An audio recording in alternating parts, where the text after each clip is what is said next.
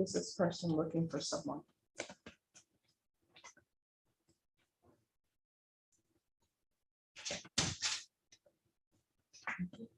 Oh, just somebody outside the door.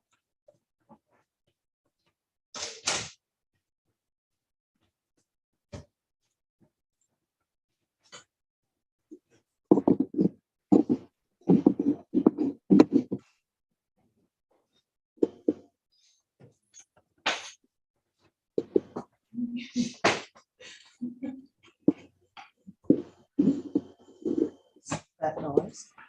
I think it's, yeah. Oh.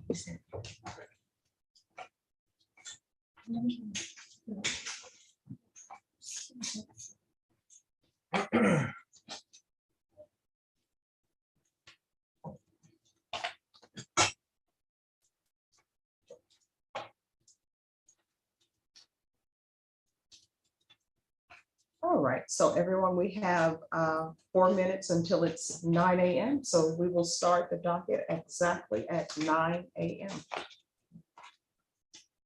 Brenda, this is the one time you can't be early. Yeah.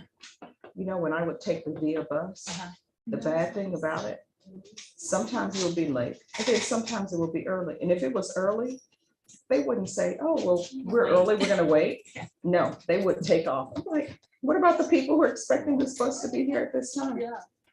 They didn't hear.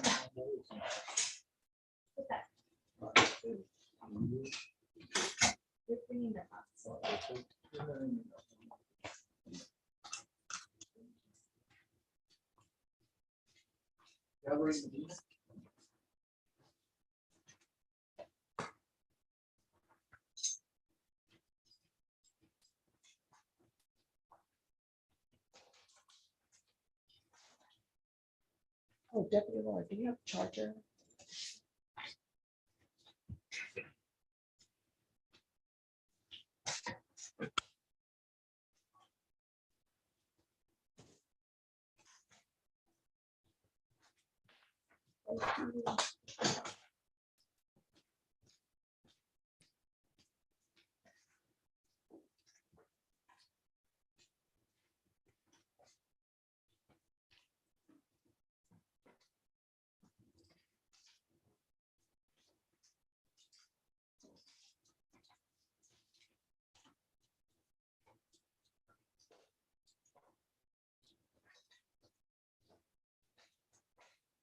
Brenda?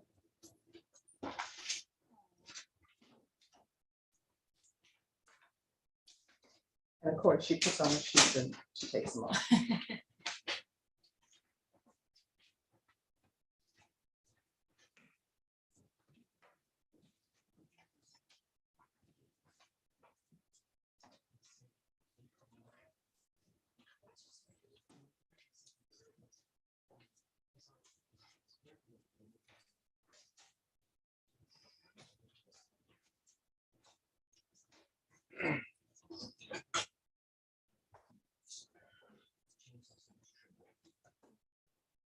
You know, she loves a little hedgehog. I'm going to give her another hedgehog.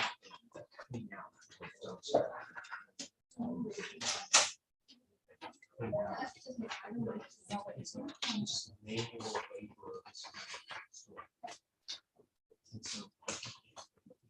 got that stuff.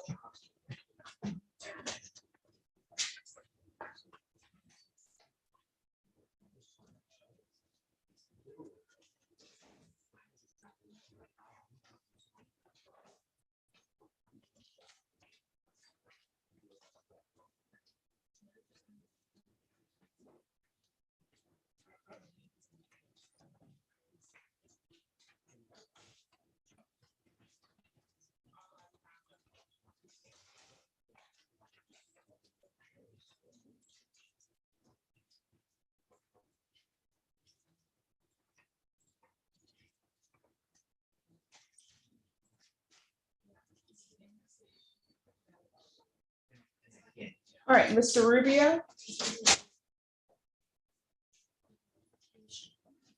Mr. Hill, is this your client, Mr. Rubio?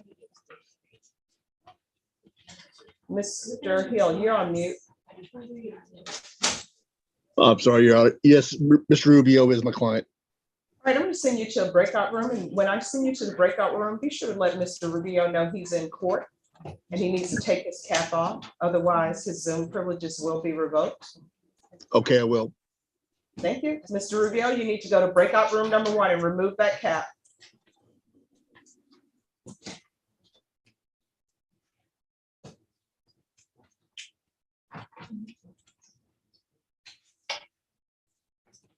All right, everyone. Welcome to the 187 District Court. Could y'all please give it down? Today is Thursday.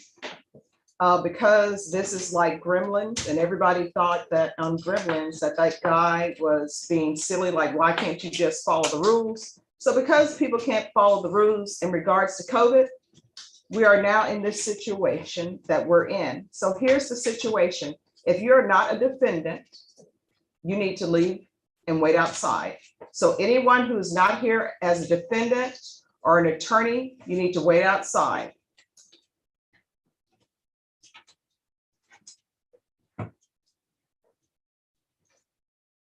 And attorneys, if you need them as witnesses or for support, then of course they can come in to testify.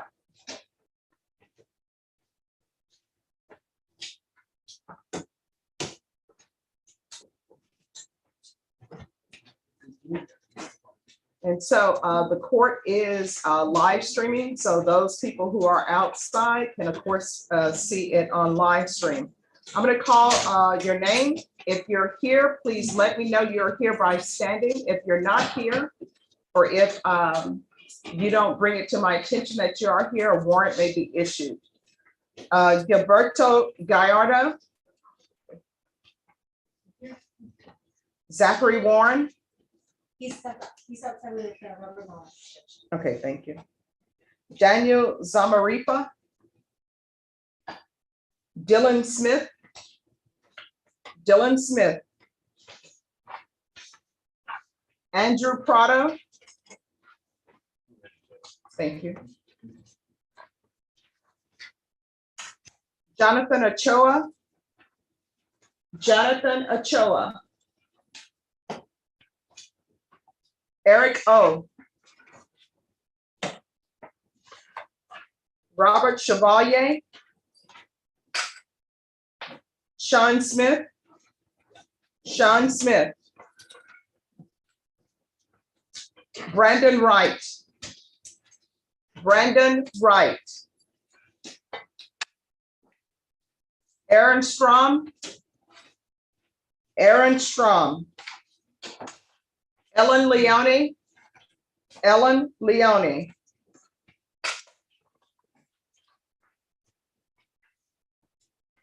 Abdallah Ennis or NC.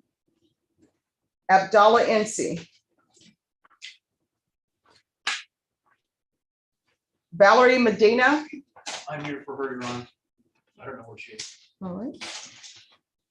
Kyla Rutten. Kyla Rutten. Sergio Olvera. Thank you. Sharona Williams. Sharona Williams. Gabriel Rubio is by Zoom.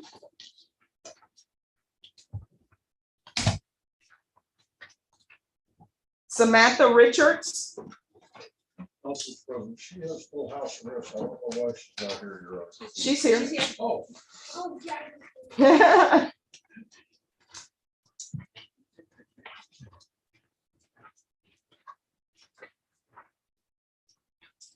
Maxwell Jordan.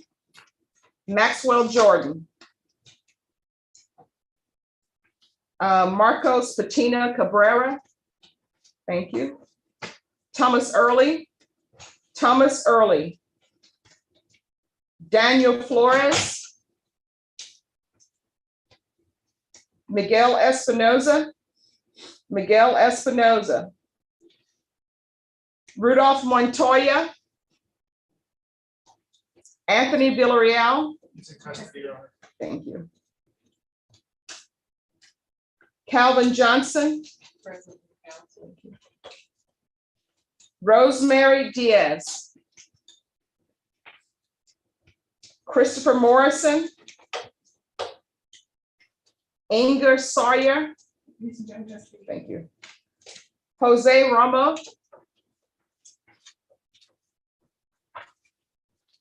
Christopher Reyes.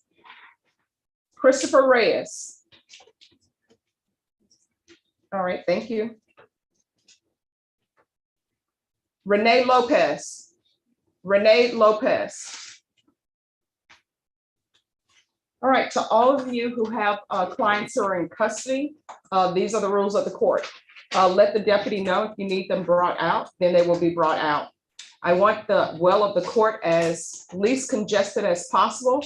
So if you're ready on your case, what you'll do is you'll approach the clerk. The clerk will place the file for me. We'll go in order of appearance, but once the clerk places the file, please have a seat and I will call you up. If you need to confer with the state, just give them your file, please have a seat and they will call you when they're ready. All right. Is there anyone here whose name, is there anyone present whose name was not called? Yes, sir. What is your name? Jose Perez. All right. Anyone else? All right. Please confirm.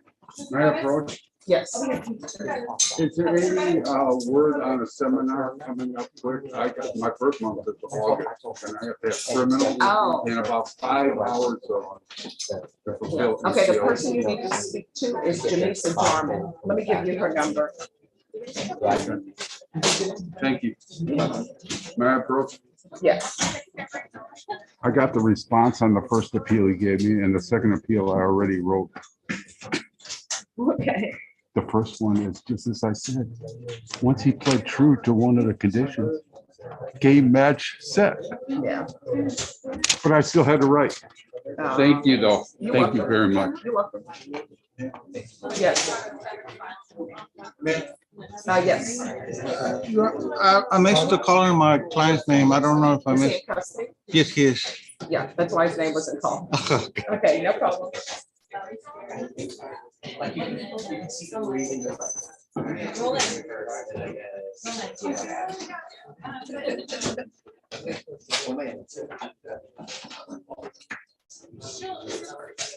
Yeah, she'll want us to do that today, but I'll get right.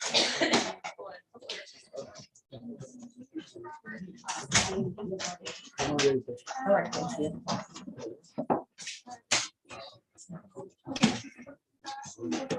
Judge, may I approach on a question? Yes. My client is in custody, Anthony Villanueva.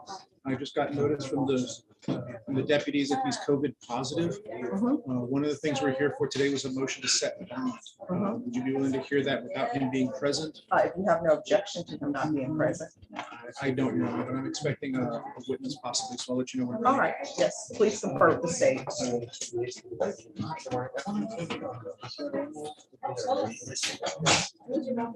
Oh, wrong guy. So he is here. Okay. Judge, I'll be running on my sentencing in about 10 minutes. All right, thank you.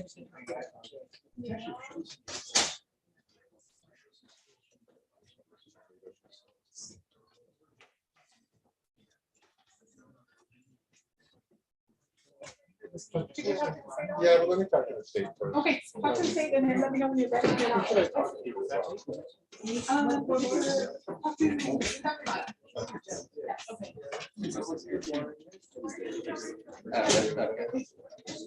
Just want to make sure. Yes. Okay. Yeah.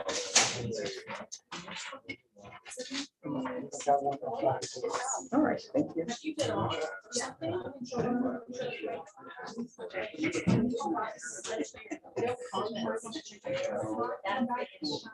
All right, for, okay, thank you. All right, thanks. Okay.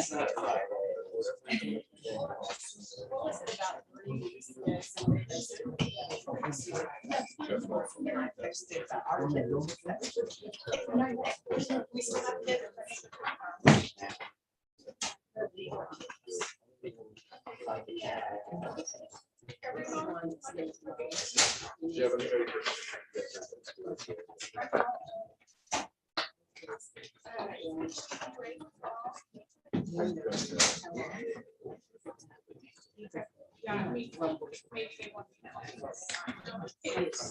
know.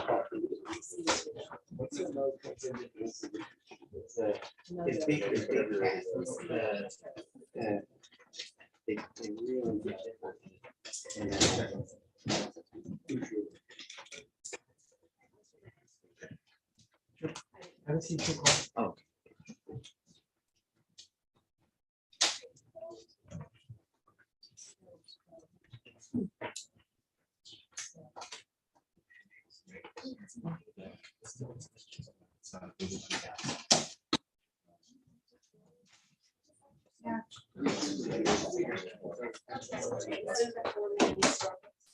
All right, the court is calling 2021 CR 10091, State of Texas versus Andrew Prado. Could I have parties approach and announce for the record, please? Ryan Gruber for the state. Michael Valchek for. And are you Andrew Prado? Yes, ma'am. All right, we're here for sentencing. The defendant entered a plea, I think with another judge, because nothing's written. So the defendant entered a plea on April 19th. And according to the plea bargain agreement, punishment is to be assessed at 5 years in the prison. There is an affirmative finding in the state is opposing the application for deferred adjudication. Have all parties had a chance to review the PSR report, state? Yes, Judge. Defense? Yes, Your Honor. Any objections?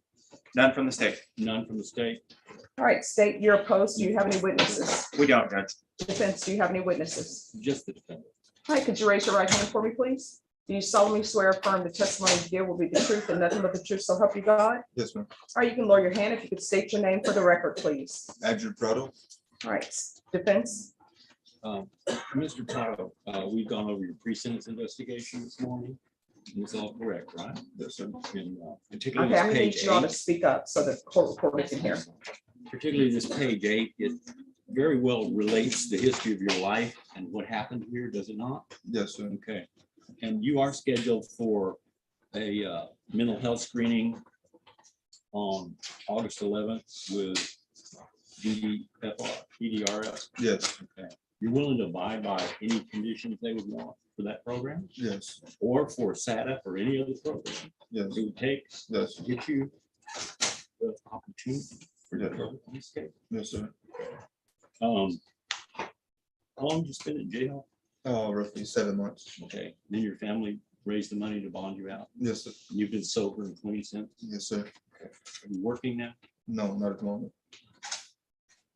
Is there anything else you'd like to tell the judge about why you want the opportunity for deferred adjudication? I feel like it would really help me. I feel like I could complete it 100%.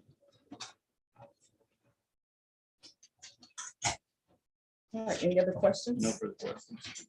You know, Can I ask a few brief questions? Yes. Mr. Prado, the victim in this case, your girlfriend worked at HEB with him, correct? she did. Okay. What was your purpose in robbing this young man? Honestly, sir, I was on drugs. So I don't remember the night. I remember the day, honestly. Okay. So when you get on drugs, you can't control what you do. Correct. No further questions, Judge. All right, what is up with the teardrop?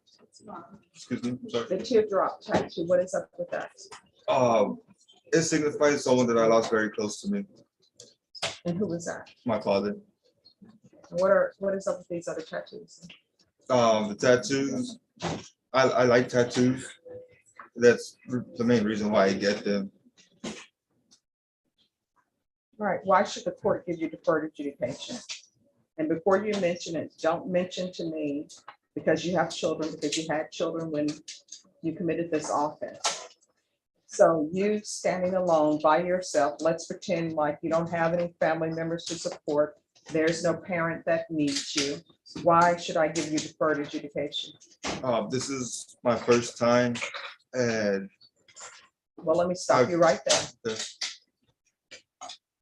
I haven't committed aggravated robbery. I don't think your council has or the state has. So let's stop with, this is my first time.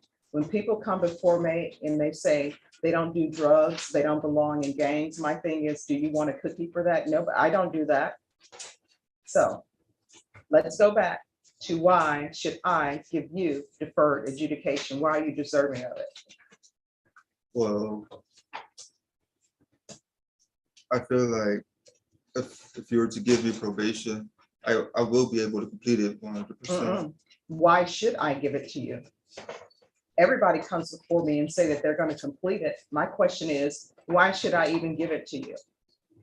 Being on this charge, this case, this whole process, it's really opened up my eyes.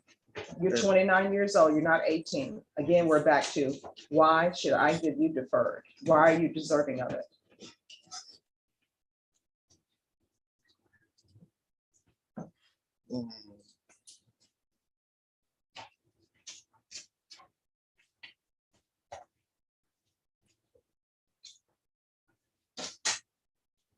I'm really trying here, man.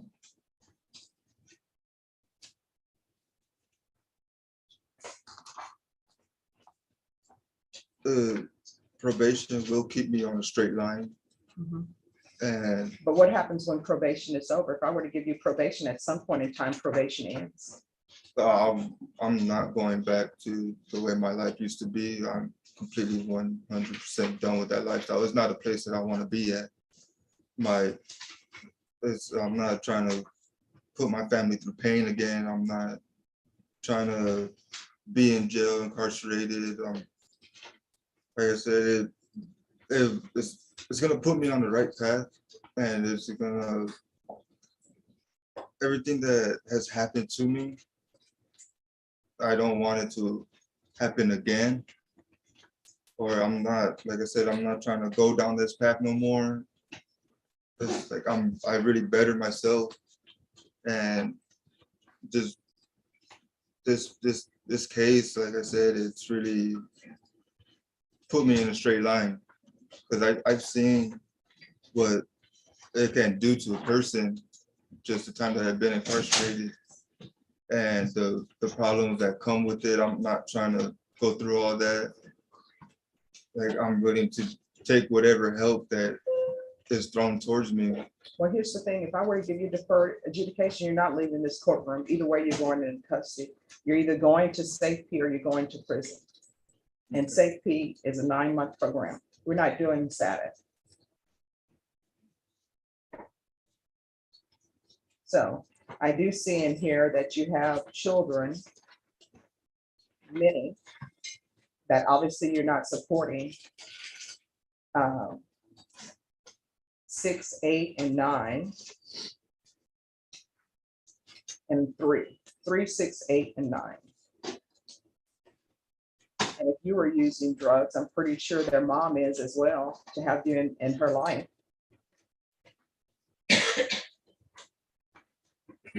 So are you prepared to go into custody today?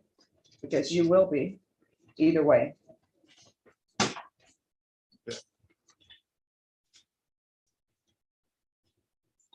So I do see that you were using LSD, Xanax, meth, and cocaine. So here's your choice. You can be sentenced to 5 years prison, which is what you all agreed to, or either I will give you 10 years deferred adjudication, but you will be going to safety. And if there's a waiting list for safety, so be it. If that waiting list is 3 months, then you're going to be at the jail for 3 months. Then you're going to be transferred to safety, 9 months, and then halfway house. Yes, ma'am. So what would you like to do? I'll do St. Pete, Your Honor. All right, 10 years deferred adjudication. There is to be no contact with any HEB, so you're gonna have to do your shopping somewhere else. I don't know if they still have Handy Andy, or I'm sure they do Target, the full service Target, Walmart. I'm gonna want GPS upon release. and that'll be partial for work only. There's to be the UA hotline upon release.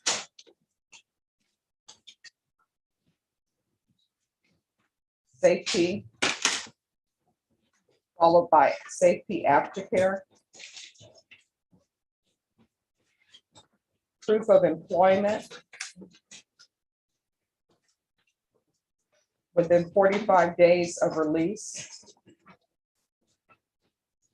There's to be no employment as a home health care provider with minors. There's to be no unsupervised contact with minors.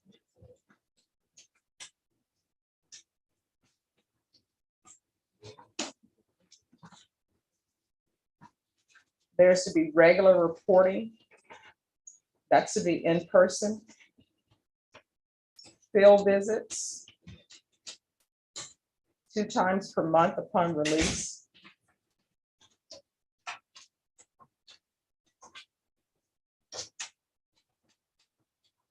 $200 of community service restitution. 40 of those hours will be waived if you provide proof of the COVID vaccination with the booster shot.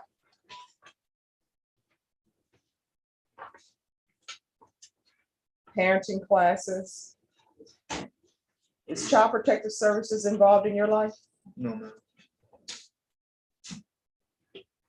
Is there anything else that he needs probation? Did you say anything about your analysis? Oh, yeah. UA hotline. No, ma'am. And then the DDRF, he has a screening on August 11th. If he is transferred to SATF before that screening, then I don't know if they can do that screening at SATF or not, Okay, but we'll still do the DDRF screening. okay. And you did say safety in the Yes. beginning, right? Okay. All right, is there anything else you need from the court in order to be successful? No, ma'am. All right, I'm gonna show you what's entitled trial court certification of the, okay. I'm sorry, this isn't the correct trial court certification. Could you do another one, please? Sure. Okay, it's in the box over there.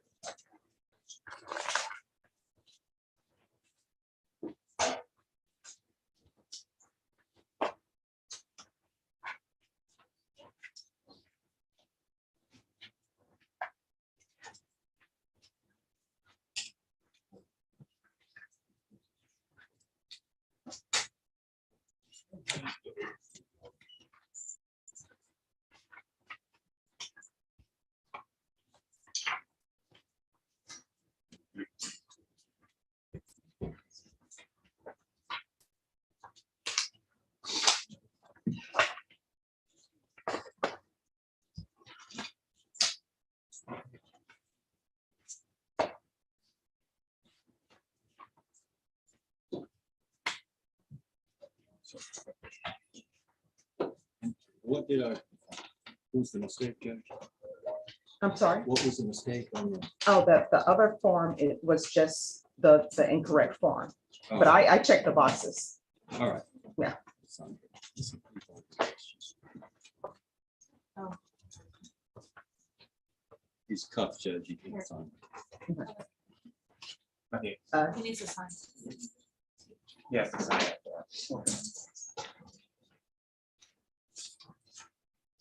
It's a key publication.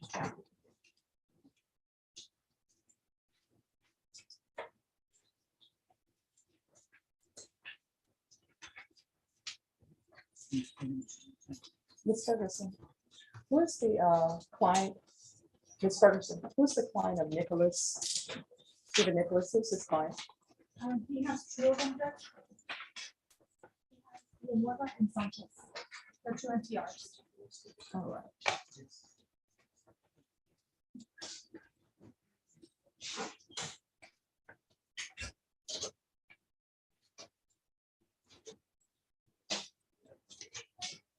Mr. Nichols, Mr. Nicholas, who do you want in the breakout room with you? Yes, ma'am.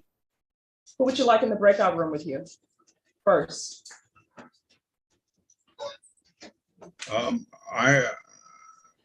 Yes. Defendant, would you like in the breakout room with you? right. No, I was not in a breakout room. I was put into the waiting room. I'm asking you, which client would you like sent to a breakout room with you? Do you want Mr. Sanchez or do you want your other client? Mr. Villanueva, I've been informed, has hired counsel. All right, so And you want Mr. Sanchez? I'll send you a breakout room number 2 with Mr. Sanchez. thank you, Judge. You're welcome. All right, we're back on the record. Mr. Prado, I'm showing you what's entitled Trial Court Certification of Defendant's Rights to Appeal. Did you review that document with your attorney? Did you understand it? And did you sign it? Yes, Because this is a plea bargain agreement, because I followed your plea bargain agreement, and because you waive your right to appeal, you do not have the court's permission to appeal. Do you understand? yes, ma'am. And because, I'm sorry, just one second. And of course, it goes without saying, you're not allowed to possess any weapons or ammunition. Do you understand? Yes, If you have a question over what a weapon or ammunition is, you'll need to speak to an attorney. Do you understand? yes, All right, we can go off the record. I want you to know that you could have gone to prison for 5 years. That was the minimum. With deferred adjudication, you're looking at a life sentence if you were to violate the terms of this contract that you have with the court. Do you understand? yes, sir. So from here on out, everything that you do in your life, you need to ask yourself, if this is something that I could potentially be sent to prison for life.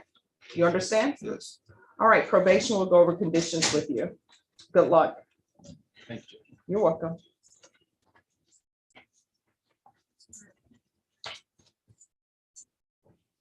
All right, OCL Griffin.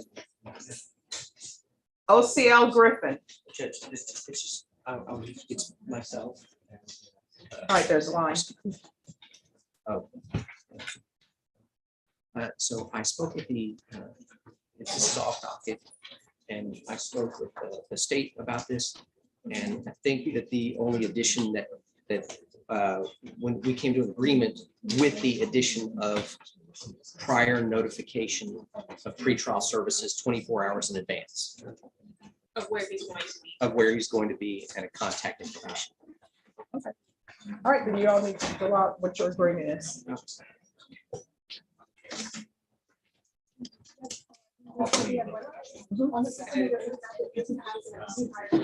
Okay. Dale Hill? Yes, Judge. I just need to get the paperwork from Marcus. All right, Marcus, if you could send the paperwork on Dale Hill's client, please. Yes, sir. All right, they'll be sending it to you.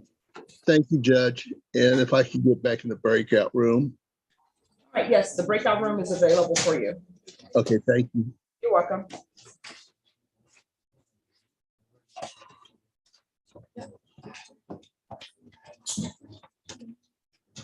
Thank you. Ms. Ferguson, what is the date on OCL? Just 1 second, counsel. Can you pull this up and see when the next setting is for this case, because it's not in the file? It's 2022-3369.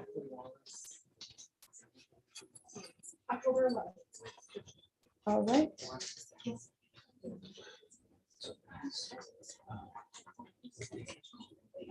All right, you are excused. Thank you, Judge.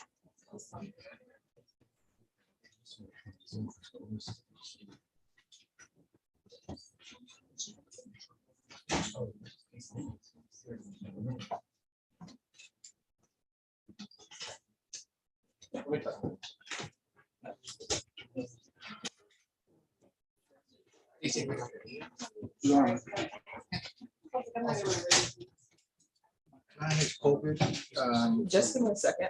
I'm taking them in order. So just pull the file. Yeah.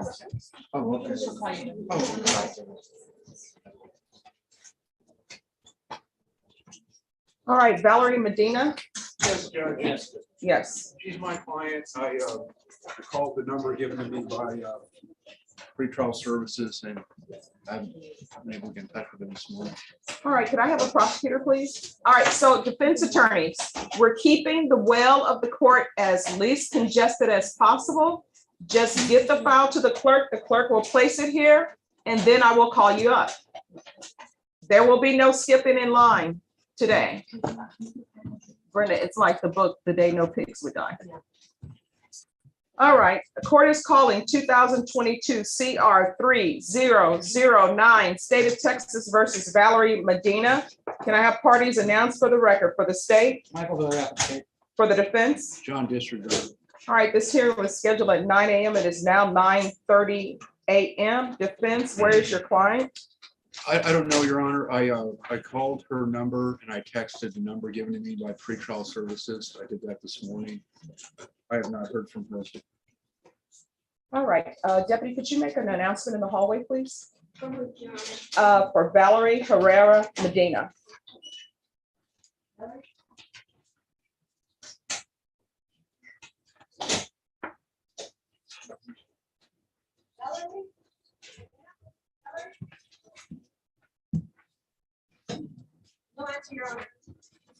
All right, the court will note for the record that this case was scheduled on April 25th. It was recalled for April 26th because the defendant was a no-show at 2:22 p.m. And again, that was a setting date for 9 a.m. State? Yes, Your Honor. At the time, the state would move for a bond forfeiture and a warrant be issued for the defense arrest. All right, that will be granted. Your client will be remanded without bond. If you make contact with your client and she presents herself, the court will reconsider. Yes, Your Honor. Thank you. Thank you. Dylan Smith, Pardon me, Your Honor. sir, need to be in the first row. All right, who is here for Calvin Johnson? Mr. Johnson, come forward.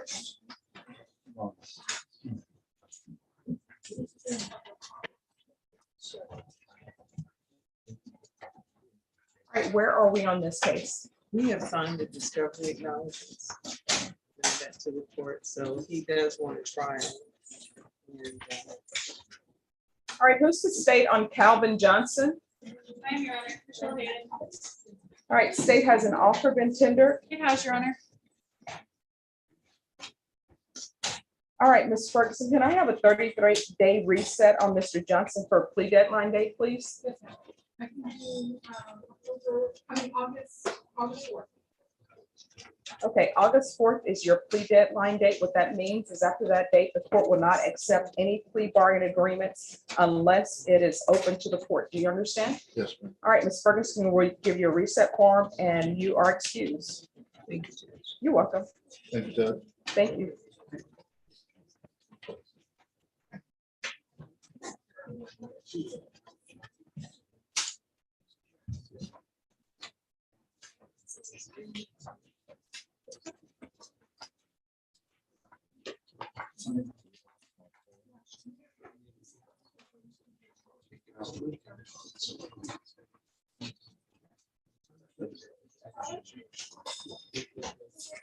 But if you see what page Calvin It's on Johnson, the recall, all right, thank you. like kind of middle.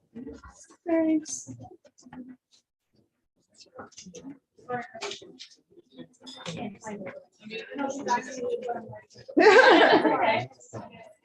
Yeah. We're a Teamwork team. makes the Yeah, dream we're a work. team here. Calvin Johnson?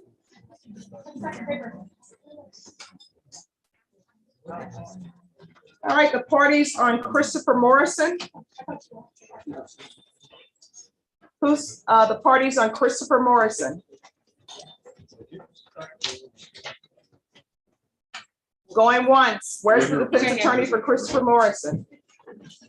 All right, the court is calling CM 099972 and 09973, State of Texas versus Christopher Morrison. Could I have parties announced for the record for the state, Marcus Sanders. for the defense? Shannon Locke.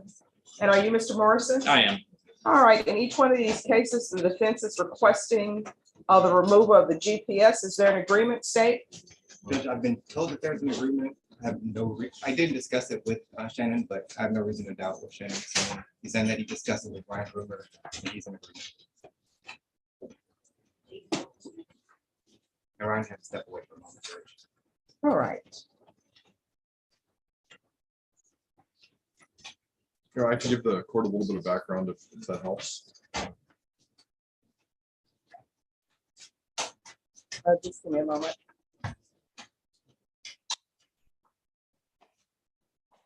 So So what does your client do? I see he's a deep sea diver, but a deep sea diver for what purposes? So he does two things, Your Honor. One, he, not deep sea diver, yes, but a scuba diver. Somebody who goes into the CPS dams over, for instance, Calaveras Lake, and he'll look for leaks. It's not work that a lot of divers like to do, but it's something that he does frequently. He's also a scuba instructor. And somebody who teaches people how to scuba dive. Both of those things.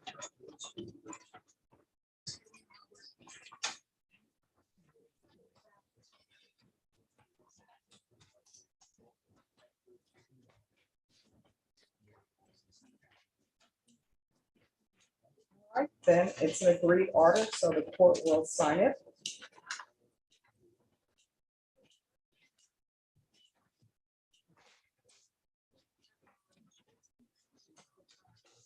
All right, you're excused.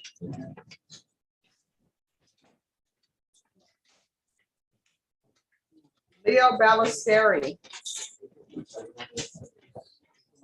Okay. All right, thank you. Yes. Okay. Can I have a date for us to return? All right, so your case is being reset for August 4th. August 4th. Yes. Thank you very much. You're welcome. I think I willfully normally try to jump the line. No problem.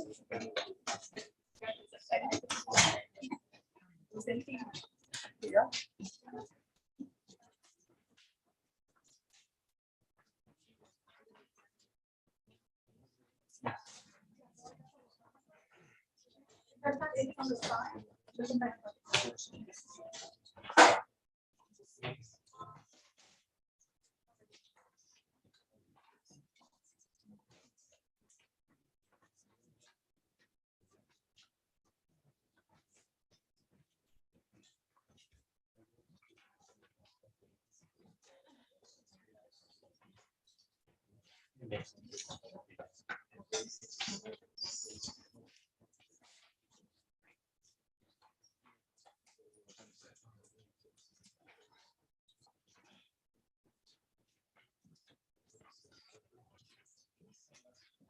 All right, Abdallah Ense. Good morning. Have you conferred with the state? I have.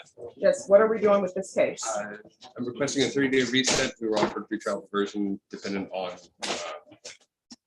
needs being paid up front, and my client needs some time to. All right, Mr. Ense, why were you late? I wasn't late. Yes, you were late. I may have came into the courtroom late, but I was out there, so my first time being there, so. I can't understand a word you're saying. You're mumbling. I'm sorry, I said, Your Honor, I wasn't late. I was outside in the hallway, so it's my first time being here. Is court in the hallway? I think not, so you were late. Do not be late again. You now know you need to be inside the courtroom. You understand? Absolutely. Ms. Ferguson, this is pretrial diversion.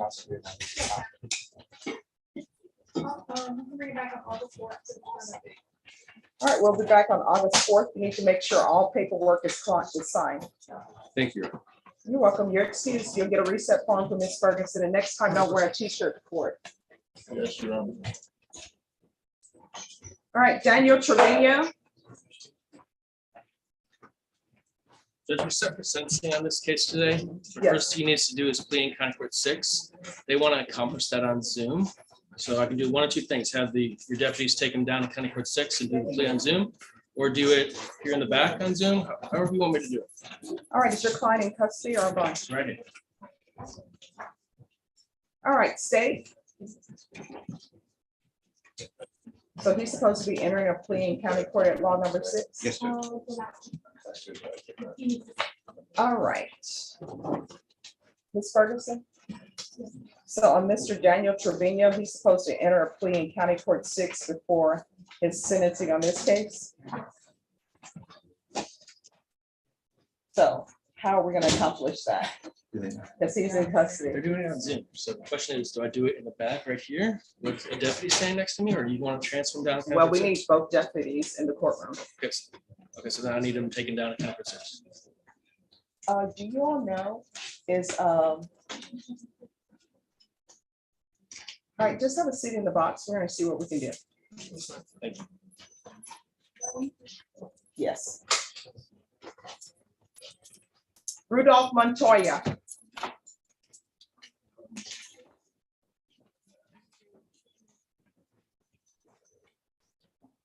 Morning, Judge. Good morning, where are we? We're still working on discovery.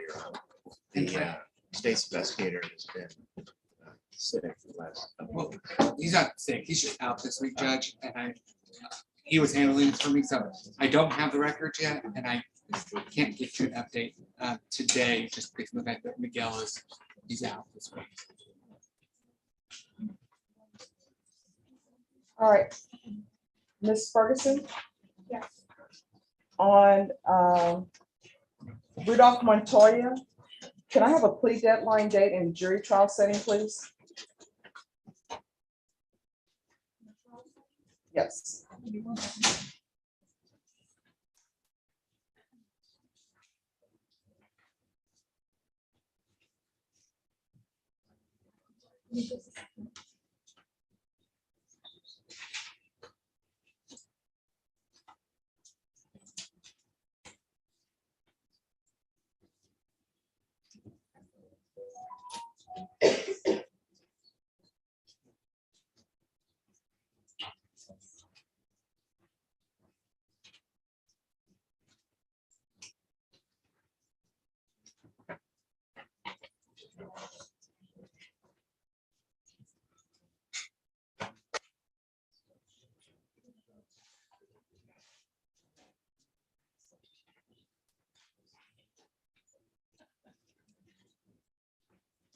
It's a continuous, so I'm thinking late September or in October.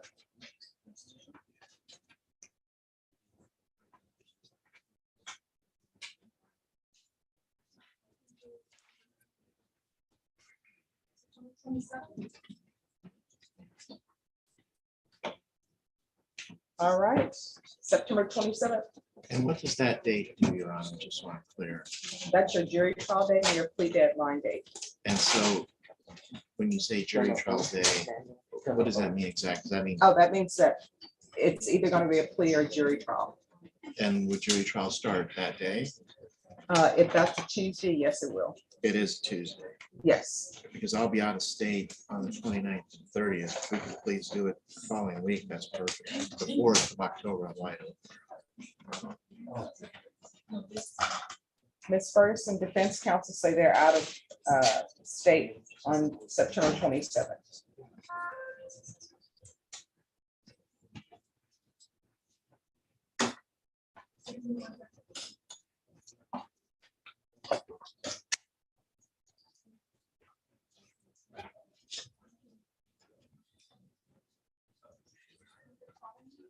Yes.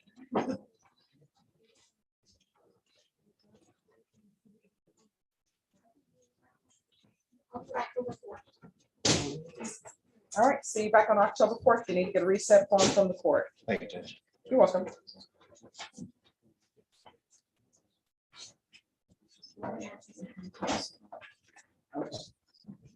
All right, then we'll just end up doing it here and then they need to do that one.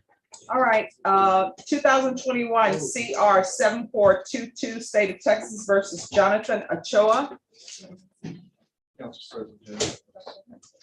our parties approach its family violence? Good morning. And where's your client? I don't know, Judge. I was recently appointed to this case. We made reasonable efforts to contact him by phone, letter, or email. I checked this morning to see if he was present. Wait He's just not. one moment. We have parties announced for the record for the state, Michelle Hayden for the state. for the defense. Raymond for the defense, Judge. All right, this hearing was scheduled at 9 a.m. and this is now 9:44 a.m. Defense, where's your client? I am not sure where he is, Judge. Like I said, we made reasonable efforts to notify him of this setting. We tried reaching by phone yesterday and also by email, mail. We've not had any response from him. We were just recently appointed to handle the MTR, and he has some new cases that have also been filed. All right, Deputy, could you see if there is a Mr. Jonathan Matthew Ochoa in the hallway, please? And I did also check to see if they had him in custody, Judge. He's not in custody.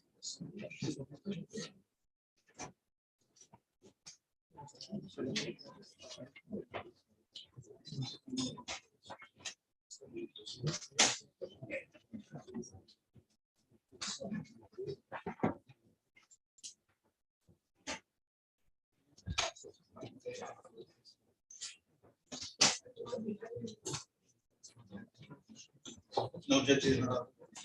All right, state.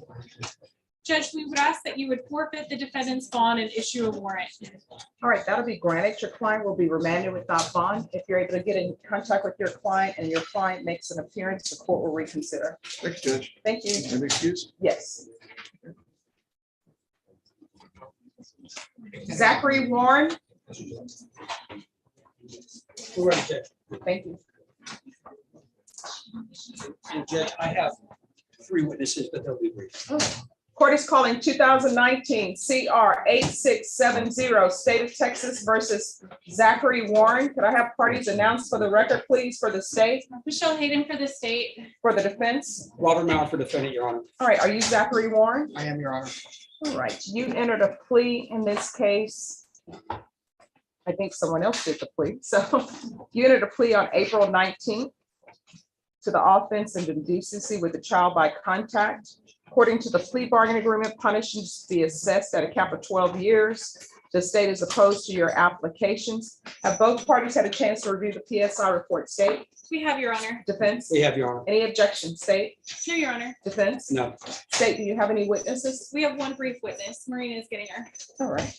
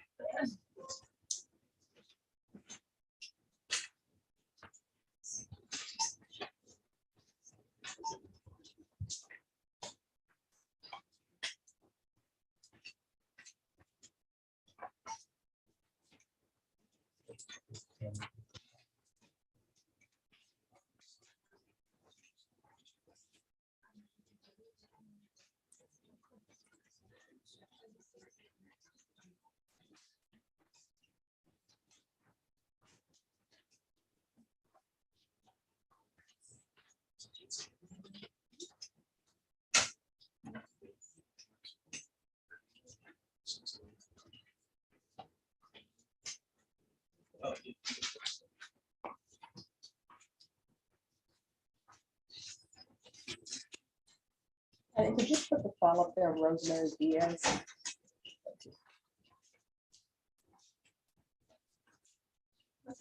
State calls Carissa Borles. All right, you could approach, please.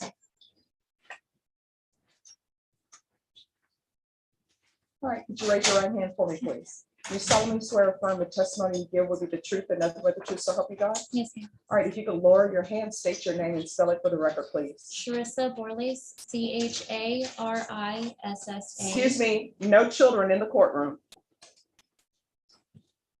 Are those your witnesses? No, Your Honor. All right, who's bringing babies to the courtroom? There's something called COVID, and this courthouse is germy. No matter how we try to clean it, toddlers and infants most likely should not be brought to the courthouse. Sorry about that. Okay. All right, state, you may proceed. Wait, can she? Okay, spell it first name again. Charissa, CHARISSA, Borles, BORLACE. All right, state. Good morning, Charissa. Good morning. You understand that we're here for sentencing today. Yes. Can you tell the court who Allison Borles is to you? She is my stepdaughter. And who was Zachary Warren to you? He's my brother-in-law. And prior to the incident in June 2017 and the outcry in January 2018, were Allison and Zachary close? Yes. Can you describe the relationship? They got along great. I mean, she loved her uncle so much. And did you trust Zachary? And how did you find out Zachary had molested Allison? She came to me and just started talking about it. She was scared to talk about it. It was the first of the year of 2018. Sorry, I'm a little troubled.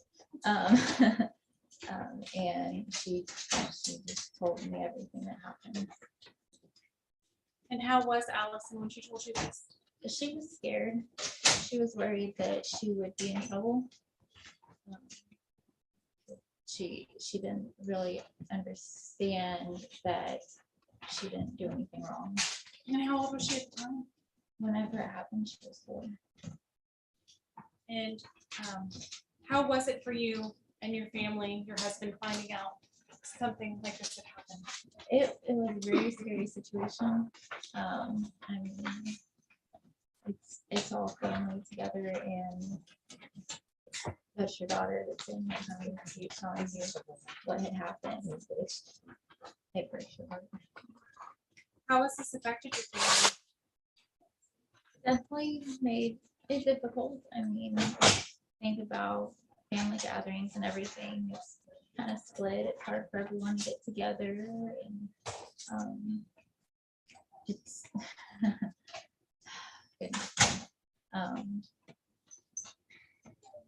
it's hard. It's hard for our daughter. It's very hard for her because it feels like she's not fully supported in every way by all family because she's young. She doesn't understand how to see that it's both sides of the family. How has this affected her?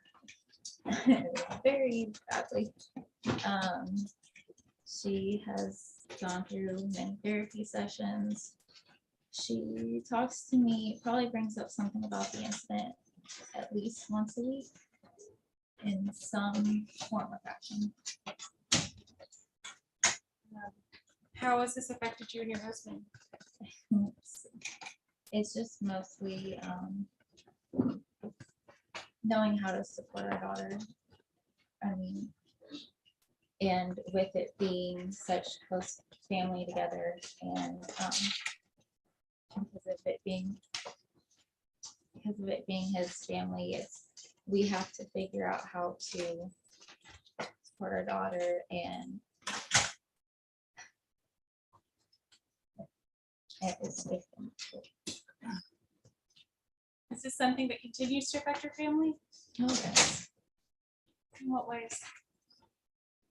I mean, mostly with Allison. She still doesn't know how to handle everything, especially with all of the reschedules with court and everything. She's been having to be ready for any change made within this case. She's been waiting for some sort of answer, and like I said, she constantly brings up the case, or wondering what's going on or when's it going to be over. Do you feel safe with the idea of Zachary being around children, other children? Mm-hmm. Do you want Zachary held accountable? I'll pass the witness. No questions. All right, thank you for coming in. All right, State, do you have any other witnesses? No, Your Honor. Defense? Judge, I'd like to call Christine Miller, please.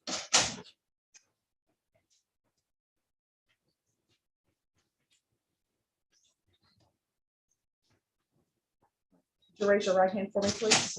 Do you solemnly swear affirm the testimony you give will be the truth and nothing but the truth, so help you God? I do. All right, you can lower your hand if you can state your name for the record, please. Christine Miller, CHRISTINE MILLE. Defense? Ms. Miller, can you tell the judge what kind of work you do? I'm a licensed professional counselor with the state of Texas in Bernie, Texas. Okay, and tell the judge what kind of counseling services you ordinarily perform, or what you're licensed to perform. I use a couple of techniques for people to help them. Counseling is a way of confiding in someone, and the techniques that I use are cognitive behavioral therapy, which is change your mind, changes your body, and vice versa. I also use something called EMDR, which changes the mental pathways in your brain. And that helps people who have gone through a really hard time in the past or with post-traumatic stress. And that helps them not experience those triggers, post-traumatic stress symptoms. And if it's highly effective, it's the #1 most researched method in counseling. So I've had a lot of success with that. I have been using it since 2012, where I've been trained. So in that technique. let me try to break this down into just a couple questions. So how long have you been licensed as a counselor, you said? Since 2012, fully licensed without being an intern since 2016. In that time, have you worked with other people who have come to you for counseling regarding sex offenses or family violence offenses? Family violence, yes, not specifically sex offenses. Okay, so can you tell the court how you met Zach and then about the type of treatment and services you provided to Zach? He was referred to me by a previous client, and I have seen him 4 times recently. And it is my opinion that he has been honest with me, forthcoming, explained the situation. I was able to use the techniques that I have described to you on at least 2 of the 4 occasions.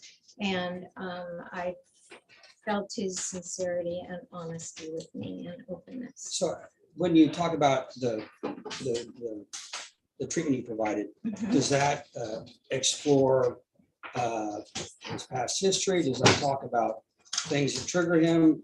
Does the work you do, is that supposed to work on him being able to be a better person moving forward?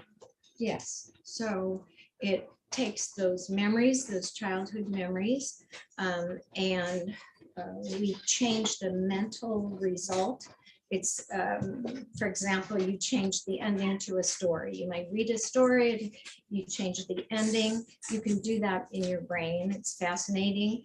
And they're exploring all kinds of neural pathways in the brain nowadays. And so keeping up with that, it actually changes your behavior. So for post-traumatic stress, if you're being triggered and you act out, post-traumatic stress, it feels like the past situation is actually happening now. And it changes that. You start thinking about it less and less and less, and it becomes part of the history. And then already we used it, and the next time he said he confronted a person, and it was very helpful to him from his past, and he was able to focus not on the past, but on how he's going to behave in the future. So moving forward, if the judge gives Zach probation, I guess, will you continue to work with Zach? Yes. And counsel him? Yes. And work with these different techniques that you use in order to help him deal with the issues he dealt with when he was Yes, younger? he has asked to be continued, and I would gladly pursue that. Okay, with now, him. you're not, you and I talked about this, you're not licensed to perform any sort of risk assessment. No. That's just a different specified type of license that you didn't see, right? Not that. Okay. Suicidal risk assessment, I can. Okay. And he has not exhibited any of those different symptoms. So, but actual sex problems, I've never, that's a whole different thing that I'm not certified to do. But so will the treatment that you're providing him, will that help him, do you think, in all of his life moving forward? And not just the issues, the sex offender issues and things like that, but the life issues moving forward? Absolutely. It helps us with those triggers. It helps addictions of any sort. It helps behavior issues. It's really amazing technique and treatment. So, but it does require a certain number of sessions to be able to come, so that if probation is judged, then he would, I feel like he could be required to attend counseling with those treatments in mind. Okay. Judge, I pass the witness. State. Just a couple questions. Yes. You said that Zach is the only sex offender you've ever worked with, right? And you're not certified to treat sex offenders? No. And you said you provided behavioral treatment to him only twice, is that correct? No, well, 2 out of the 4 sessions. Counseling is also in speaking what has happened to you. It has some sort of effect on you so that it eases pain and help. No other questions? I have nothing further. All right, thank you. Defense, call your next witness. Laura Lee Warren.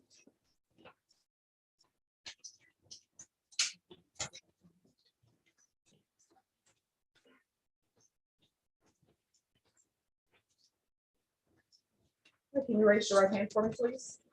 Do you solemnly swear affirm the testimony you give will be the truth and nothing but the truth, so help you God? Yes.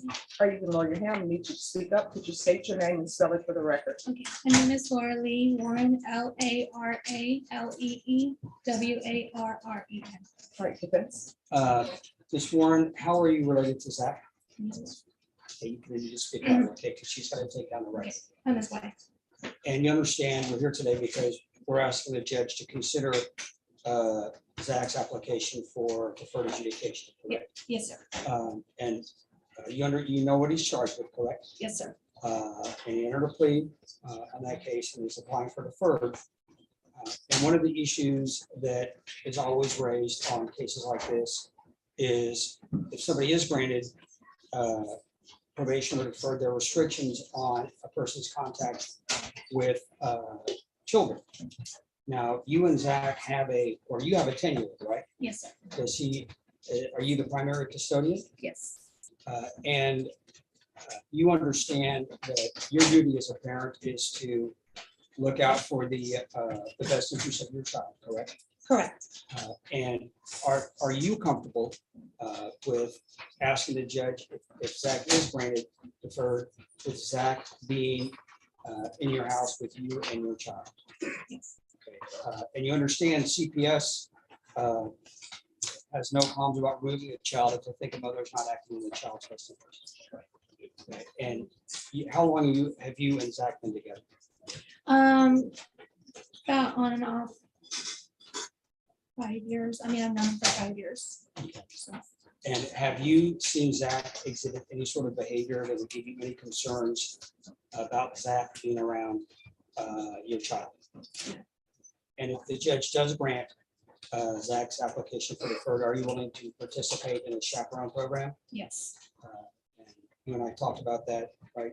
The requirement for Zach to be around your child if the court granted that. And are you asking the judge to give Zach a chance at deferred adjudication? Yes. Judge, I pass the witness. Right, state. Just a couple questions. You said you and Zach have been together about 5 years? Yeah, on and off. So you guys got together when your son was about 5 years old? Yes. Do you guys plan to have kids? No. No other questions? I have nothing further, Judge. All right, thank you for coming. Defense, your next witness. Shirley Joe Blair. Shirley Joe Blair.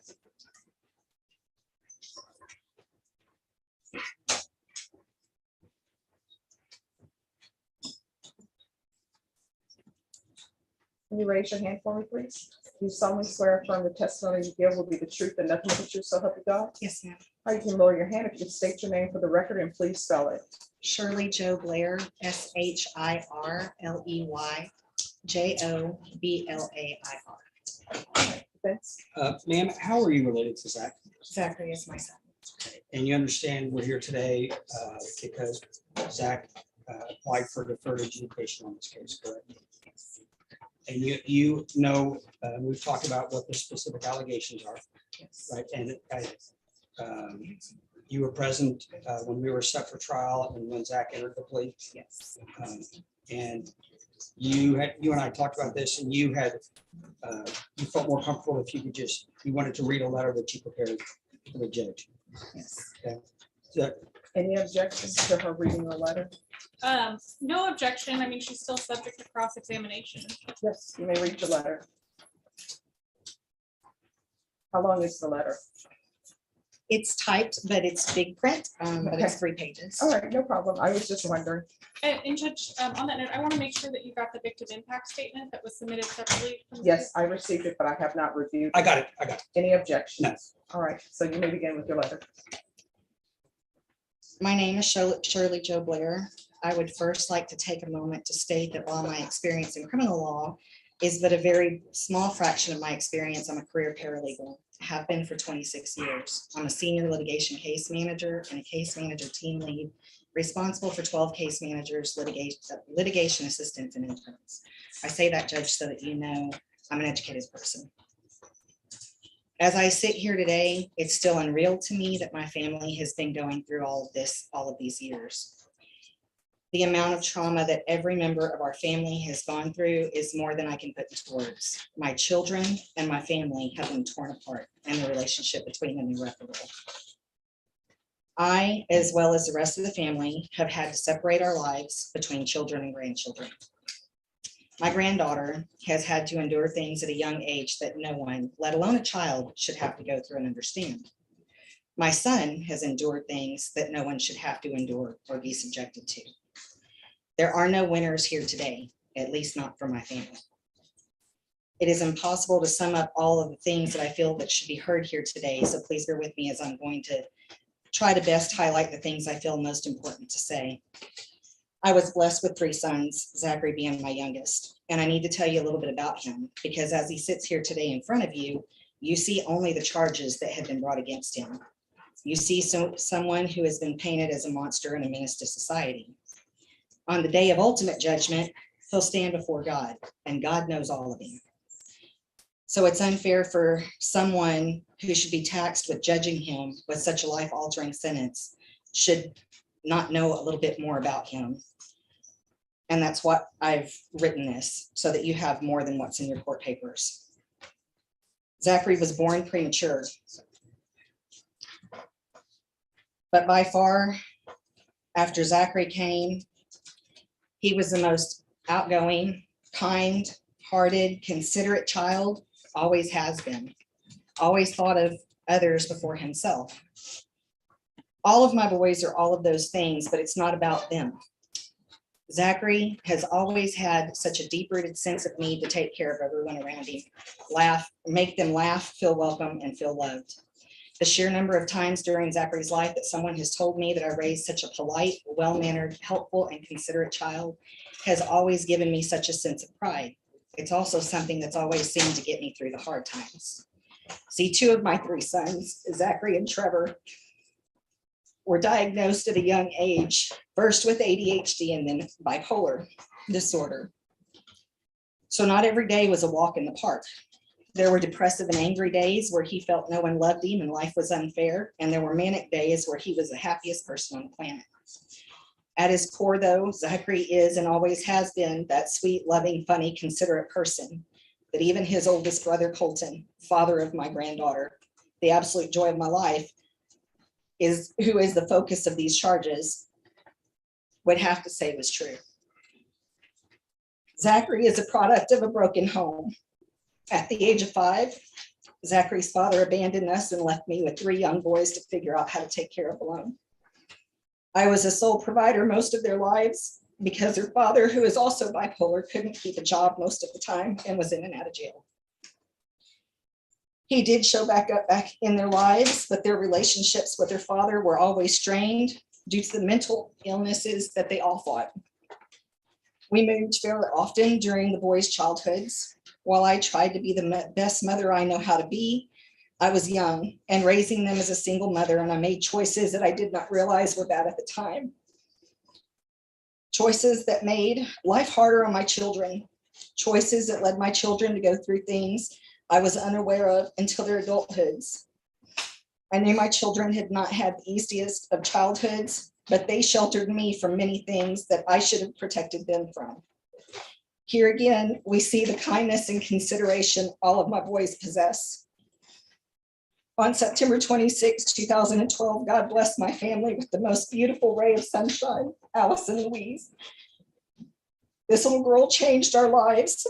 If you have children, you know that the love you feel for them the moment they're placed in your arms makes your heart feel so full it could almost burst. If you have grandchildren, you know the moment that grandchild is placed in your arms that you only thought you knew what love was. This is very important for me to say and for you to hear, because the love that I'm explaining to you has only deepened over the last almost 10 years. I lived next door to my oldest son, Colton, and Shyla, Allison's mother, when Allison was born. I was lucky enough to see her every day, as was Zachary. I spent almost every day with Allison for the first 3 years of her life. She lived with me for almost 2.5 of those 3 years. She is more than my grandchild. She is the daughter I never had. The bond that I have with that child goes beyond my comprehension. I can tell you that I would wager money that there is no greater love on this earth than the love I have for her. The love that Zachary had for Allison was also very deep. Allison and Zachary bonded from the beginning. Zachary would beg to hold her, feed her, laugh, and play with her. He would rock her to sleep, help teach her to walk and talk. The two of them were inseparable. In a crowded room, Allison would choose Zachary to hold her over even her parents. When the allegations of these charges occurred, Zachary would have been just about 20 years old and Allison almost 5. It was almost a year after the allegations that the charges were filed and Zachary was arrested on charges that could very well be considered one of the most strictly punishable charges in our judicial system. To make matters worse, through no fault of his own or this court's, COVID has further delayed this whole situation, causing it to go on far longer than it should have. I'm not sure if anyone can imagine the pain and suffering that he went through during the first year, not knowing what would come of all of this. Then he spent the remainder of these years strapped with an ankle monitor. Anyone facing charges like this is bound to carry a heavy burden. Imagine carrying that burden being someone who suffers from bipolar disorder. The hell of it all has been a lot all of the time and almost unbearable at times to watch a child go through. Over the years, as this has gone on, Zachary has worked hard to try to have a normal life. He's a loving husband and stepfather to a child whose father passed away when he was very young. He's found peace through prayers and relationships he has formed with members of the church. He has a good job and supports his family. He's shown up during inclement weather in the middle of the night and on the weekends to fix things for his grandparents. He has taken in friends in their time of need to help them get back on their feet. Zachary has worked very hard to have a better life, and Zachary always puts others before himself. I know that plenty of mothers have sat here before you and pled for mercy for their child. I realize that in a sense, I'm no different than any other mother who comes up on your docket. What I hope is that a glimpse into Zachary's life I've provided has successfully conveyed that Zachary is not just the charges before you. He's a young man who has suffered in life, a young man who has worked to better his life, the life of his little family, and a young man who is caring and compassionate, and not just a common criminal you may be accustomed to seeing in your courtroom every day. I hope also that you will see that I am not just another mother. I am the grandmother to the child in question. The grandmother who is very much still a part of this little girl's life and who wants nothing more than to erase the last 5 years from ever having been experienced, for her sake and for Zachary's. I'm someone who can sit here before you today and tell you that I do not believe that my son is a threat to any child, that an allegation like this will never be made against him again. I'm sitting here today asking you to take into consideration the fact that the man you are judging today could benefit and has already benefited from counseling. Asking you to take into consideration the time, money, loss of friends and family, jobs, and untold sleepless nights and agony that he's gone through over the course of this case. Asking you to ask yourself if tearing him away from the life and family he loves and who loves him is the right course of action. Asking you to believe that Zachary has a support system of not only family members, but members of the church who want to help him build a better life and be the best version of himself.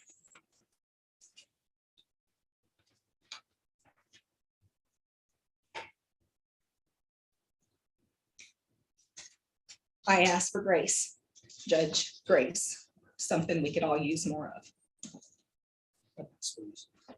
No questions, just argument.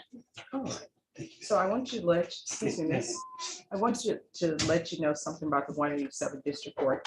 I don't see anybody in here as a common criminal or criminal. Everybody who comes before me, I see them as individuals. You understand? All right, thank you for coming in and letting me know about your son. All right, the court will hear argument. Brief Your Honor. argument, state. This case is not about Zachary Warren. This case is about Allison Borlas, who was a 4-year-old child at the time, and what Zachary did to her, how he betrayed her, how he violated her, how he destroyed this family because of his actions and no one else's.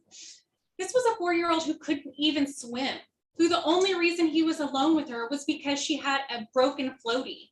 She couldn't even properly wipe her own bottom. And as the court is aware, she says Zachary spit on his genitals and rubbed them against hers.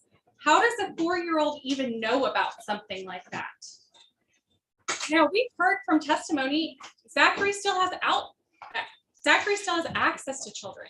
That terrifies me. That should terrify this court.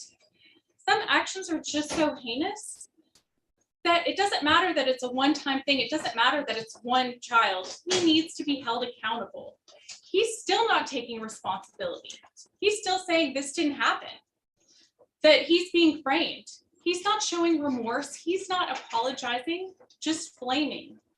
We're asking you, based on the facts of this case, based on what Alice and her family have been through, based on what he's done to this entire family, that you send him to prison for the full 12 years and that you hit the cap.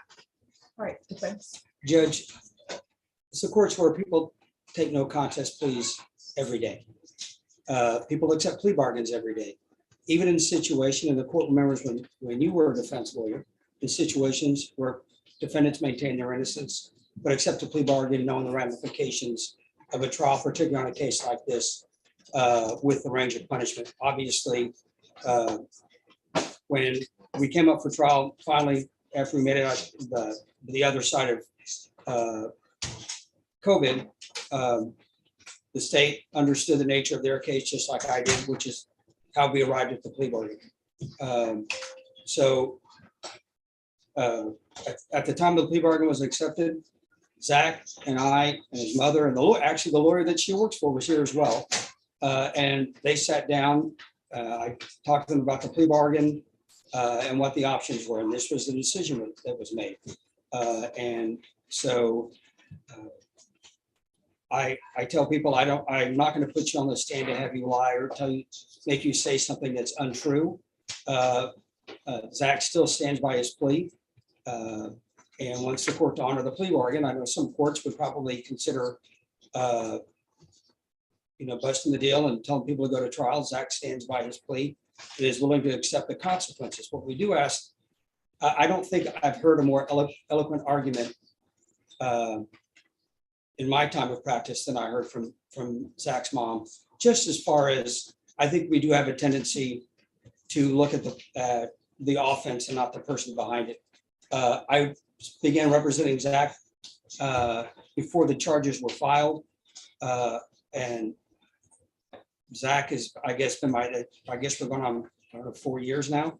And I understand the court's concern about the nature of the allegations. I would ask the court to consider granting his application for deferred. I know it's unusual in these situations, but I do think he has an amazing support system.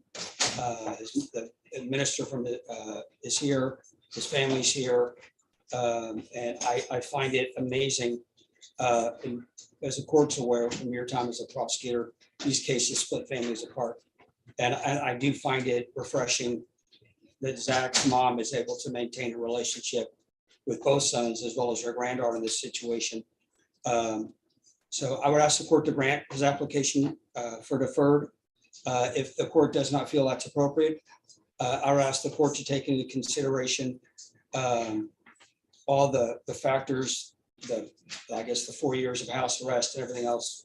And I would ask the court to assess at the low end of the range of punishment. Right. All right, Mr. Warren, I want you to let you know that I've listened to the witness from the state and also your witnesses. And I always internalize what I hear. And I always read the PSI report with a fine tooth comb. And I've read what you entered without objection from the defense, the impact statement. After reviewing everything, the court will find you guilty.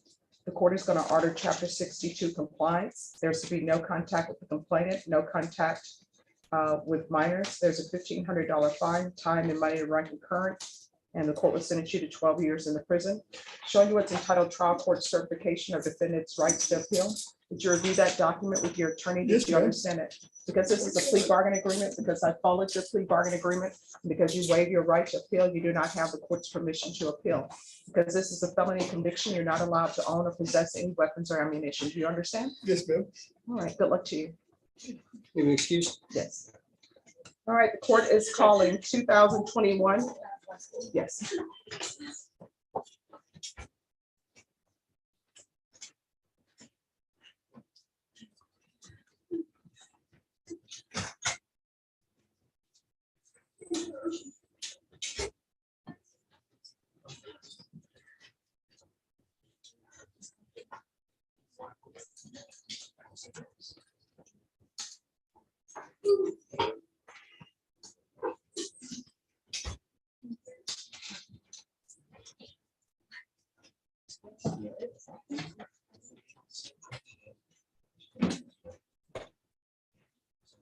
All right, who's here on Marcos Patino? I am, Your Honor. All right, what is happening with the videos? Judge, they've turned over or given me access to all that stuff. I think what was pending was the CPS video, and I received an offer today for the first time. I wonder if I could have time to review that with my client. Yes, where's your client? Mr. Patino, come forward. I'm sorry, Judge, he needs an interpreter. All right, so, excuse me, everyone, could you keep the well clear, please? If you've handed your file to the clerk, please take a seat. If you're conferring with the state, hand them the file and please take a seat. Ms. Ferguson, on Patino, can I have a 30-day reset? Counsel, do you speak Spanish? I do, Your Honor. I'm sorry, when? August 30 days. August, 30 days? We're almost in July, Judge. Oh, that is so true. All right, August 4th is going to be your plea deadline date. In state and defense, if you can get an acknowledgement of discovery for the court, and Ms. Ferguson will give you a reset form. Yes, Your Honor. Yeah. And could you make sure you put on there that that's the plea deadline date, please?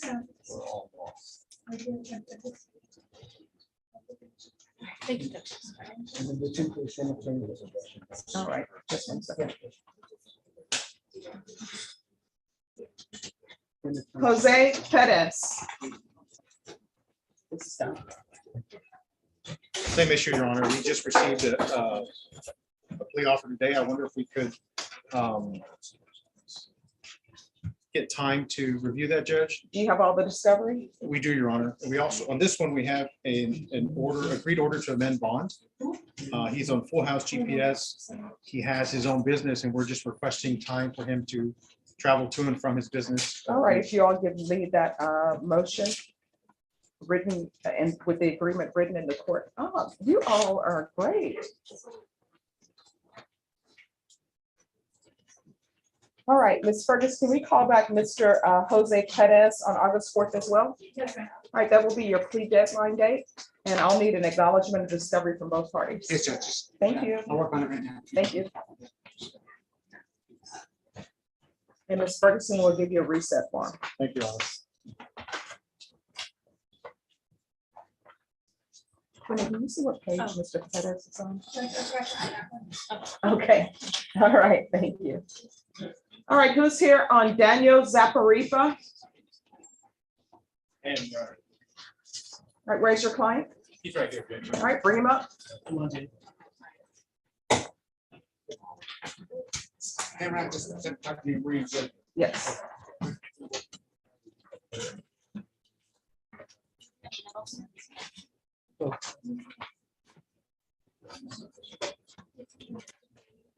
Speak, yeah, speak up.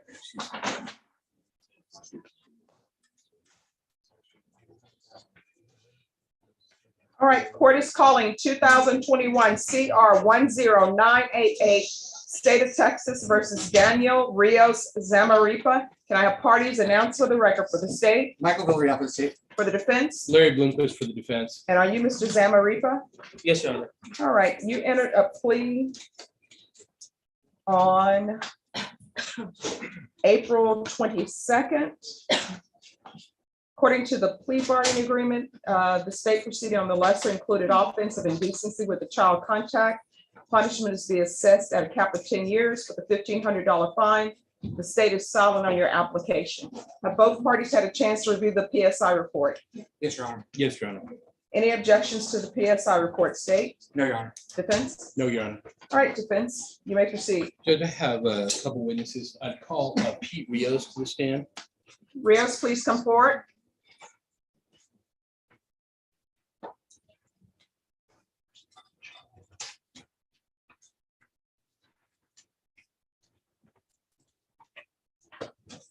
Would you raise your right hand for me, please? Do you solemnly swear or affirm the testimony you give will be the truth and nothing but the truth, so help you God? Yes, ma'am. All right, you can lower your hand. State your name for the record and spell it. Pedro T. Rios, Pedro.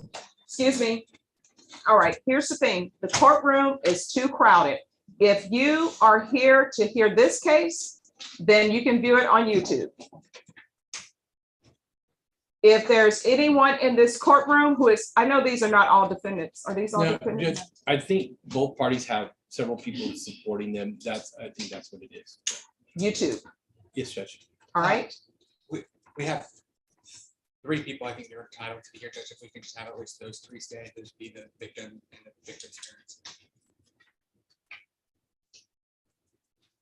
Defense, who do you want here? I'll just have my witnesses, the 4 witnesses that I have. No, I mean, if the state is having people here, you can have your people here as well. Okay. I'll just have them, if I can have just give me 4 people or maybe. No, your witnesses can say. Okay. All right. You can ask the questions. Can you state your relationship to Daniel Zamarripa? He's my nephew, my oldest nephew, and he's also my employee. Works with me. And so how long has Daniel been working? Where does Daniel work? We're the owners of Pete's Taco House downtown at 502 Brooklyn Avenue. And how long has he been working there? Pretty much about 6 months or so. And how often does he work? Since we're short staffed, he's been working quite a few hours. He's a tremendous asset to us. And has he been working overtime because of the staffing issues? Yes, sir. Yes, sir. He comes in and it's worked, I believe, up to 14 days straight. And Just speak up, sir, and if you could look at me. Yes, sir. And during the time that he's performing this work, how would you rate the work that he's performing? 10 out of 10. He's an awesome employee. He's always there on time, sometimes mostly early.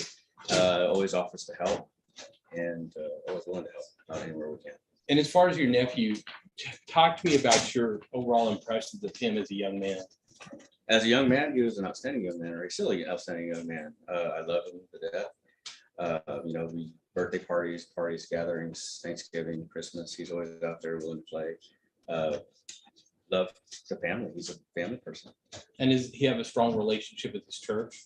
Oh, absolutely. Yes, he loves the church. We've been there since he was born. Tremendous asset to the church as well. He helps out a lot. And is there anything that you'd like? I mean, the judge is going to decide what happens with Daniel today. And you're aware of the seriousness of the charges against him. Is that fair to say? Yes, it is. And how do you think that this process has kind of impacted Daniel as far as like going through the court system and all the kind of consequences of his actions, I guess is the best way to put it? Personally, he's done a tremendous job, very mature, very manly about it. I mean, he has never whined or complained and said anything negative. He's very accepting of what's going to happen today, and I really appreciate that, and I admire that about him. Tremendous young man, like I said. And do you think that if he is given a chance to do deferred adjudication and remain out of prison, do you believe that that he will take advantage of that opportunity and perform everything that's required of him? Absolutely. As also his employer, I mean, that will be on him, but he's a very responsible person. There's not one time I have to get after him, or if I ask him to do something, he does it directly. I don't have to tell him a couple of times. And definitely keep an eye on him. Is there anything that you personally would like to say to the judge before she makes her decision about Daniel or about the situation? Sure, Judge. I'd appreciate leniency and grace for this young man. He's an outstanding citizen to my eyes. Has not done me wrong. Has not done his family wrong. He's an awesome gentleman. Appreciate it. Consider what you hear from the witnesses. All right, thank you so much for coming. I'll pass Call your it. next witness. I will call Daniel Zamarripa Senior. And Judge, for the record, if any further witnesses are called, we stay have an opportunity to cross-examine them based on their testimony. All right, call your next witness.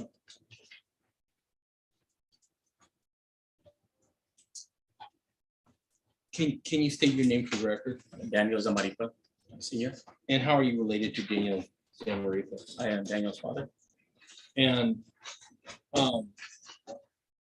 what kind of child was Daniel as he was growing up? Daniel was an amazing child. He very caring, very loving. He was involved in sports, and his teachers, his coaches always said he was a great person. At the end of practice, he was the last one off, carrying off all the equipment that all the kids left behind. In high school, he was even, I always give my kids a choice to play sports or not. At the end of the season, he says, "Dad, I can't play with these guys, they're too big, but I still want to be part of the team." So he started being the trainer and still trying to help the team since he couldn't play. So he did photography for them. He did as a trainer. I mean, he did everything possible to help the team. Growing up, I said, he's always been there for everybody and tried to help people out where he could. And Judge, real quick, Brennan just informed me that he hadn't been sworn in. I'm sorry, thank you so much. It's so crowded. I'm trying to move people as quickly as possible. Yes. Could you raise your right hand for me, please? Deputy Laura. Deputy Laura. Could you raise your right hand for me, please? Do you solemnly swear affirm the testimony again will be the truth and nothing but the truth, so help you God? Yes. All right, you can lower your hand. State your name for the record, please. Daniel Zamarripa. All right, defense, you may continue. What kind of how would you describe Daniel's work ethic? Daniel's work ethic is great. I mean, he's worked for me. I have a couple of businesses, and I've hired him at times when he needed extra work. But even when growing up, he always left early. He was always on time. Always, did what was required of him, and then some. In the industry I was before, I mean, we would work the convention business, which is never on time, and if we worked 8 hours, and then hey, we got to stay an extra 4. He was there for it, but didn't have any problems with it. He's been a great worker. And at the time of just prior to his arrest, where was he working at? He was working at the airport. He was working with the luggage, had been there a few months and was actually getting ready to get a promotion. And then did he lose that job because of these charges? Yes, he was arrested at work, and it's a federal job. So once he was charged, he lost that job. So the next day he started at the restaurant at half the pay, but he still needed to work and take care of his bills. And as far as his church, has Daniel been active in his church? Yes, very active. Our church, prior to COVID, we moved our church up to Bandera, so we had to rebuild the entire inside of the building, and he was there pretty much every day before work or after work, helping wherever he could. Not the greatest carpenter, but he was the best helper. He did everything possible to try to help. Even when church started again during COVID, we had 8 people or 10 people in the building, and he was one of them, helping with FaceTime and getting things up on the internet for the church. So he, again, on time and staying for whatever needed. Is there anything that you'd like to say to the judge about your son before she makes this decision? Yes, I mean, if you're going to see my son, well, you see him here, you see him as a man right now. When these things happened, he was a teenager. He didn't look like that. So my fear with everything is people see him now and You know, but he's admitted to doing it. I mean, even at then, he admitted it. He didn't try to hide from it.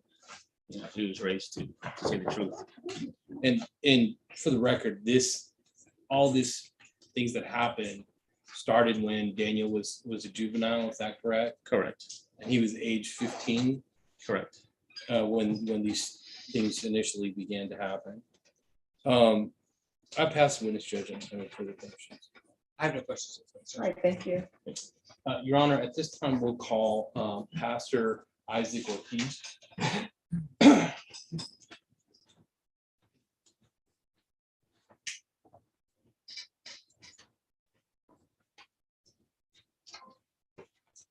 Would you raise your right hand for me?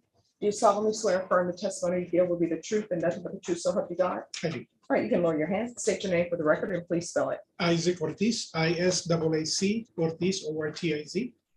Right, defense. And you're a pastor? I am a pastor for 29 years, been a pastor. Which church are you a pastor at? Daniel and the family got involved when we were at Beacon Hill Baptist Church, then we transitioned to Infinity Church. And how long have you been there at Infinity? Infinity, I've been there for 29 years as a pastor. And how long have you known Daniel? Daniel, I met him in a car seat. He was about 1 month old. And so you've known Daniel almost 22 his years. entire life. Yes, I have. What kind of kid is Daniel? Daniel, as a child, and even to this day, he's always been a respectful. He's been a very considerate, very caring individual, child, and always looking to help in whatever he can. And has Daniel been actively involved in your church? Definitely involved, as Dad already mentioned. We made a decision to transition to Bandera Road in Gilboa, and it took us about 3 months to get set up. I have very few people that were able to go, but his dad, his brother, and Daniel, we were there till 3 o'clock in the morning, building walls, putting carpet, putting chairs, getting ready for our new launch of our new church. And so he was one of the ones that was there after work, before work, and whenever he could get a chance to come and help in any way he could. And did he sometimes serve as a deacon or helping to sit people at the Oh, church? yes, yeah, he and was things like served as an usher. Our church knows him as our Santa Claus because we didn't have a Santa Claus for a few years back. And we went out to the neighborhood to give kids gifts, and our Santa Claus didn't show up. We had the outfit, and I guess we looked at Daniel. He says, "I'll go ahead and do it, Pastor."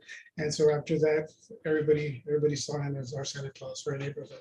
And have you been assisting him? Because this has been a very emotional thing for him. Is that fair to say? It has, it has. And has he sought your solace as his pastor, trying to come to grips with what he's done? Most definitely.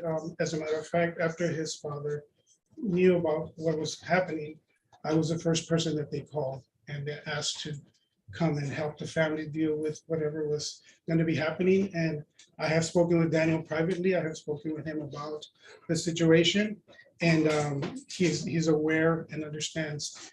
And guilt and shame are always part of the process that people, defendants go through. But I've assured him that there's grace and mercy that maybe the court can also give, but I know that God grants to those that repent and that those that seek his forgiveness. Do you believe that Daniel will continue to seek counseling and as he's coming to grips with what he's done, do you believe that he's going to continue to do that after today with you? Do you believe that he's going to continue to communicate with you about this and trying to figure out how he can kind of redeem himself? Yes.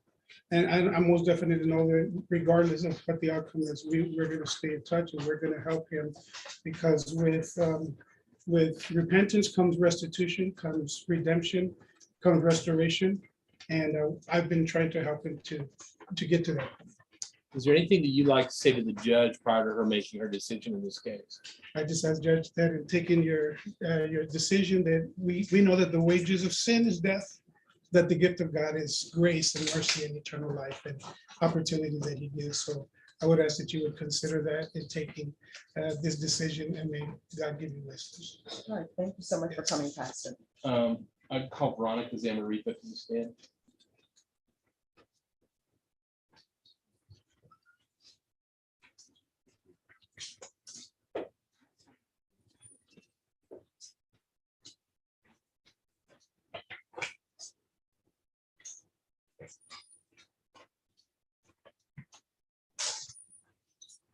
Would you raise your right hand for me, please? Do you solemnly swear affirm the testimony you give will be the truth and nothing but the truth, so help you God? Yes, ma'am. All right, I'm gonna need you to speak up. If you can lower your hand, state your name for the record, please. Veronica Zamarripa. Right, defense. And how are you related to Daniel? I'm Daniel's mom. Okay. And how many children do you have? I have 3. What are their names and ages? Daniel's my oldest, 22. Joseph is 20, and Bianca 16. And what kind of kid was Daniel when he was young? Let's start in elementary school. What kind of kid was he?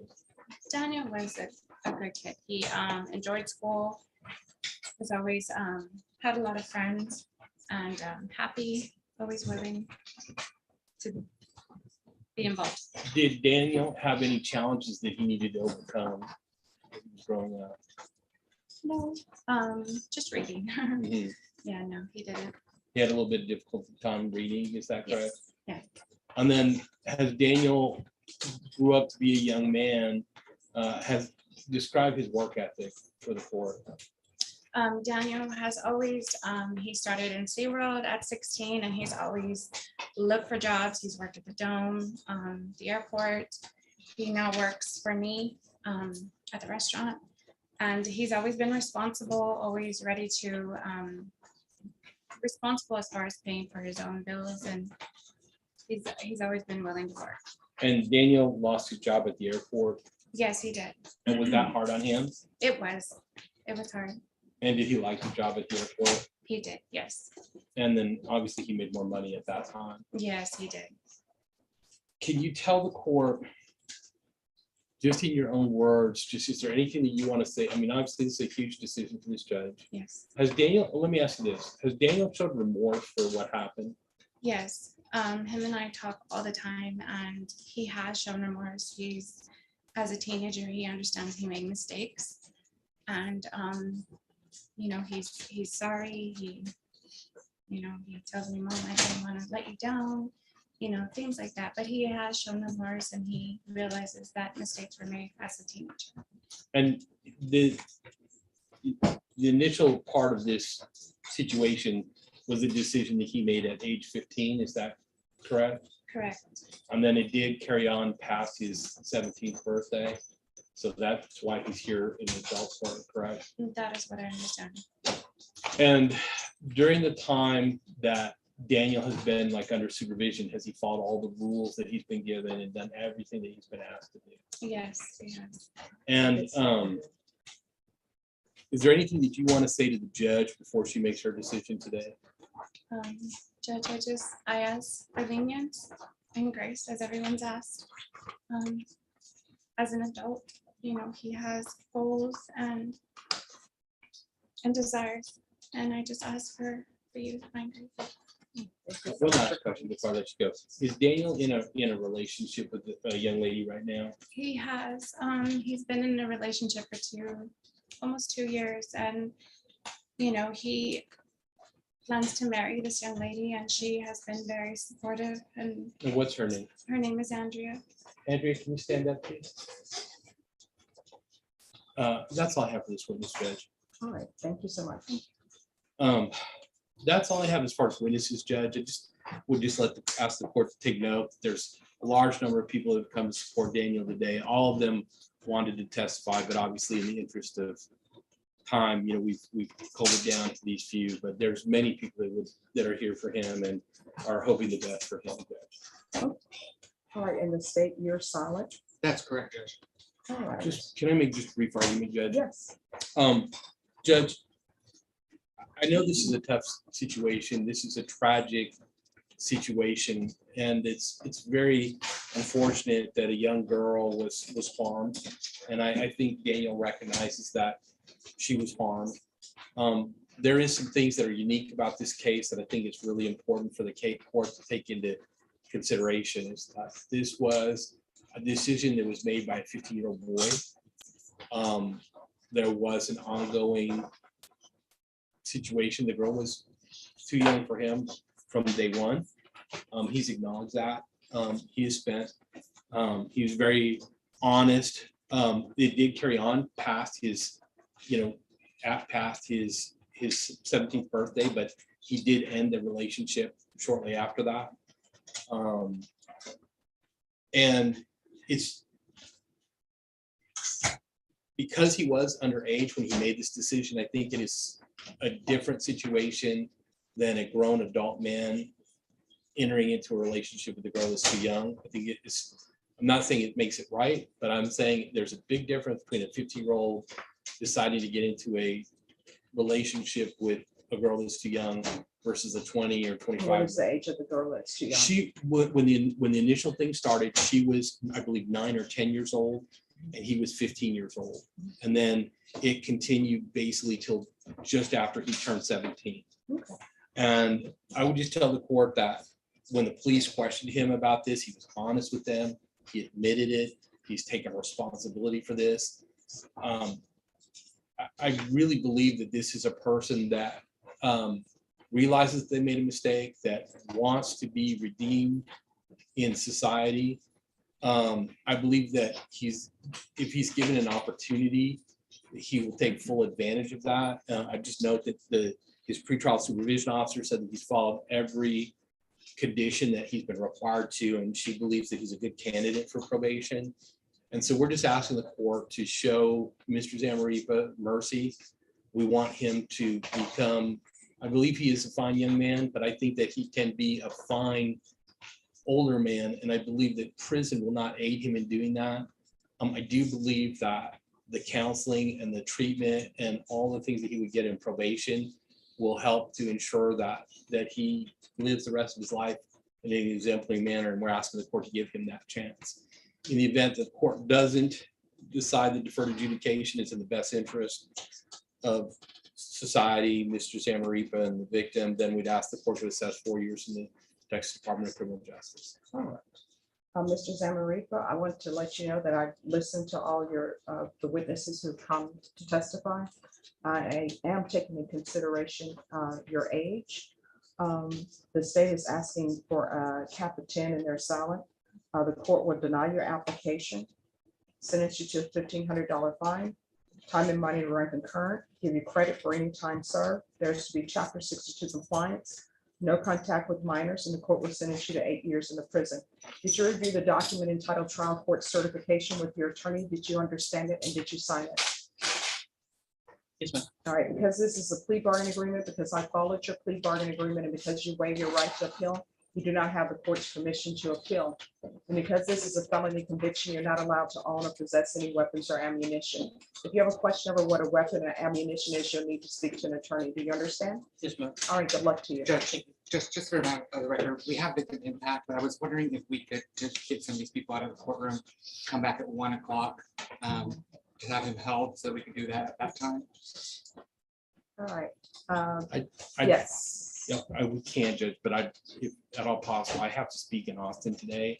So if there's any way we could do it not at 1 o'clock, that would be beneficial. Great. I have like 50 people that I have to speak to in Austin this All right, afternoon. when do you need to be in Austin? I have to be there at 5 o'clock. All right, just give us a moment. We're going to take this up. All right. Thank you, Judge. So could everyone who came into the courtroom on this case, please go outside the courtroom and we'll bring you back. All right, court is calling 2021 CR 0741, State of Texas versus Miguel Espinoza. Have parties approach.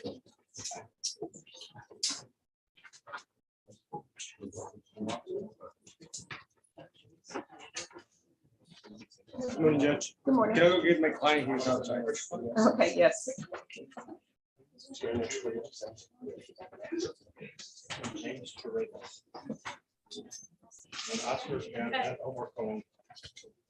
Judge, yes. If you just give me a minute to print out some exhibits, I hadn't even seen defense counsel yet. I didn't know we were doing this. All right, if you'll have a seat, she has some exhibits. Okay.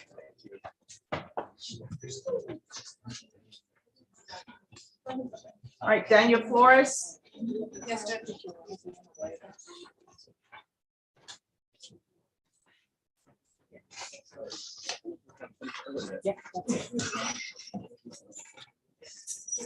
All right, Daniel Flores. He's coming, Judge. Huh? So where are we on this case? Judge, Michelle just, she was just handed CPS records this morning. Yeah, we got them in yesterday, copied them this morning. All right, And I was just tendered CPS records. all right, and that's the only discovery that was outstanding? I believe so. I'm not sure if you're waiting on anything else, Michelle. No, All right, Ms. Ferguson? On Daniel Ford, yes. I personally subpoenaed school records. I still haven't received school records. All right, school records for the complainant in this case? Yes, Your Honor. State, do you have those school records? we don't.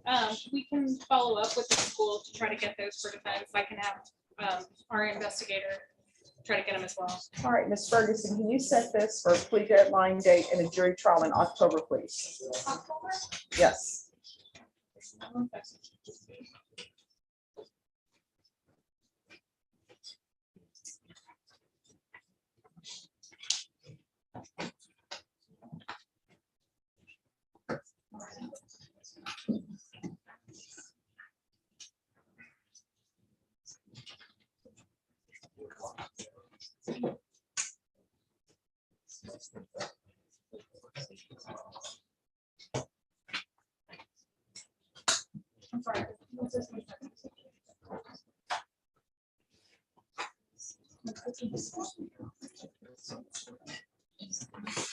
I'm sorry.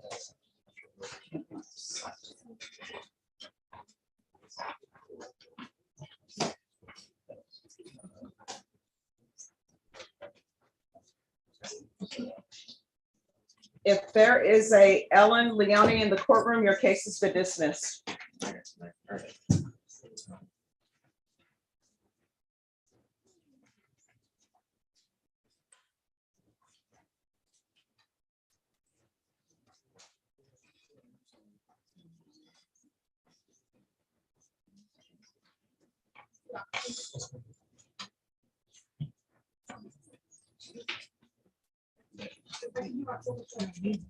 All right, your jury trial date will be October 4th. And that will also be your plea deadline date. Get a reset form from Ms. Ferguson. Thank you, Judge. You're welcome. Thank you.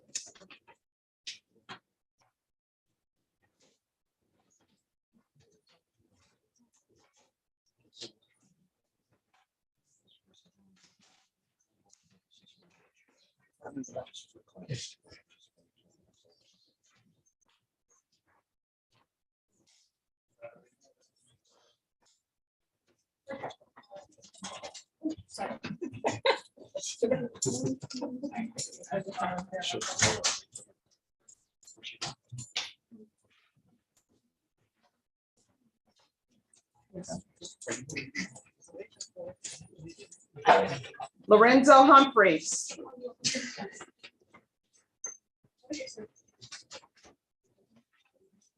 Your client's a no-show, correct?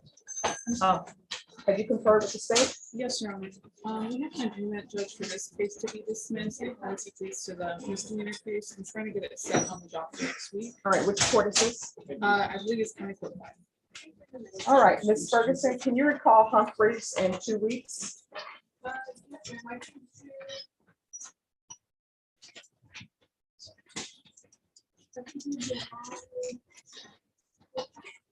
Judge, I'm out from the 11th.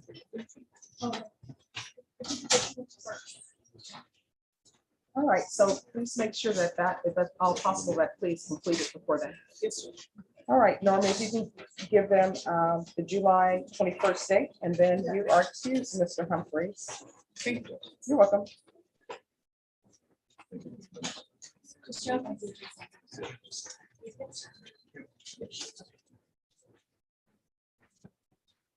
Sorry.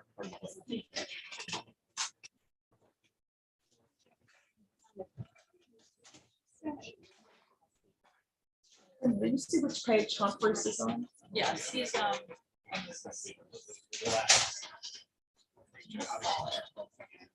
Oh, I found it. okay, sorry. That's okay. Yeah, okay. Manuel Delo. Manuel Delo. Looking up here. Yes, what is happening in this case? We're still getting the rest of the discovery on this matter. I've converted the state on it. All right, Ms. Ferguson, now we have 30-day reset on J Lo. All right, we'll see you all back on August 4th. Okay, thank you, Your Honor. Page 7, Judge. Thank you.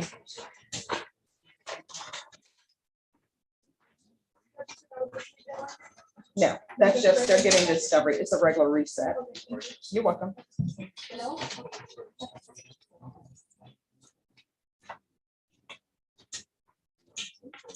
Samantha Jean Richards.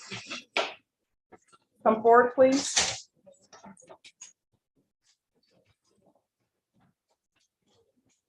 All right, and where are we on this case? Judge, I gotta follow my sword on this one. I didn't realize because you're not coded 701, these are family violence cases, so we haven't reached out to the victim, so we haven't been able to tender a offer. But we're hoping to get a reset so we can do that in between and get an offer next week. All right, Ms. Ferguson, on Samantha Richards, can I have a 45-day reset, please? Thank you, Your Honor. You're welcome. And that would give them a chance to transfer it and code it in the system, plus get you your discovery. All right, we're gonna come back on August 25th.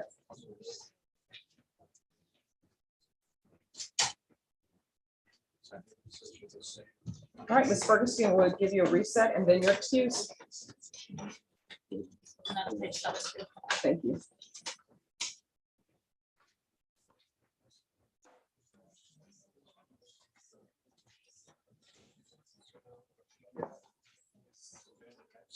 Daniel Trevino.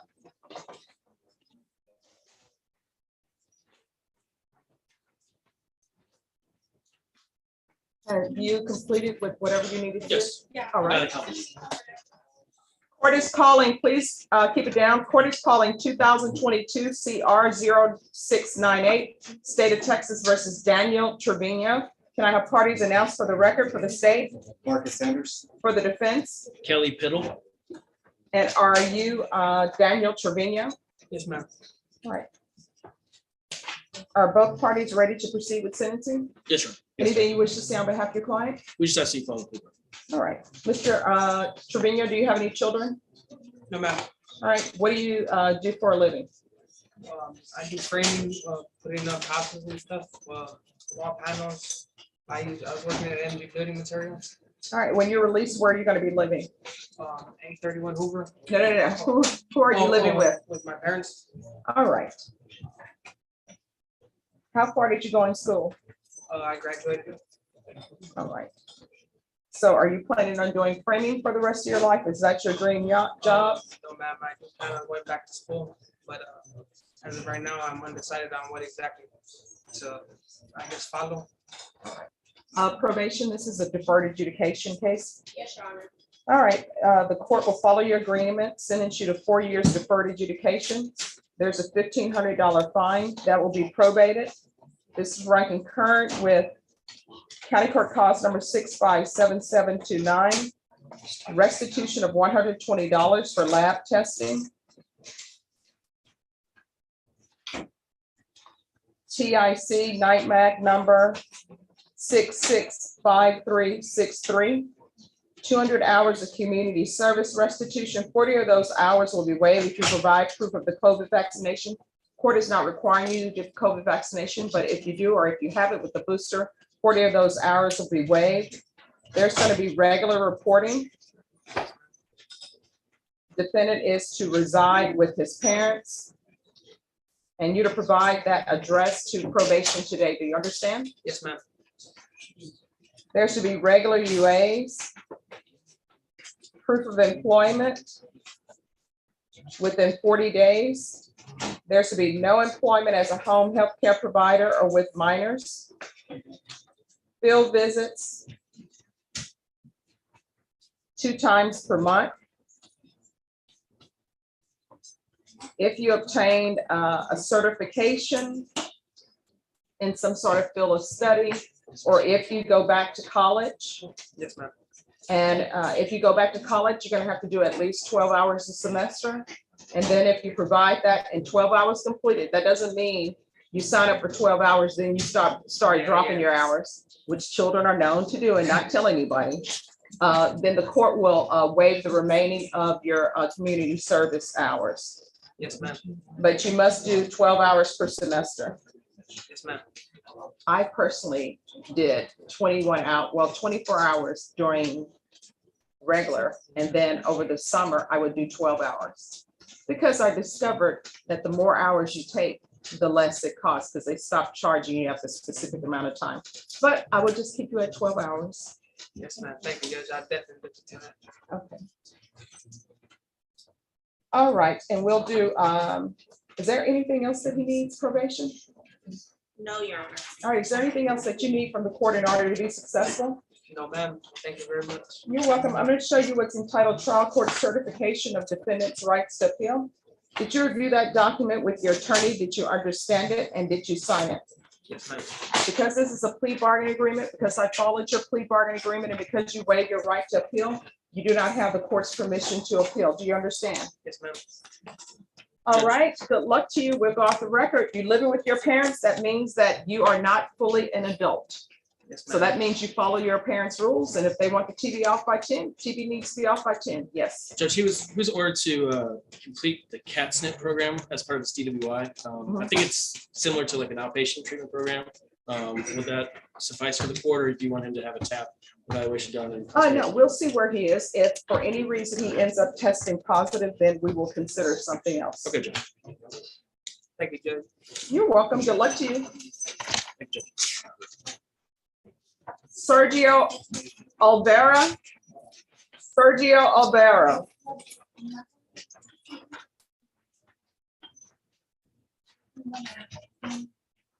Judge, my brother-in-law took 7 years to complete college. He's not a doctor. He hates that joke. Yeah.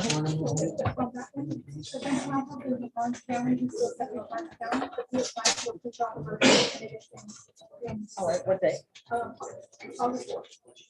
right, we're gonna give you a reset form. Your attorney is in another county, but my understanding you've applied for pretrial diversion. So you're gonna be back on August 4th. Yes, ma'am. All right, just get a reset form from the coordinator. Thank you. Here you are. Goodbye. Kaylin Rutten. Kayla Rutten.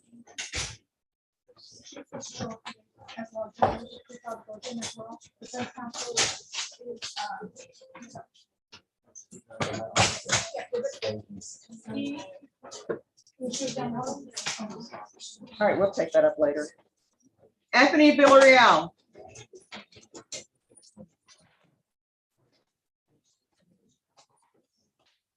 I thought there was an issue with your client. They just got it mixed up, so Okay. he is not COVID positive, but another inmate was. How you doing? Oh, I'm doing great. This is Anthony Villarreal. They're requesting a bond. Sorry, Marcus just stepped out. He told me to just give him a quick second on this one. I'm sorry. All right, so if you take a seat, we'll come back to Yes, you. ma'am. No problem. Christopher Reyes. Good morning. All right, the court is calling CM 099316 099315 and NYMAC number 6666772, State of Texas versus Christopher Reyes. Can our parties announce for the record for the state? It's just a motion. For the defense? John Koontz for Mr. Reyes. And are you Mr. Reyes? Speak up. Yes, ma'am. All right, your counsel has filed a motion to withdraw because there is a conflict of interest. Is that correct? That's correct, Judge. When I met with him Friday on Zoom, a name came up as a potential witness that I realized that I've represented members of that family in the past and stuff, and I realized it's an automatic conflict. So. All right, are you appointed or retained? I'm appointed. All right, Mr. Reyes, you understand that your attorney is withdrawing due to a conflict? Yes, ma'am. You have any objections? No. All right, then the motion to withdraw will be granted. Ms. Ferguson, can you see about appointing Mr. Reyes a new attorney, please? Thank you, Judge. And we request, these are felonies, so obviously we request someone that's very competent. Oh, most definitely. That's all we do in the 187. Do you want him to wait? Yes. Ms. Ferguson? Okay. Just have a seat and she'll call you up. Aaron Sturm. Aaron Sturm.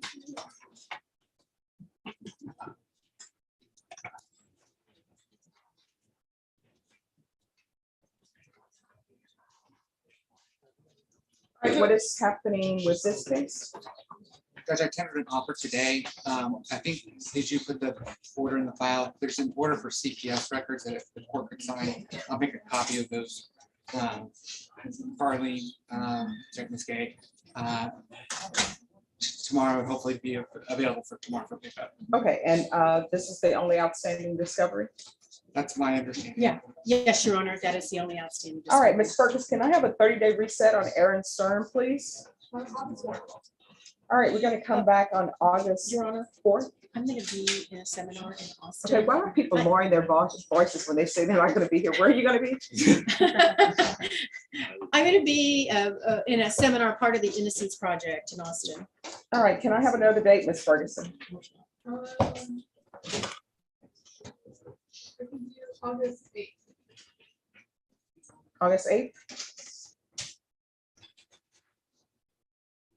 Yes, Your Honor, that works. Thank you. All right, August 8th would be your pre-deadline date, Ms. Stern. Ms. Ferguson, we'll give you a reset form.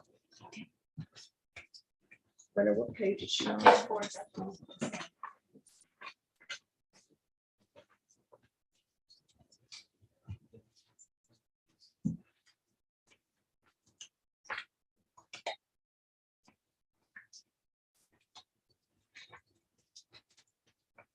All right, Miss.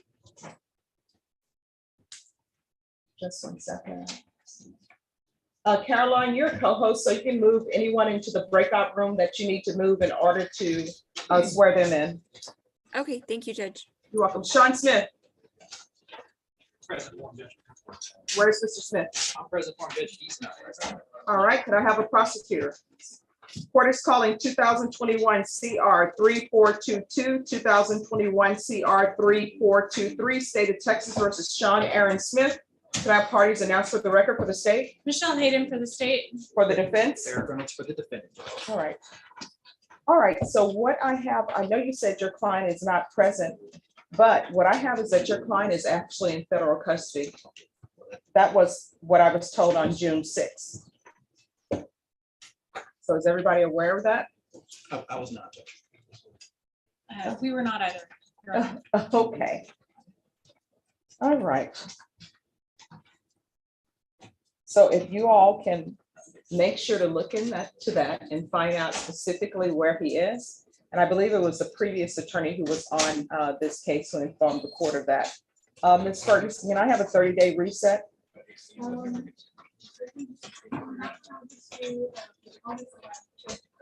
All right, we're going to come back on August 11th, get a reset form from Ms. Ferguson, and please check into the whereabouts, which facility he's located and what the charges are for release. Sounds good, Judge. All right, thank you.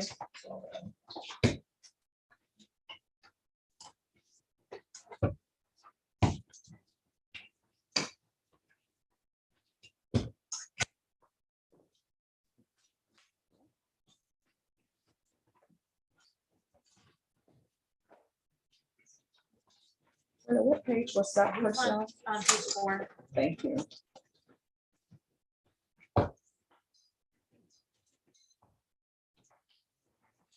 All right, are we ready on Miguel Espinoza? Still waiting for the Senate judge, and I think the record left. Okay, we will come back to it. Rosemary Diaz. Please come forward.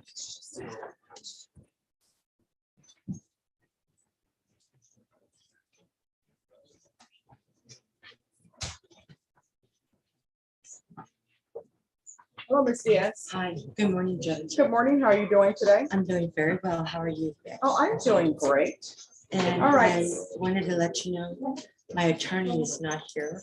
No, you're here for a compliance hearing. Okay. All right, we have an issue. The issue is you won't stop using. I have not used that. Okay. I will not waiver from that because I will not.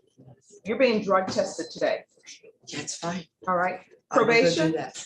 Yes, Your Honor. I want Miss Diaz drug tested today. Yes, Your Honor. And I'm also wearing the patch. Your Honor, we did do drug testing on her last week, and it came out negative, just so that you were aware. Okay. If you remember. All right, let's do one more because I'm fine with that. they have me here they have you set for a compliance hearing. Yes, a pre. Yeah, I think we Pre reset it. NPR. Yeah, I think we reset it from last week, 2 weeks ago. 2 weeks ago, What, for the results? from the results, yeah. Oh, okay then. Well, thank you for being negative. Continue with the good work. I will not say, I'm not guilty, and I will not say something that, Well, I appreciate that, but you know, and I'm being honest. we have a lot of people who come in who say they're negative and they're positive, but I appreciate your honesty. Keep up with the good work, okay? Thank you. Do you still want to drug test today? No, we're good. Okay, so this is. Yes, you're free to go. I Just know. continue, yes, continue to report on Okay, time, and I okay? just want to let you know that I paid off all of my fines. I have deferred adjudication back in February, and I was negative for UAs. But thereafter, probation wanted me to start wearing the patch. Okay, And I will continue. all right, thank you so much. Okay, thank you. Your Honor, her lawyer was supposed to provide you her hair sample results. Okay, I don't know if that's been done. No. So, just to let you know. all right, thank Okay, you. so I'm good with UAs. Yes, you're good. Continue my patch and. Yes, continue your ma'am. patch, and if your attorney wants that removed, then your attorney will have to speak on that. Okay, thank you. Thank you.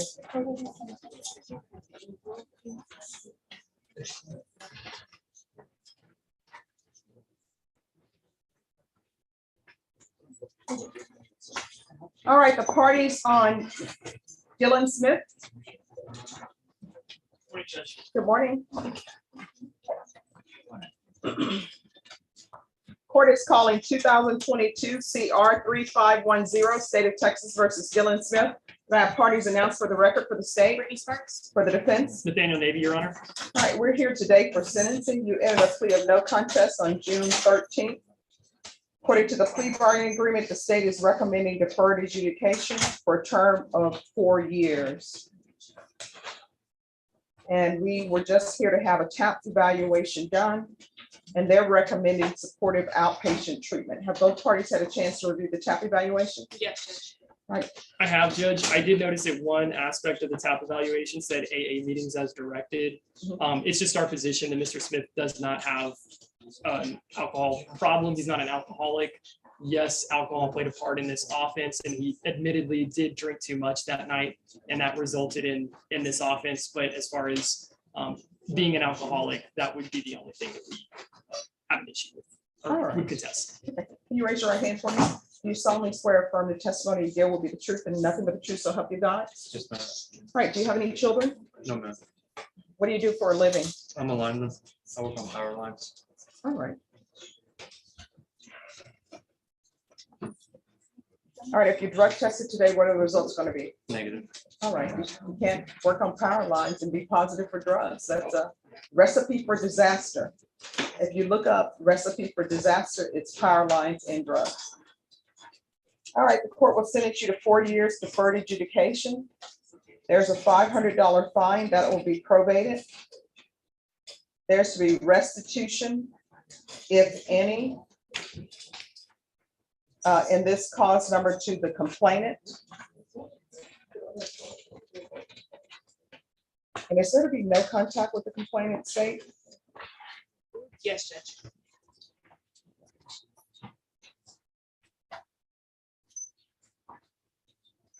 Let me find it. All right, there's to be no contact with Juan Garcia.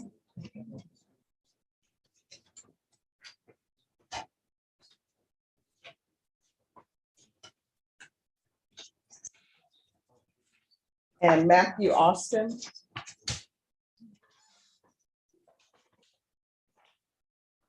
There's to be regular UAs or the patch. 150 hours of community service restitution. 40 of those hours will be waived if you provide proof of the COVID vaccination. Court is not requiring you to get the COVID vaccination, but if you do, 40 of those hours will be waived. The felony APSE course, regular reporting, in person or Zoom,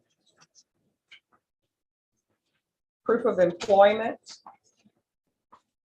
within 30 days, no employment as a home health care provider or with minors, field visits, one time per month, and outpatient treatment with probation. Is there anything else that he needs? Can you specify which outpatient treatment, Your Honor? The least restrictive, because, yes, because they're telling me this was a one-time overuse of alcohol. Okay. And nothing else, Your Honor. Anything else you need from the court in order to be successful? No, ma'am. And just one thing, Judge, that I forgot to mention, my client does live in Keller, Texas, which is in Tarrant County. We just asked that his probation be transferred to Tarrant County as soon as possible. All right, and we'll do a transfer to Tarrant County. All right, I'm going to show you what's entitled Trial Court Certification of Defendant's Rights to Appeal. Did you review that document with your attorney? Did you understand it and did you sign it? Because this is a plea bargaining agreement, because I followed your plea bargaining agreement, and because you waived your right to appeal, you do not have the court's permission to appeal. Do you understand? Yes, ma'am. All right, good luck to you. We can go off the record. Here's the thing. Don't drink, because obviously you're a person who can't drink and think logically. Some people say it's a one-off chance, but you're old enough to know when you need to stop drinking. You understand? All right, good luck to you. Thank you, Judge. You're welcome. Kaylin Breton.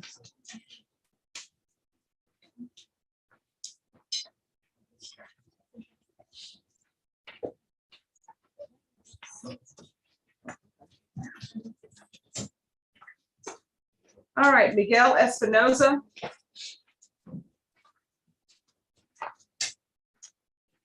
Hi, good morning. Miguel Espinoza, please come forward. All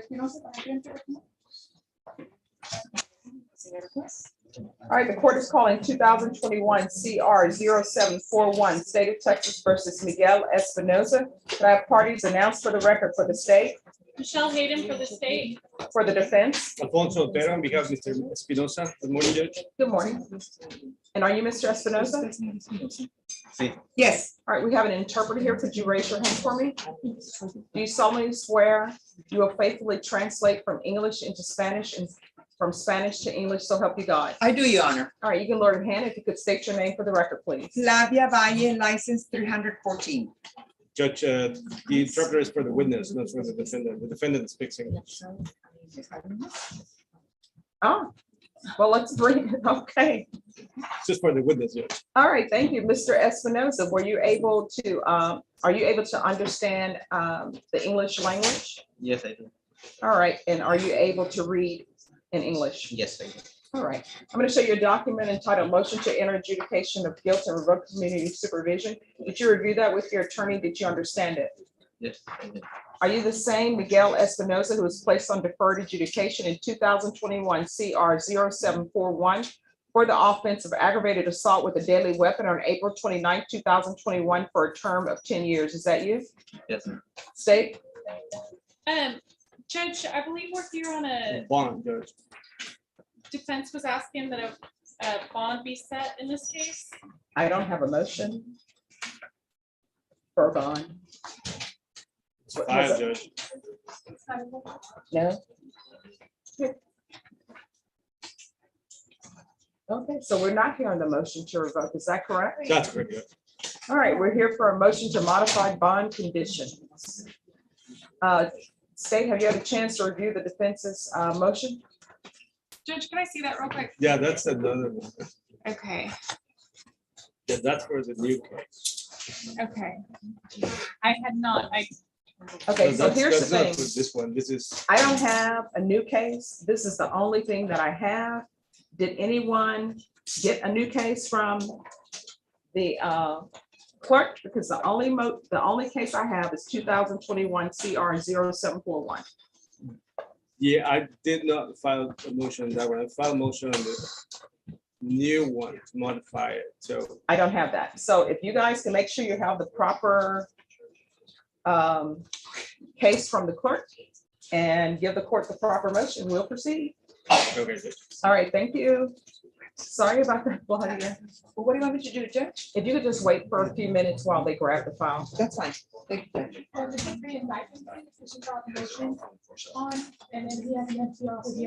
Okay, I don't have a motion for that pre-indictment. No, that's a motion to modify bond. And they say that's not what they're here for. Yeah. Sure. All right, who are the parties on Anthony Villarreal?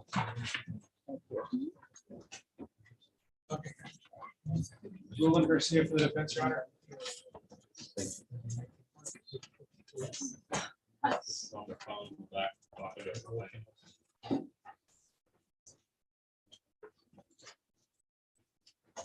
Yeah, there's a different motion that he filed, because this one is just to remove the ankle monitor. He wants the motion for setting bond.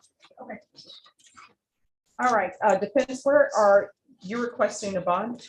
Yes, so Your Honor, he was originally out on a $75,000 bond. An affidavit of surety to surrender was filed, which was granted, and he was remanded without bond as a result. Okay. And so we're asking for a bond to be set. I do have witnesses here to testify as to the bond amount. All right, State, are you ready to proceed? I think they've stepped outside.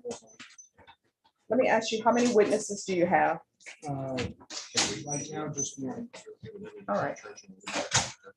I don't know what it is. I know he printed out some exhibits for this. All right. All right, just have a seat. We'll get to you when they're ready.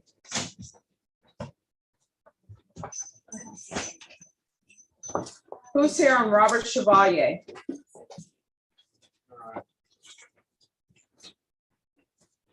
All right, what is happening with this case? If we've got partial CPS records, but we also need some additional school records, I believe. All right, where are these school records? And are these the school records for the complainant? Judge, this is something that defense has asked us to get today, not something that was requested by the state. Not something that I recall discussing with defense previously, but I guess it is additional discovery there for the obtain. And Jenny thought that they had talked about it, Your Honor. I was not present. All right. But this was just something she All right, Ms. Ferguson. How long is it going to take you to get these school records? I mean, I would hope 30 to 45 days. I know with summer, it may take a little longer than usual. All right, Ms. Ferguson, on Robert Chevalier, can I have a 30-day reset for discovery, please? Yes, I can do August 4th. All right, we'll see you back on August 4th. Thank you, Judge. You're welcome. Get a reset form from Ms. Ferguson.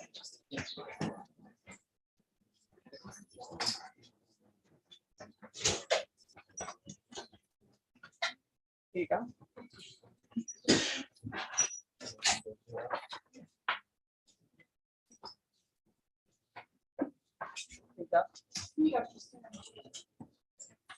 Omar Kalunga. Oh, that's me. Boom.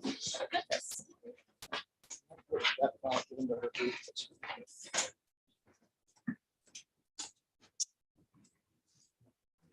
right, so where are we on this hearings officer's records?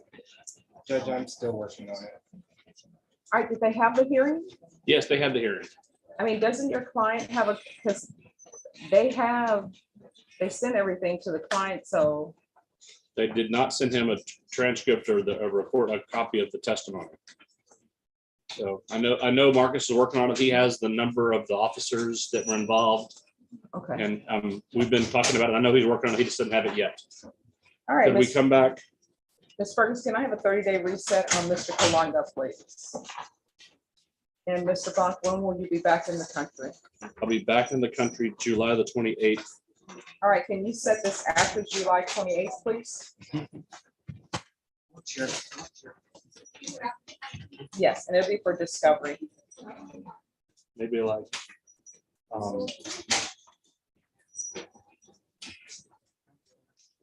Tuesday, August 2nd. Okay. but I'm gonna wait too long. Okay. All right, Ms. Ferguson will give you a reset form. Yes. No, that's yeah. Okay. All right, who's here on Joel Villanueva? I am, Your Honor. Kimberly Bush for the badge. Where's your client? My client is appearing by Zoom. Originally, Your Honor, I just got hired on this case. Told Mr. Nicholas yesterday and filed my notice this morning. Originally, I was going to ask for a short reset, but I understand that you're going to be on vacation for the next 2 weeks. And as with your permission, may I be briefly excused to go to the 186th, and then we'll come back and take. No, we're this going to now. finish this now. So what are we doing now on this? I just need to confer briefly with my client, and then I think we'll be ready to proceed. All right, so if you can get on the Zoom link, please, and we will take this matter up. Where, okay. You'll have to do it on your phone. She'll have the number. Okay, thank you. All right, are you guys ready on Miguel Espinoza? Steve is ready, Your Honor.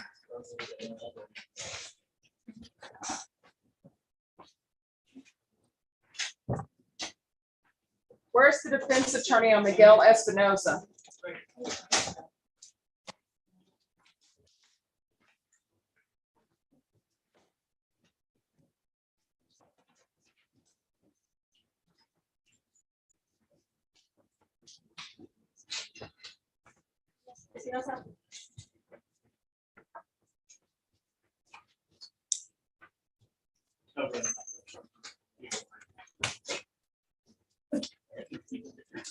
All right, we're back on the record and night back number, well, I guess new record. Cause number, night back number 663034, State of Texas versus Miguel Espinoza. Can I have the parties announced for the record, please? Michelle Hayden for the state. And for the defense? Alfonso Otero on behalf of Mr. Espinoza. All right, so I'm being told that we're hearing a motion to modify bond conditions. Is it also a motion to set bond? Yes, Judge, but it's in a different case. So it got kind of a cross-file motion. All right, State, are you ready to proceed? Judge, we don't have any witnesses here today. We're not opposing that a bond be set. We just can't agree to an amount or terms. We do have an exhibit to admit. All right, defense, do you have any witnesses? I do, Judge. All right, call your Defense first called witness. Marta Garcia.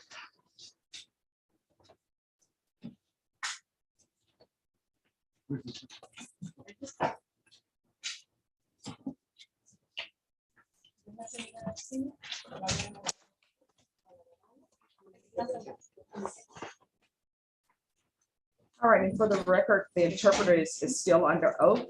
Could you state your name for the record, please? Marta Garcia. Marta Garcia. All right, can you raise your right hand for me? Do you solemnly swear or affirm the testimony you give will be the truth and nothing but the truth, so help you God? Yes, I do swear. All right, you can lower your hand. Defense, it's your witness. Yes, Judge. Can you please tell the judge how you're related to Mr. Espinoza? Yes, I'm his mother. And where does he live at? 2102 Roseback Lane. And who does he live with there? Only my husband and my son. Do you live there too? Yes. Before Miguel came into custody, was he working? Yes. And what was he doing for work? He paints. Okay. And do you know if he still has a work, if he's allowed to go out and work? No, he's not allowed right now. But does he have a job if he is allowed to work? Yes, yes. Okay. The, does he have any children? Yes, How many? he has about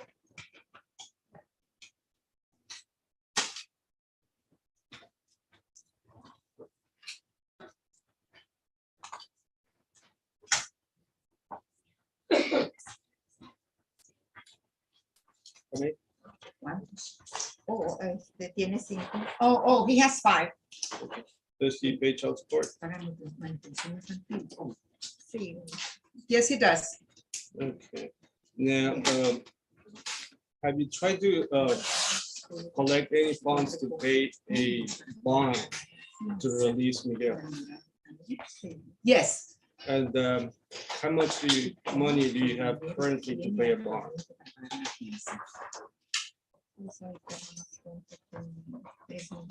I only have $3,000. And do you have any assets that you may be able to sell to collect more money to pay it? I only have a little trailer house where he's living at. And how much does the trailer maybe worth?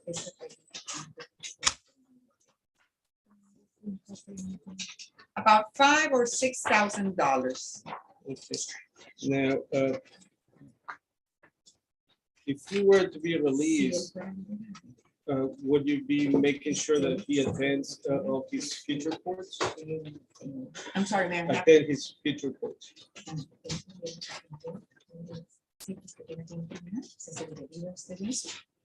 Yes. And I have no more questions. Any questions? Just a couple questions. You're aware that your son was placed on deferred adjudication for aggravated assault with a deadly weapon in April 2021, is that correct?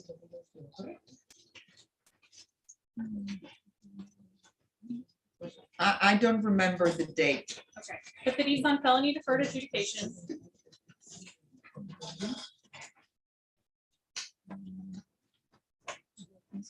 I think so, yes. And that he's recently been arrested for another felony for assault family violence.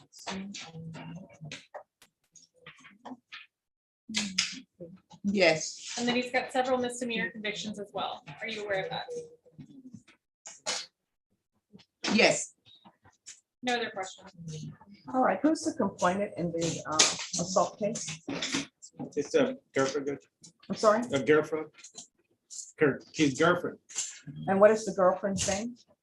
Maria Moses. Moses Marie Reyes is what we have. All right. All right, any other witnesses? No. I'm sorry, and any other questions for this witness? No. All right, thank you so much for coming.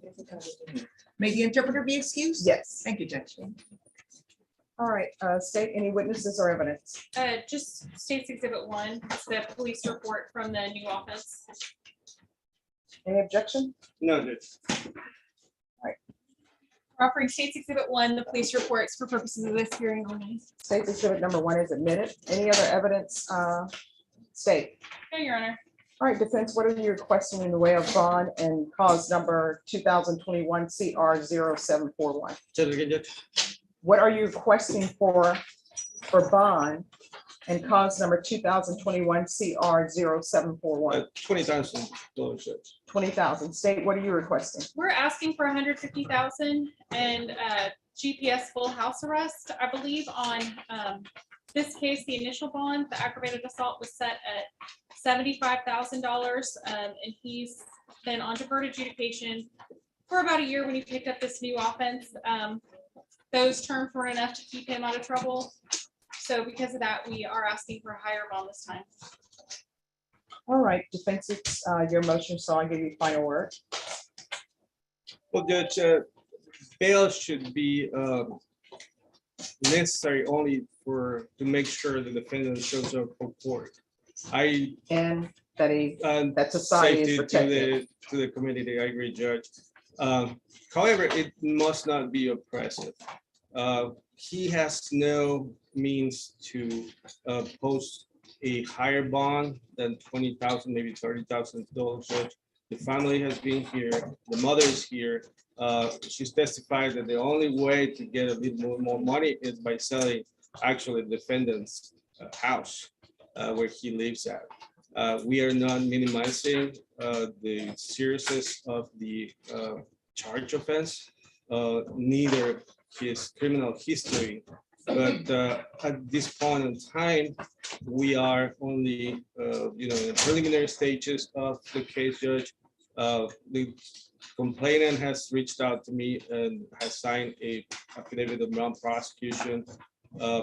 I don't know if they have communicated with the state about how they feel about bond. But I think, we have to balance some things here, including his ability to provide for his children. Now, he will not be able to do it by he is in custody.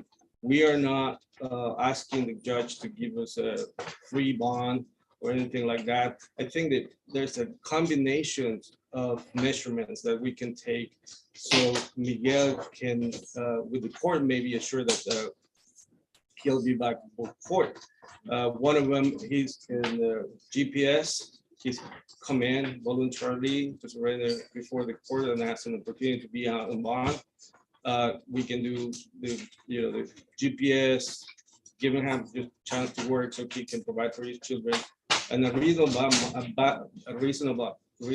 amount of bond for him to secure his presence in future court hearings.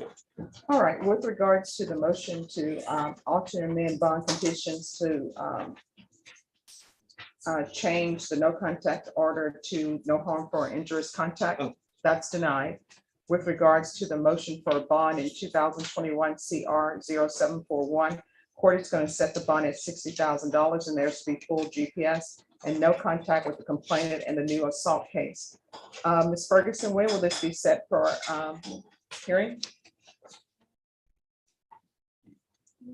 And we'll give you a reset so that long enough so we can make sure that you have all the discovery in the assault case.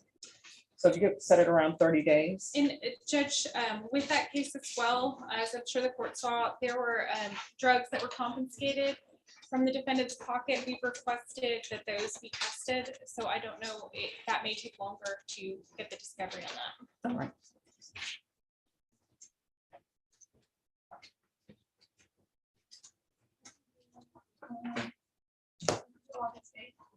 All right, we're going to come back on August 8th. All right, see you then. Thank you. Yes.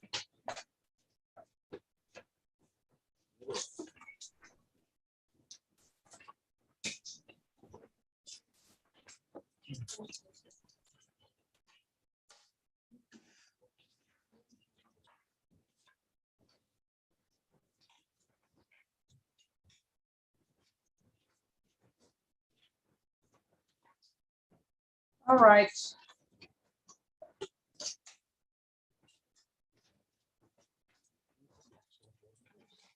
Villanueva. Villanueva. All right. Villanueva, Norma? Yeah. Some of these I'm going to start sending to Angelina, the attorney's not here. She's on Zoom, Judge, on that one. Okay. Brandon Wright. Is this an agreement or no? 99% yes. All right, so what are you all agreed to? So my understanding is that he lost his job, and so he's on full house GPS arrest. We understand that he needs to get groceries. He thinks in order to sustain life, and so we're in agreement to those things. The state obviously has concerns based on the nature of the offense and availability to minors at a church, and the ability to practice someone's faith at home, or alternative ways to practice someone's faith. We have concerns with that, so at this point, we're not in agreement to that particular request. All right. Defense, do you want to speak as far as the church is concerned? We're just asking permission for him to attend church on Sundays. All right, Mr. Wright, you're gonna have to attend church through Facebook, YouTube, unless something is brought to the court where they're aware of what charges are pending and provide the court with some type of protection. Yes, Judge, that's fine. Thank you. All right, other than that, the order will be granted. And let me see where we are in this case. Where are we on this case? Judge, this is a complicated history. There's new allegations and those are still within the works and I know that Mr. Funk is new-ish to this case. And so that's why I've been able to sit down and talk and work through those particular issues with him. All right, Ms. Perkins, can you put this on the same date that Mr. Buck's other cases said? I believe that's in August. August the 2nd? Yes, ma'am. Right.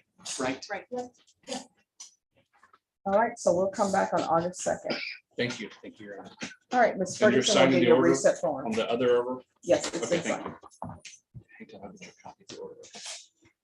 Brenda, what page is he He's on? on page 4, Judge. Thank you.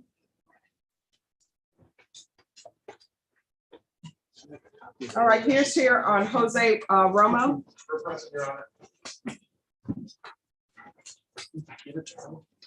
Motion to remove the drug patch. Yes, Your Honor. But we're not here for a motion to revoke or anything. No, Your Honor. All right.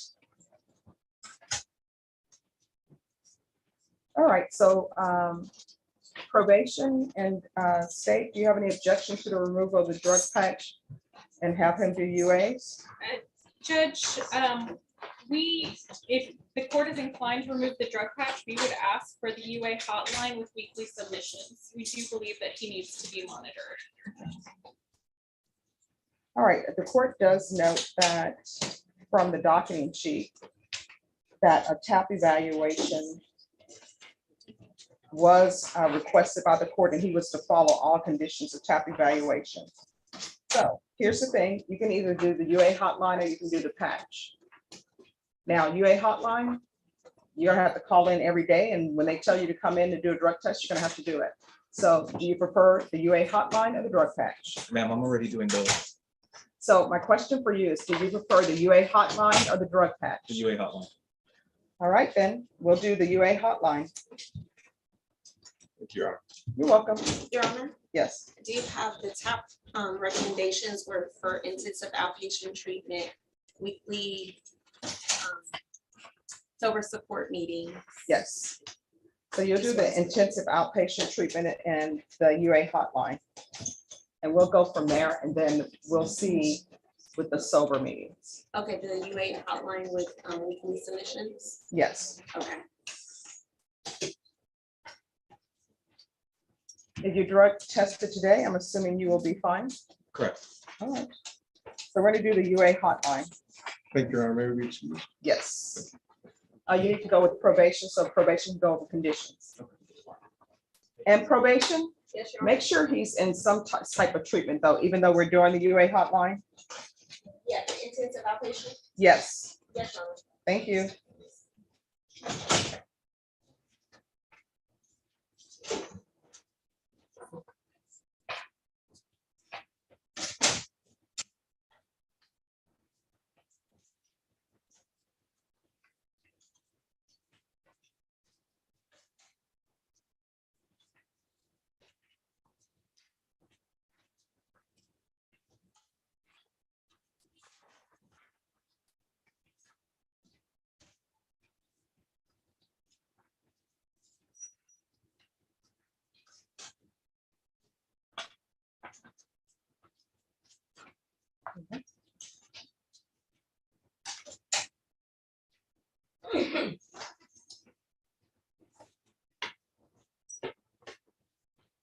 Take it out.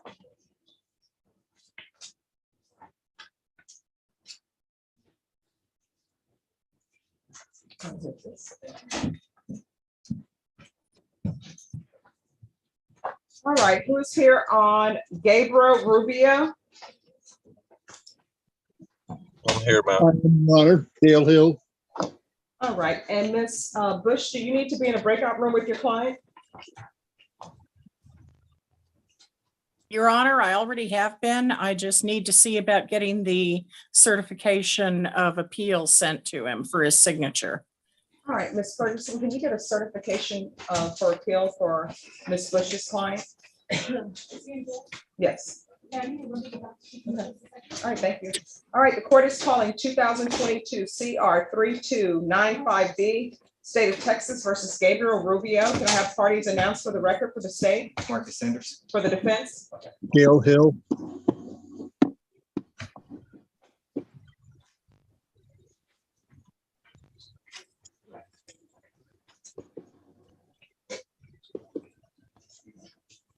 And are you Mr. Rubio? Yes, ma'am. All right, Mr. Rubio, I'm showing you what's entitled defendant's consent to appear by video. Did you review that with your attorney? Did you understand it? And did you sign it? Yes, ma'am. Court will find that defendant has knowingly and voluntarily consented to appear by video. Next, I'm showing you what's entitled application for deferred adjudication or community supervision. Did you review that with your attorney? Did you understand it? And did you sign it? Yes, ma'am. Counsel, I'm showing you what's entitled discovery acknowledgement. Have you received all the discovery in this case, and did you review it with your client? Yes, Your Honor. Court will find that the state is in compliance with discovery. The court will find that defendant has knowingly and voluntarily consented to appear by video. Next, I'm showing you what's entitled true bill of indictment. Did you review that document with your attorney? Did you understand it? Yes, ma'am. Counsel, do you waive the reading of the indictment? Yes, Your Honor. State, are you proceeding on the indictment as presented? Yes, sir. Next, I'm showing you what's entitled court admonishments and defendant's waivers and affidavit of admonitions. Did you review that document with your attorney? Did you understand it? And did you electronically sign it in all the appropriate places? Yes, ma'am. Did you understand you're charged with possession of controlled substance, penalty group 1 gram to 4 grams? That's a 3rd-degree felony. The range of punishment is anywhere from 2 to 10 years in prison and up to a $10,000 fine. Did you understand? Yes, ma'am. If you have a plea bargain agreement with the state, the court does not have to follow your plea bargain agreement. If for any reason the court does not follow your plea bargain agreement and gives you more than you bargained for, the fact that you entered a plea will not be used against you, and you will be allowed to withdraw your plea. Did you understand? Yes, ma'am. Did you understand you have a right to jury trial, a right for you or your attorney to cross-examine and confront any witnesses the state would call in the right to remain silent? Yes, ma'am. Did you understand by entering this plea bargain agreement, you are giving up those rights? Yes, ma'am. And did you intend to give up those rights and enter into a plea bargain agreement in this case? No, ma'am. I don't want to enter a plea. Do you want to go to jury trial? Excuse me? Do you wish to go to a jury trial? No, ma'am. All right, then please listen to my question. Did you understand by entering into those plea bargain agreements, you were giving up those rights that the court just gave to you? Oh, yes, ma'am. And did you intend to give up those rights and enter into a plea bargain agreement in this case? Yes, ma'am.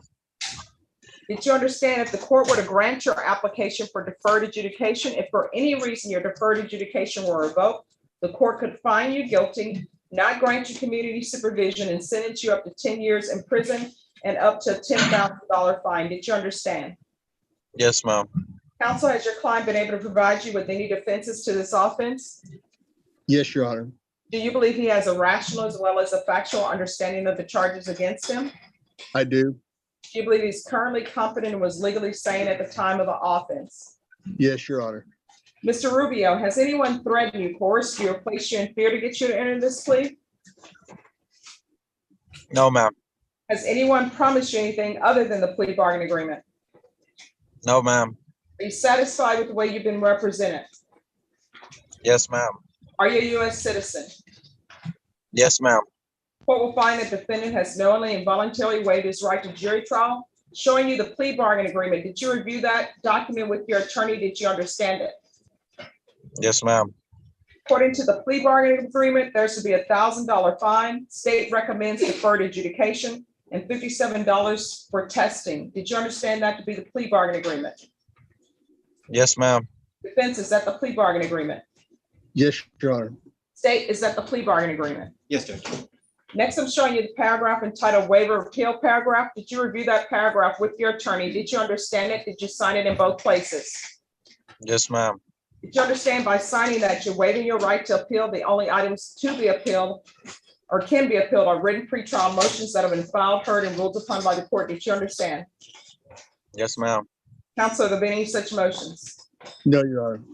Outside the agreement, the state is requesting that your deferred adjudication be for a term of 2 years. There be a TAP evaluation and 120 hours of community service restitution. Did you understand those were recommendations from the state and the court does not have to follow those recommendations? Yes, ma'am. Then to the offense as charged, how do you plead? Guilty, not guilty, or no contest? No contest, ma'am.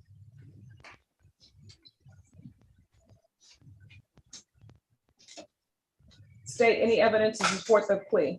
Yes, State offers State's Exhibit 1 and its attachments. No objections, Your Honor. All right, I'm going to show you what's entitled waiver and consent to stipulation of testimony and stipulations. Did you review those documents with your attorney? Did you understand it? And did you sign it in all the appropriate places? Yes, ma'am. Again, did you understand you have a right to jury trial, a right for you or your attorney to cross-examine and confront any witnesses the state would call and the right to remain silent? Yes, ma'am. Did you understand that today the state would be presenting evidence in the form of witnesses' statements and police reports, but most importantly, there would be no live testimony? Did you understand? Yes, ma'am. Court will find that defendant has knowingly and voluntarily waived and consented to stipulation of testimony and stipulations. Court will accept into evidence State's Exhibits 1 and attachments and review the same. Yes, ma'am.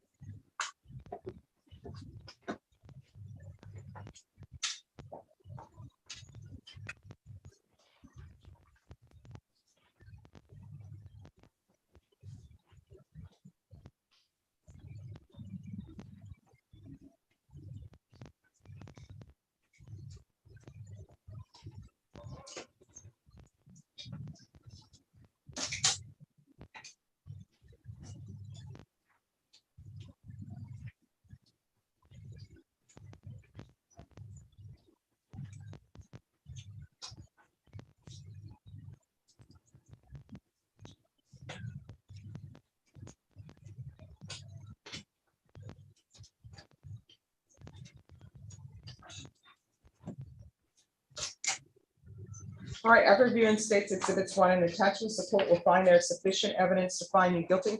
Court will defer finding of guilt as you apply for deferred adjudication. Are we proceeding with sentencing? Yes, Your Honor. Anything you wish to say on behalf of your client? The only thing I'd ask, Your Honor, is that if you grant the deferred, he lives in Lampasas County. Ask that the probation be transferred to that county. I'm sorry, which county? He lives in Lampasas, so I think it's Lampasas County. Lampasas, Texas. All right. All right, Mr. Rubio, are you employed? Yes, ma'am. I am employed. I am currently at work right now. What do you do? I do landscaping for a living. Do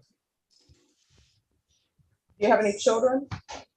Yes, ma'am. I have one 6-year-old and I currently pay $380 for child support a month. All right. If you're drug tested, what are the results going to be? Excuse me? If you're drug tested today, what are the results going to be? They would be negative, ma'am. All right. This is what the court is going to do. 2 years deferred adjudication, $1,000 fine. That'll be probated. Transferred to Lampasas County. $57 restitution for drug testing, proof of employment within 15 days, no employment as a home health care provider with minors, There's to be regular reporting by Zoom or in person. There's to be regular UAs, 120 hours of community service restitution. 40 of those hours will be waived if you provide proof of the COVID vaccination. Court is not requiring you to get the COVID vaccination, but if you do, 40 of those hours will be waived. Parenting classes, upon completion of parenting classes, the remaining of the 120 hours of community service restitution will be waived.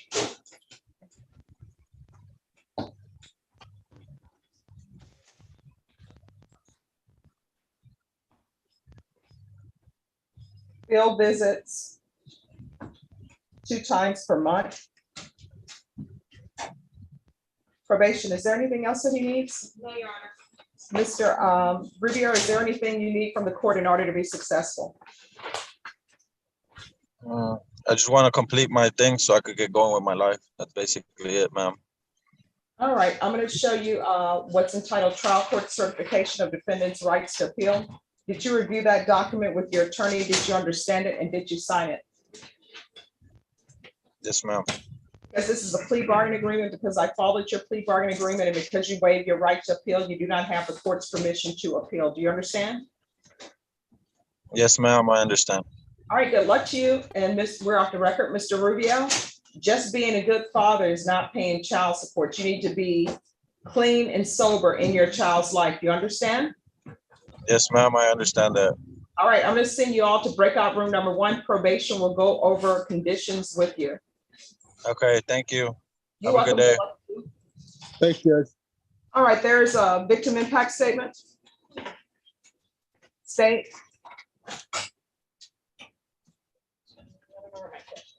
Michelle, there's a victim impact statement.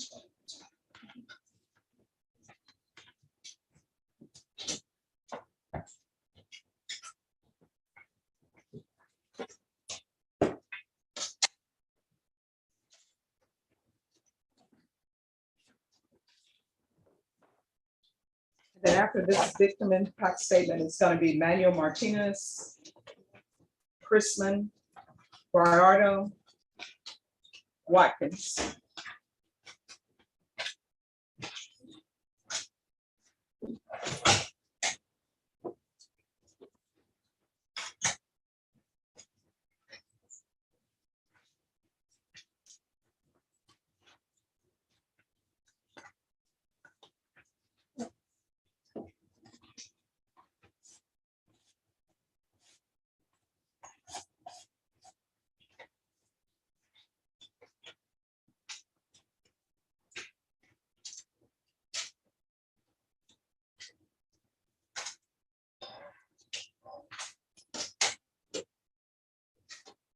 And Brenda, we're going to do the victim impact statement, and then that'll give probation a chance to go over conditions in the breakout room. Yeah, I think she's something right now. Okay. Yes.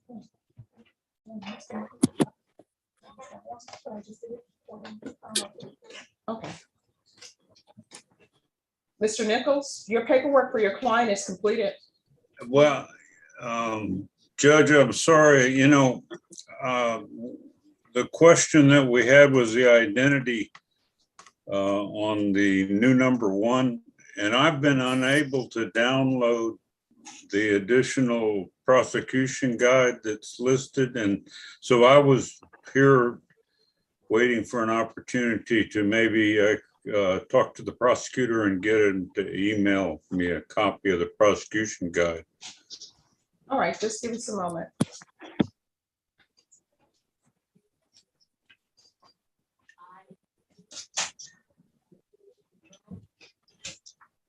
On Mr. Nichols' place. Delaney doesn't do Zoom though, does he? Oh. Once I take my break, we can see if Angelina is available to come up here, or either we can send stuff down. But we'll do something else with this. I'm sorry, Deputy Laura, I didn't forewarn you all. No, it's okay. We have them right here. Yes.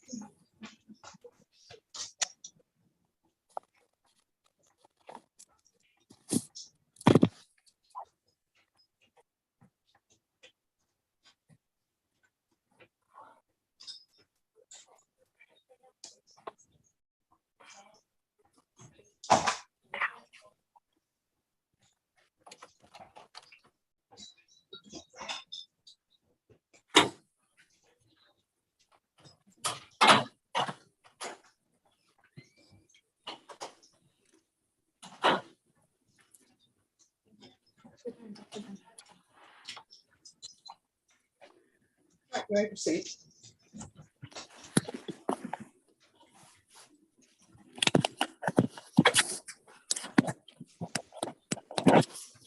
I don't want to relive the trauma Daniel put me through, but know that make my life forever. I was sexually assaulted by Daniel Zamarripa multiple times at multiple locations. Sorry. From many family gatherings to my own home, the place where I was supposed to feel safe, the safest, became my worst nightmare. When he walked through the door, he took away my innocence at the age of 9. That is something I will never be able to get back. I cannot even begin to describe the terrible feelings that came over me every single time he would put his hands on all over my body.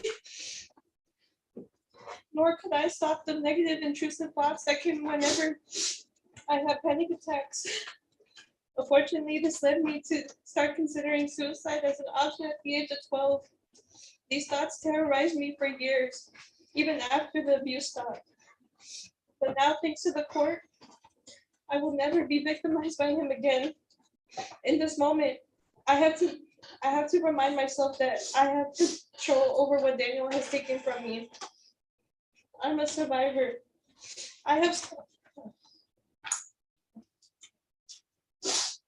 scars that remind me of how strong I have become. You've been most likely wish that I would have been silenced and broken, but I wouldn't bother giving you that pleasure. I am more than alive, and I am stronger than ever. You haven't taken away my will to live. You haven't broken my spirit. Daniel Zamarripa, you were my cousin, a family member everyone looked up to. My family and I trusted you wholeheartedly, and you devalued and betrayed that deeply. You used your authority over me to manipulate and deceive me. But I still have sympathy for you. How could a person that men thought to be so polite and so kind-hearted could treat a child like this? I will never understand. Although I'll never forget all the selfish acts you've done upon me, I want to forgive you. I want that closure and to be able to move forward from this moment on. I do hope that you get the proper therapy to rebuild your life. And I hope you accept the proper punishment and push yourself to re-enter society as a better person. Thank you.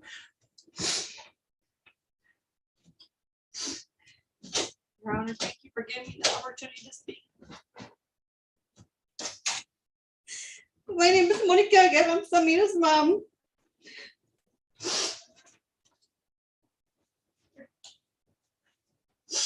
To Daniel, thank you for admitting your guilt. You hurt my daughter. You did the unspeakable. You took advantage of a 9-year-old little girl. When you were 15, you knew better, but you continued to abuse her for the next 5 years. You're disgusting. I wish I never would have met you. I can't believe you called me and Freddie, your aunt and your uncle. You gave all the warning signs by bringing us gifts for no apparent reason. And with your manipulation, we were blinded. Not only did you groom Zamir, you also groomed us. You would spend the night repeatedly just so you could sneak in her room and abuse her. Even on our family cruise, you forced her to perform oral sex on you. She was 12 and you were 18. Could you do that to her? You took her innocence into your own hands and used her like she was yours to do whatever you wanted. I hope you think long and hard about what you did. And I don't wish you well. Because no one knows if you'll ever change. You might have your own kids and even molest them. Because you're a word-clouded pedophile. And I don't think that you know that these kids don't even want you. What or who gave you the right or justification to touch my daughter? No one, but you took it upon yourself to make her grow up quickly. She had nothing to offer you. She was little. She was 9. I could sit here and call you so many names and curse at you till I run out of breath. But for what? For what reason? And then throughout this time, did you even seek regular counseling for sexual abuse? Who knows? For the record, I think you should serve all your time because she did so much time when you took advantage of her. Samira's here today and she finally told her truth. I love you, Mia, and I'm so proud of you. No more silence for sexually abused kids. Thank you.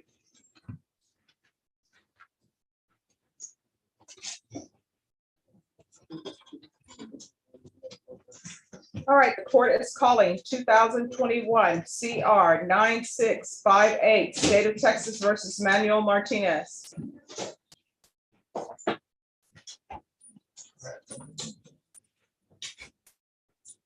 Can our parties announce for the record for the state? Michael Valerie for the state. For the defense? John Kuntz and Megan Enriquez for Mr. Martinez. And are you Mr. Martinez? Yes, Your Honor. All right, you entered a plea on April 26th to the offense, the lesser included offense of indecency with child by exposure. Punishment to be assessed at a cap of 8 years. And the state is opposing your application for deferred adjudication. There's chapter 62 registration and no contact with the complainant. Have both parties had a chance to review the PSI report? Yes, Judge. Yes, Your Honor. Any objections, state? No, Your Honor. Defense, any No. objections? No, Your Honor. All right. And any witnesses, state? No, just arguing, Judge. Any Just witness? one witness, Judge, my client's mother, but before we even get started, I submitted some additional letters to the court this morning. I gave a copy to the prosecution as well from family members and former teacher and things like that on his behalf. All right, any objections to the court reviewing those documents? No, Your Honor. Mr. Kuntz provided them to me and the state has no objection for the court's review. All right, court will review the documents. And defense, call your first witness. Okay, Nora.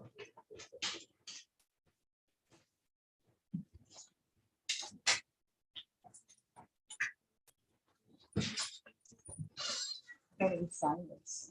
I've already signed this.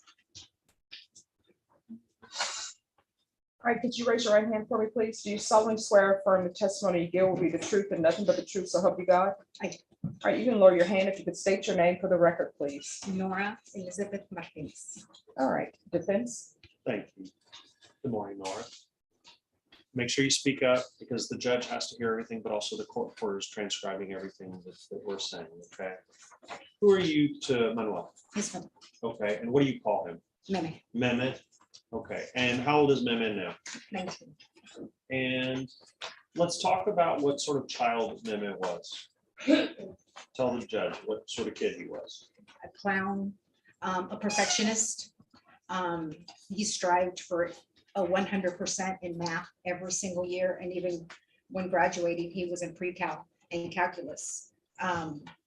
He just wanted to do better than everybody else and outperform to make me happy, because I was a strict mom as far as grades. If they got anything on a C, they were grounded. It was A and B shift the whole way. There was no excuses. I wanted better for my boys. I have another 17-year-old.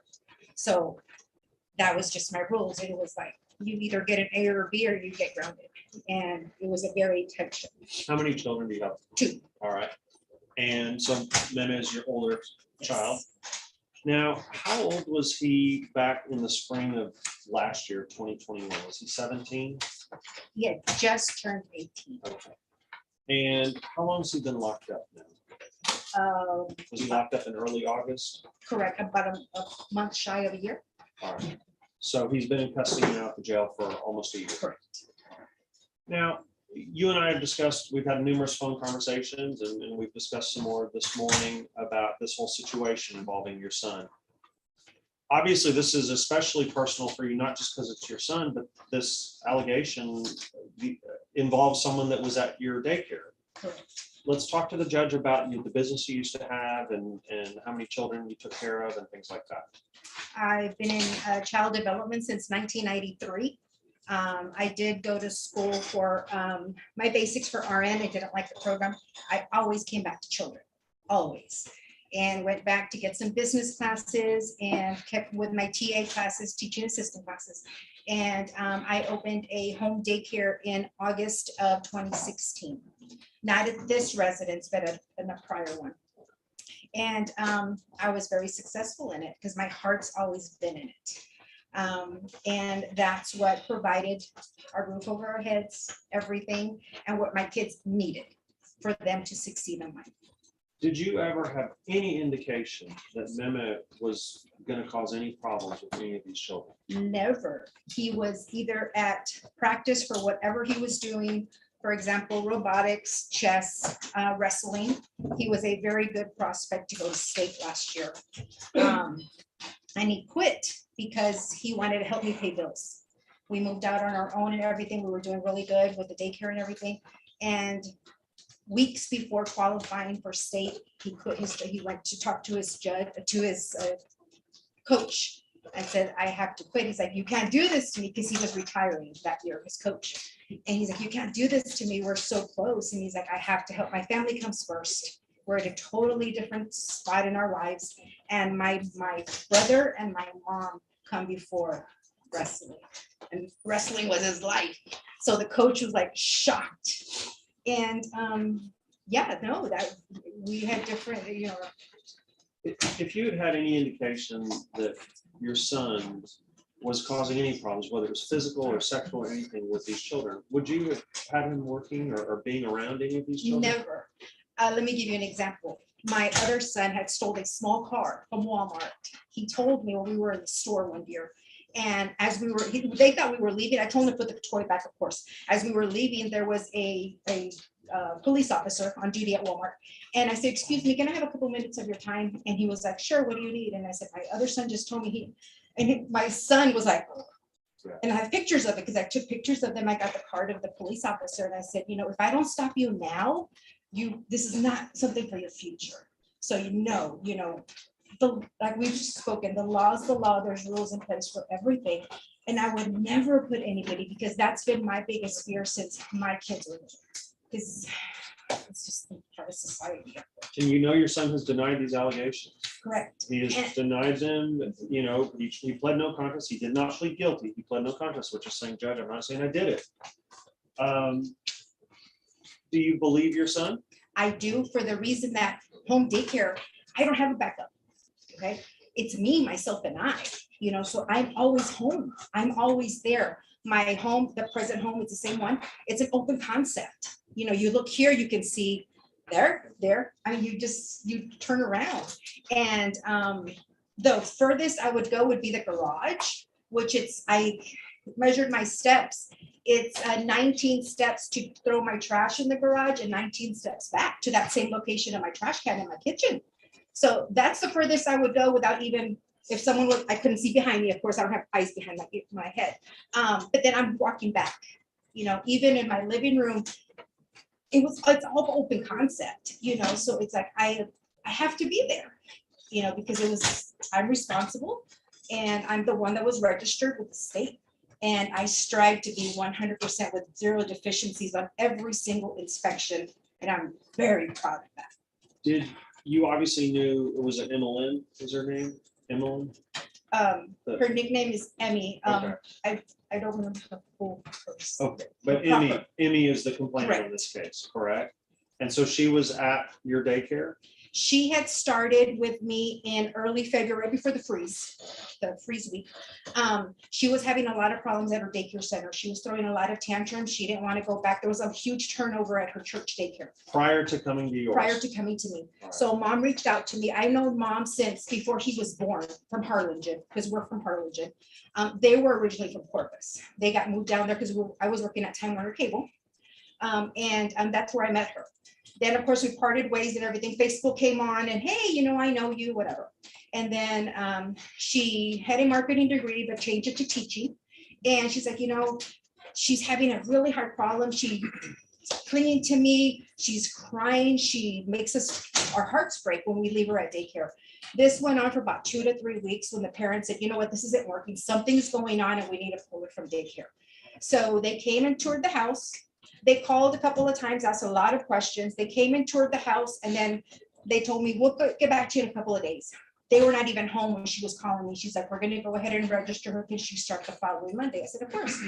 So she started the following Monday, and from night and day, she never cried, never threw a tantrum, never nothing. It was just a smile, you know, goodbye, Miss Nora. And she had a little, like a lovey blanket that she would carry.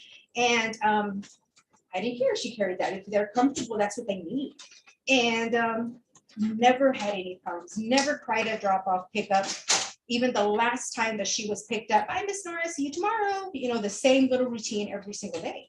So yeah, no, there was never. But prior, yes, because she had that for 2 to 3 weeks at the old daycare. But once with me, no, she had no tantrums and nothing. So you know we're here begging the judge to place your son on probation, right? Do you think he will follow the rules that the judge requires? He doesn't have a choice because he knows the morals and everything, how he was raised. His support system from me, from his brother, stepfather, and our community, you know, and everybody that, you know, that we still are involved with and everything. He can be very successful. He was supposed to start college at Northwest, just 3-4 minutes from the house last fall, you know, so he missed this whole year. So I was a year behind. So most definitely he will be successful because that's his goal, to go back to school. He was already registered to start and everything before he got arrested. You know, we're a goal-oriented family, you know, so we're here, do or die, and we're going to support him, and he will be successful because that's who he is, who he wants to be. Okay. Okay, I have nothing further from you. The prosecutor may ask you some questions and we'll go from there. I just have a couple questions for you. So if I'm understanding this correctly, you do not believe that your son committed this offense. Correct. And so you're looking at really everything through that lens, right? That he actually didn't commit this, right? Correct, not as mom lens, but as a person who he is. Now, I'm not saying nothing could have happened to her. You know, if something happened to her, I understand that. But my residence is not the only residence she went to. And that weekend before, she was in Corpus. They were in Corpus that weekend before. The reason I remember that is because on Friday, mom picked her up early because it was girls. It was just the 3 girls. Okay, and I'm just gonna stop you right there. It's kind of simple for me in the sense of either you believe this child, as you called her, or you don't believe her. So it's fair to say you don't believe her. I don't believe that my son did this to her. Okay. Another questions? All right, any I have follow-up? nothing further. All right, thank you so much for coming. Thank you. And the court had a chance to review the documents that were submitted by the Wonderful. defense. Any other witnesses from either side? No other witnesses, Judge. All right, state your post. Yes, Your Honor. And just, I know that you said it was a cap 8, but I think it's just an 8. No, it's 8. Okay. Just 8. And so obviously we're opposing his application. We're looking at the time of the offense, a 5-year-old that this defendant perpetrated on, and a 5-year-old who now is a 6-year-old who is taking depression medications. If you noted in the PSI that this victim, who already at the age of 6 now, is taking Zoloft. She's maintained her outcry. There's no issues about her credibility or consistency. And she even provides details about his name and what he calls it, and even what's consistent with what mom testified to today. I understand that he is young, but this victim was very young. If this would have been from a touching to a penetrating, we're talking about a super aggravated sexual assault of a child. So we get to understand the gravity of this case and something that this child, you know, as noted in the PSI, is going to be dealing with for the rest of their lives. And so, despite his youth, I think the court has to consider the youth of the victim on this case and the effect that it's had on her and the egregious nature of this offense. And so, based on all of that, we're asking that you deny his application and sentence him to 8 years in prison. Defense. Judge, kind of 2 things I'd like for you to look at. First of all, if the court believes that he committed the crime, then we look at what is the appropriate punishment. He was 17 at the time this offense was alleged to have occurred. He was a high school senior in his spring semester right before graduation. He was a very young man. You've heard he has no criminal history.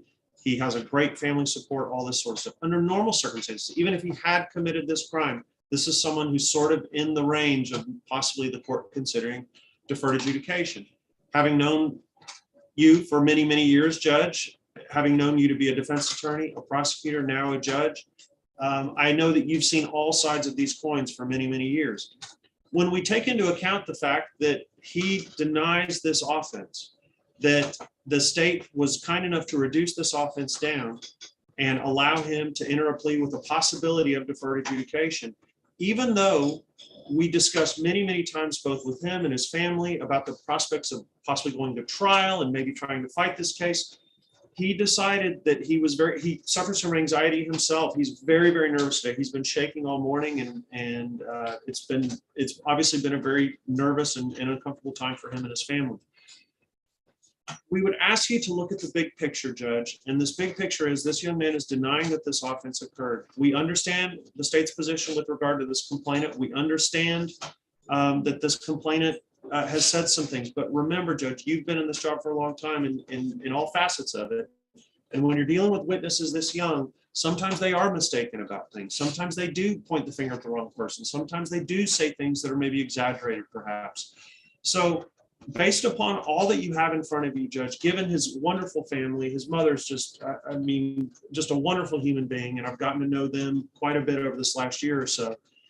And we would respectfully ask you to give him the opportunity to prove that he can do okay on your deferred adjudication. He's not going to break any rules. You will never see him on MTR. This is not the type of individual who's going to have any problems on probation. And because he is so nervous, Judge, that is why I chose not to call him as a witness. It's been difficult communicating with him this morning. He understands what's going on and stuff, but he's very nervous. He's very scared. Based upon all that, Judge, please give him that chance. All right, so I just want the record to be clear. He is not requesting a jury trial. He is not requesting a jury trial.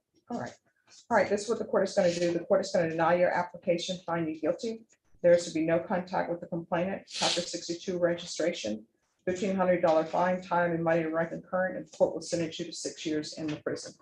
I'm going to show you what's entitled Trial Court Certification of Defendant's Rights to Appeal.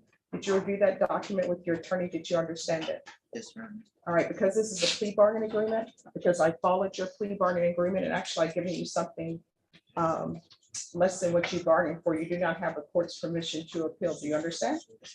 And counsel, I did take into consideration his age and everything that I've read in the PSI report. Because this is a felony conviction, you're not allowed to own or possess any weapons or ammunition. Do you understand? If you have a question over what a weapon or ammunition is, you'll need to speak to an attorney. Do you understand? Yes, sir. All right, good luck to you. Thank you, Judge. Thank you very much. Is there victim impact or no? There is, Judge, and Ryan is going to read it. All right. Okay, this is on behalf of Christy Villanueva. She's the victim's mother. May 3rd started out as any normal day for our family. I dropped off my baby girl at your mom's daycare, thinking she would be well taken care of. Little did I know that she was actually the victim you sought to perform your disgusting fantasy. Do you ever stop to think how your actions would affect this young child for the rest of her life, or how it would affect your life? With your mom being a daycare owner, how many other children did you groom? We've often wondered how many other poor young children fell to your sexual fantasies and were either too scared or too young to voice their pain. Your thoughtless actions have affected our daughter in so many ways. Her anxiety is so high and she's extremely terrified of change. Her first year of kindergarten was tough. When most children are excited about going to school, she was always counting down the days until she got to stay home because it's her safe zone.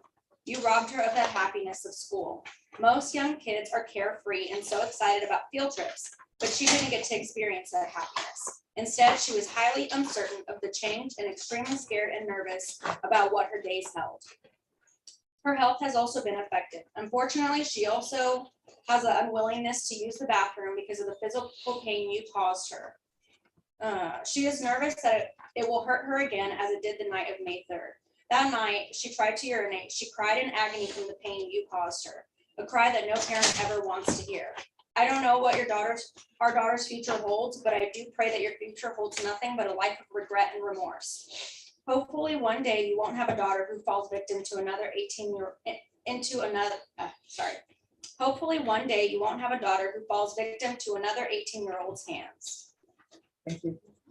All right, the court is calling 2022 CR 1895 and 2022 CR 1896, State of Texas versus Julian Christman. Can I have parties approach and announce for the record, please, for the state, for the defense? Charles Bach. And are you Mr. Christman? Yes, ma'am. All right, counsel, I'm showing you the discovery acknowledgement. Have you received all the discovery in each of these cause numbers? Did you review it with your client? Yes, Judge. In each of the cause numbers, the court will find that the state is in compliance with discovery. Mr. Christman, in each one of these causes, I'm showing you what's entitled True Bill of Indictment. Did you review that with your attorney? Did you understand it? Yes, ma'am. Counsel, in each of the cause numbers, are you waiving the right of the reading of the indictments? Yes. State, are you proceeding on the indictments as presented in each case? Yes, Judge. Mr. Christman, in each of the cause numbers, I'm showing you what's entitled court admonishments. Did you review those documents with your attorney? Did you understand them? Did you sign them in all the appropriate places? Yes, ma'am. In each of the cause numbers, you're charged with fraudulent use or possession of identifying information. 5 to 9 items. Those are state jail felonies. The range of punishment is anywhere from 180 days to 2 years in the state jail facility and up to a $10,000 fine. Did you understand? Yes, Judge, I ma'am. believe it's less than 5. Unless, No, it says 5 to 9. may I see them? All right, sure. 2022 CR 1896 says 5 to 9. At least on the printout that the court has. Judge, he was initially, I think, booked on that, but then it was indicted as less than 5. All right, so it's less than 5. Fraudulent use and possession of identifying information, less than 5. Did you understand? Yes, ma'am. All right. In each of these cases, the range of punishment is anywhere from 180 days to 2 years in the state jail facility and up to $10,000 fine. Did you understand? Yes, ma'am. If you have a plea bargain agreement with the state, the court does not have to follow your plea bargain agreement. If for any reason the court does not follow your plea bargain agreement and gives you more than you bargained for, the fact that you entered a plea will not be used against you and you will be allowed to withdraw your plea. Did you understand? Yes, ma'am. Did you understand you have a right to jury trial, a right for you or your attorney to cross-examine and confront any witnesses the state will call in the right to remain silent? Yes, ma'am. Did you understand by entering this plea bargain agreement, you were giving up those rights? Yes, ma'am. And did you intend to give up those rights and enter into a plea bargain agreement in this case? Yes, ma'am. Counsel, has your client been able to provide you with any defenses to this offenses? Yes, yes, Judge. Do you believe he has a rational as well as a factual understanding of the charges against him? Yes, Do you believe he's currently competent and was legally sane at the time of the offense? I do. Mr. Christman, in each of these cause numbers, has anyone threatened you, coerced you, or placed you in fear to get you to enter the plea? No, ma'am. Has anyone promised you anything other than the plea bargain agreement? No, ma'am. Are you satisfied with the way you've been represented? Yes, ma'am. Are you a U.S. citizen? Yes, ma'am. In each of the cause numbers, the court will find that the defendant has knowingly and voluntarily waived his right to jury trial. In each of the cause numbers, I'm showing you the plea bargain agreement. Did you review that agreement with your attorney? Did you understand it? Yes, ma'am. In each of the cause numbers, there are no applications. The cause numbers are one concurrent. State will take in consideration the following cause numbers. County Court cause number 639320, 671733, 671734, 661936, and 2022 CR 1894. There's to be restitution to Shannon Donovan of $750 in cause number 661936. Did you understand that to be the plea bargain agreement? Yes, ma'am. Defense Judge. is at the plea bargain agreement? Yes. State is at the plea bargain agreement. Yes, sir. In each cause number, I'm showing you what's entitled waiver of appeal paragraph. Did you review that paragraph with your attorney? Did you understand it? And did you sign it in both places? Yes, ma'am. Did you understand by signing that you're waiving your right to appeal? The only items that can be appealed are written pretrial motions that have been filed, heard, and ruled upon by the court. Did you understand? Yes, ma'am. Counsel, are there being such motion? No, Judge. Then in cause number 2022 CR 1896, how do you plead? Guilty, not guilty, or no contest? No contest. And in cause number 2022 CR 1895, how do you plead? Guilty, not guilty, or no contest? No contest. state any evidence to support the defendant's plea? Yes, the state offer states exhibit 1 and its attachments for each case. We have no objections.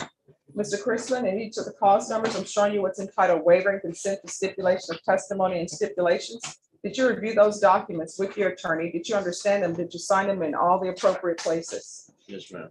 Again, did you understand you have a right to jury trial, a right for you or your attorney to cross-examine and confront any witnesses the state will call, and the right to remain silent? Yes, ma'am.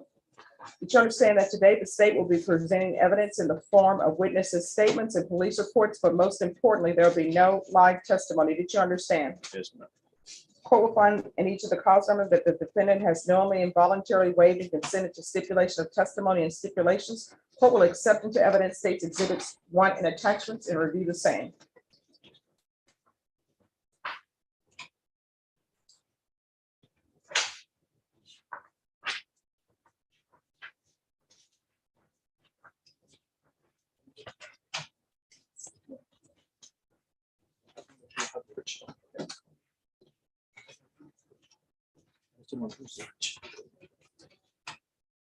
Took it off somewhere.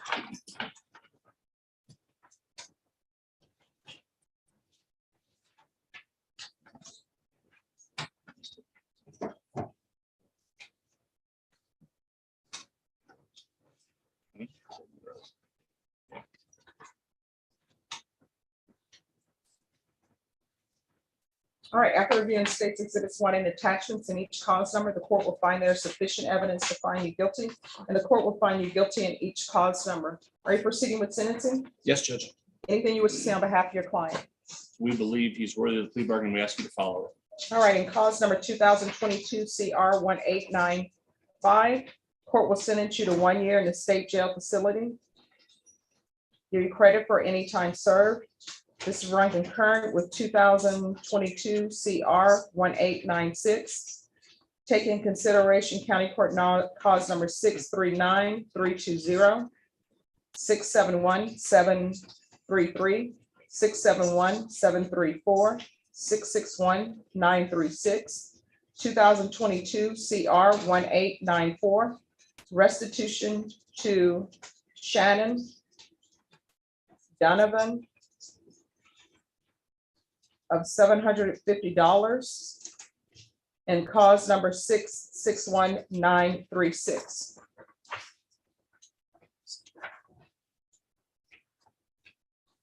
And cause number 2022 CR 1896. As previously stated, the court is finding you guilty. The court will sentence you to 1 year in the state jail facility. Give you credit for any time served. This is run concurrent with 2022 CR 1895. Take in consideration County Court cause number 639-320, 671733, 671734, 661-936, 2022 CR 1894. Restitution of $750 to Shannon Donovan, and cause number 661-936. Is there anything else from either side with regards to sentencing? Yes, Judge, we'd ask that you allow him to be considered for the 80-20 division as determined by the state jail. Yes, and Mr. Christman, the court receives reports, but I will tell you this, if you want the court to consider that, you need to avail yourself of the programs at the facility and not get into any trouble. You understand? Yes, ma'am. All right, in each of the cause numbers, I'm going to show you what's entitled Trial Court Certification of Defendant's Rights to Appeal. Did you review those documents with your attorney? Did you understand it? And did you sign them? Yes, ma'am. All right, because this is a plea bargaining agreement, because I followed your plea bargaining agreement, and because you waive your right to appeal, you do not have the court's permission to appeal. Do you understand? Yes, ma'am. If you have a question, I'm sorry. And also because these are felony convictions, you're not allowed to own or possess any weapons or ammunition. Do you understand? Yes, ma'am. If you have a question over what a weapon or ammunition is, you'll need to speak with your attorney. Okay? All right, good luck to you. Thank you, Judge. May we reach you? Yes. Thank you. Court is calling 2022 CR 2871 and 2022 CR 1613, State of Texas versus Gilberto Guardado. Can I have parties announced for the record for the state?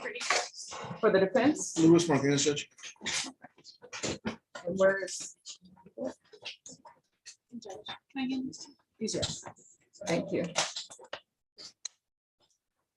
All right. Mr.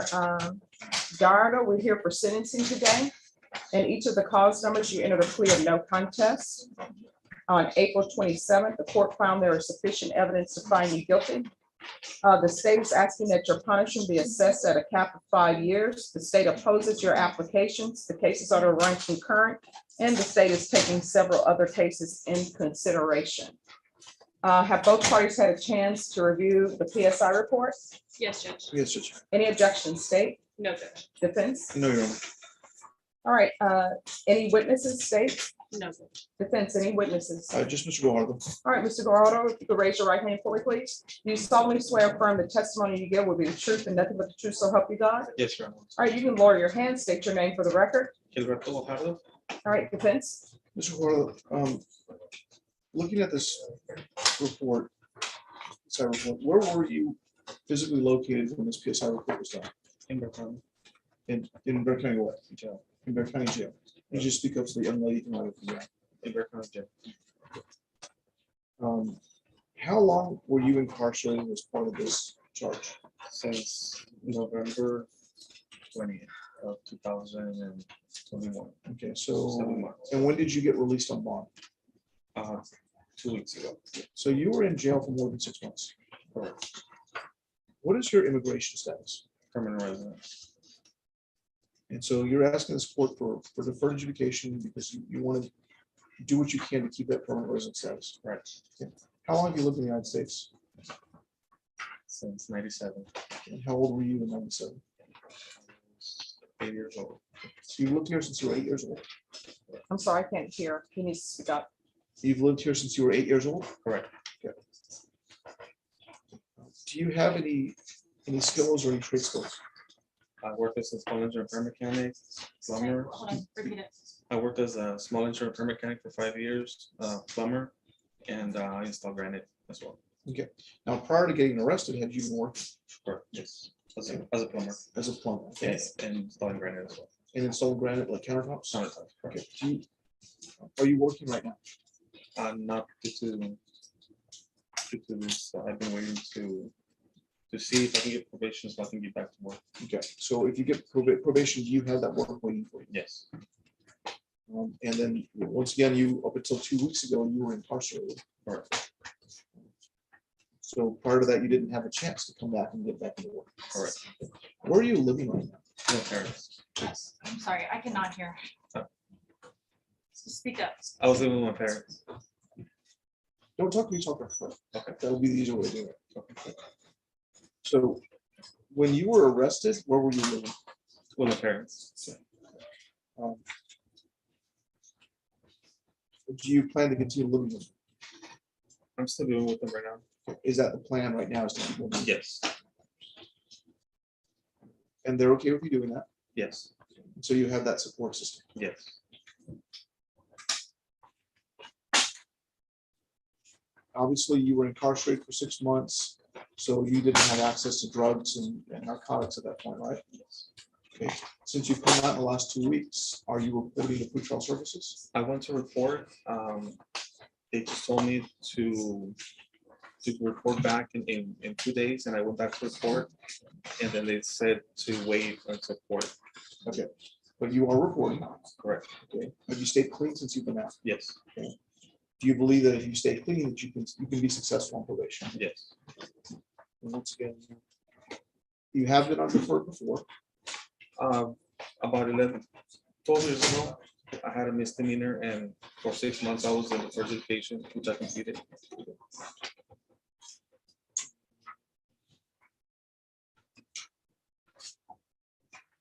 And so you know how to do probation. Yes. I'll pass witness. All right, any questions? Just one question. It states here that you had 2 prior federal charges. What was the outcome of those? I was pardoned. Nothing further, Judge. Anything else?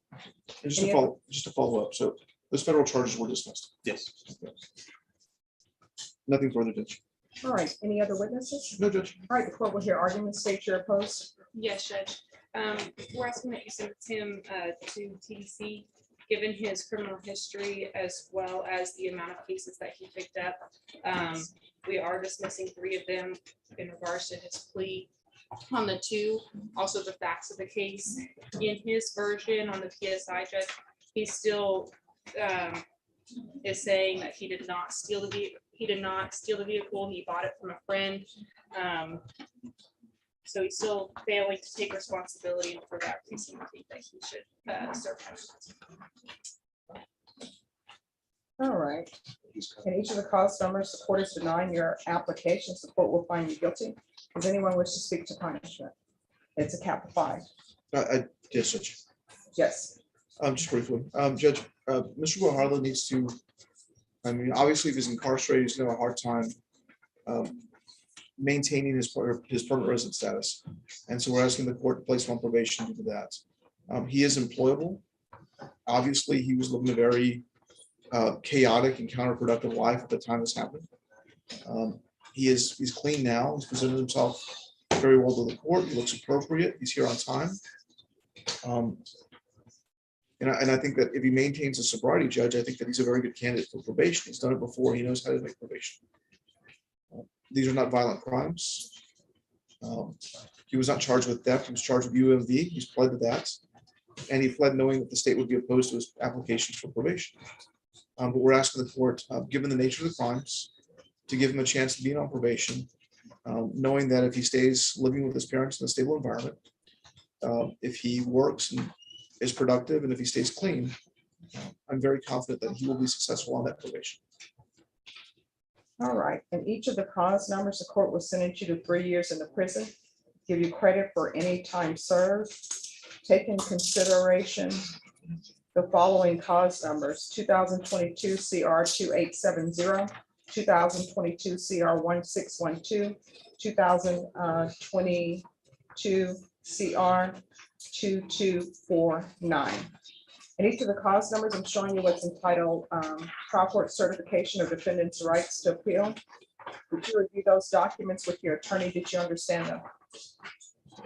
I'm sorry. Yes, Mr. All right, because this is a plea bargain agreement, because I followed your plea bargain agreement, and because you waive your right to appeal, you do not have the court's permission to appeal. Do you understand? Yes, Your Honor. And because these are felony convictions, you're not allowed to own or possess any weapons or ammunition. If you have a question over what a weapon or ammunition is, you'll need to speak to an attorney. Do you understand? Yes, Your Honor. All right, good luck to you.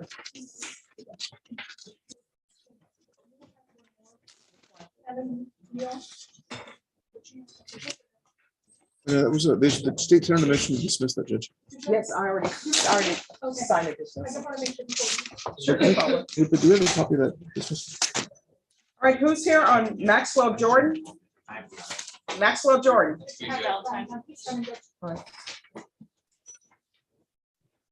That's the case that's up in the Court of Criminal Appeals. Yes. And where are we with their decision? We do not have one yet. All right. I will give them a call and see if I can do a little poking and see if I can get the thing moving, but as of yet, radio silence. All right, Ms. Bergen, can I have a 60-day reset on this? And if something happens before then we'll of course come back before that. That sounds great. Thank you. I will do that. I'll put at the end of September, like September 29th. Okay, we'll be back on September 29th.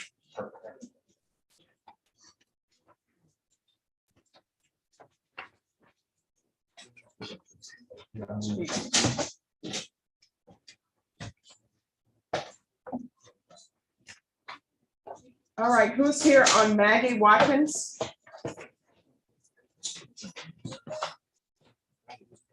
Court is calling 2022 CR 2346, State of Texas versus Maggie Marie Watkins. Now parties announced for the record for the state. Ryan Groomer for the state of Texas. For the defense.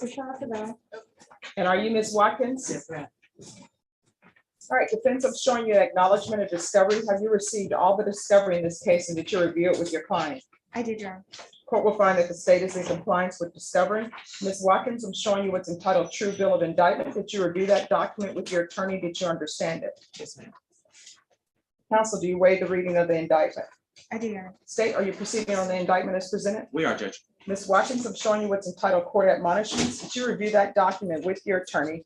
Did you understand it and did you sign it in all the appropriate places? Yes. Did you understand you're charged with possession less than a gram? Yes. That's a state jail felony. The range of punishment is anywhere from 180 days up to 2 years in the state jail facility Yes, and ma'am. up to a $10,000 fine. Did you understand? Yes, ma'am. If you have a plea bargain agreement with the state, the court does not have to follow your plea bargain agreement. If for any reason the court does not follow your plea bargain agreement and gives you more than you bargained for, the fact that you entered a plea will not be used against you and you will be allowed to withdraw your plea. Did you understand? Yes, ma'am. Did you understand you have a right to jury trial, a right for you or your attorney to cross-examine and confront any witnesses the state would call and the right to remain silent? Yes, ma'am.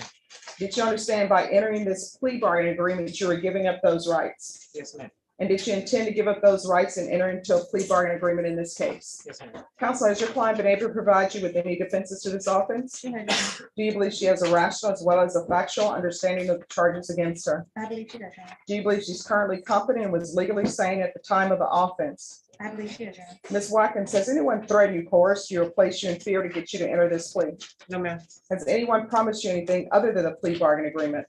No, ma'am. Are you satisfied with the way you've been represented? Yes, ma'am. Are you a U.S. citizen? Yes, ma'am. Court will find that defendant has knowingly and voluntarily waived her right to jury trial. Showing you the plea bargain page. Did you review that with your attorney? Did you understand it? Yes, ma'am. According to the plea bargain agreement, punishment is to be assessed at 6 months in the state jail facility. There's a $500 fine and there are no applications. Did you understand that to be the plea bargain agreement? Yes, ma'am. Defense is at the plea bargain agreement. It is, Your Honor. State is at the plea bargain agreement. It is, Judge. Next, I'm showing you the paragraph entitled waiver of appeal paragraph. Did you review that paragraph with your attorney? Did you understand it? And did you sign it in both places? Yes, ma'am. Did you understand by signing that you're waiving your right to appeal? The only items that can be appealed are written pretrial motions that have been filed, heard, and ruled upon by the court. Did you understand? Yes, ma'am. Counsel, have there been any such motions? No, Your Honor. Then to the offense is charged in the indictment. How do you plead? Guilty, not guilty, or no contest? No contest. State any evidence. Yes, Judge. State would offer state's exhibit number 1. No objection, Your Honor. Ms. Watkins, I'm showing you what's entitled waiving consent to stipulation of testimony and stipulations. Did you review that document with your attorney? Did you understand it? And did you sign it in all the appropriate places? Yes, ma'am. Again, did you understand you have a right to jury trial, a right for you or your attorney to cross-examine and confront any witnesses the state would call and the right to remain silent? Yes, ma'am. Did you understand that today the state will be presenting evidence in the form of witnesses' statements and police reports and laboratory reports? But most importantly, there will be no live testimony. Did you understand? Yes, ma'am.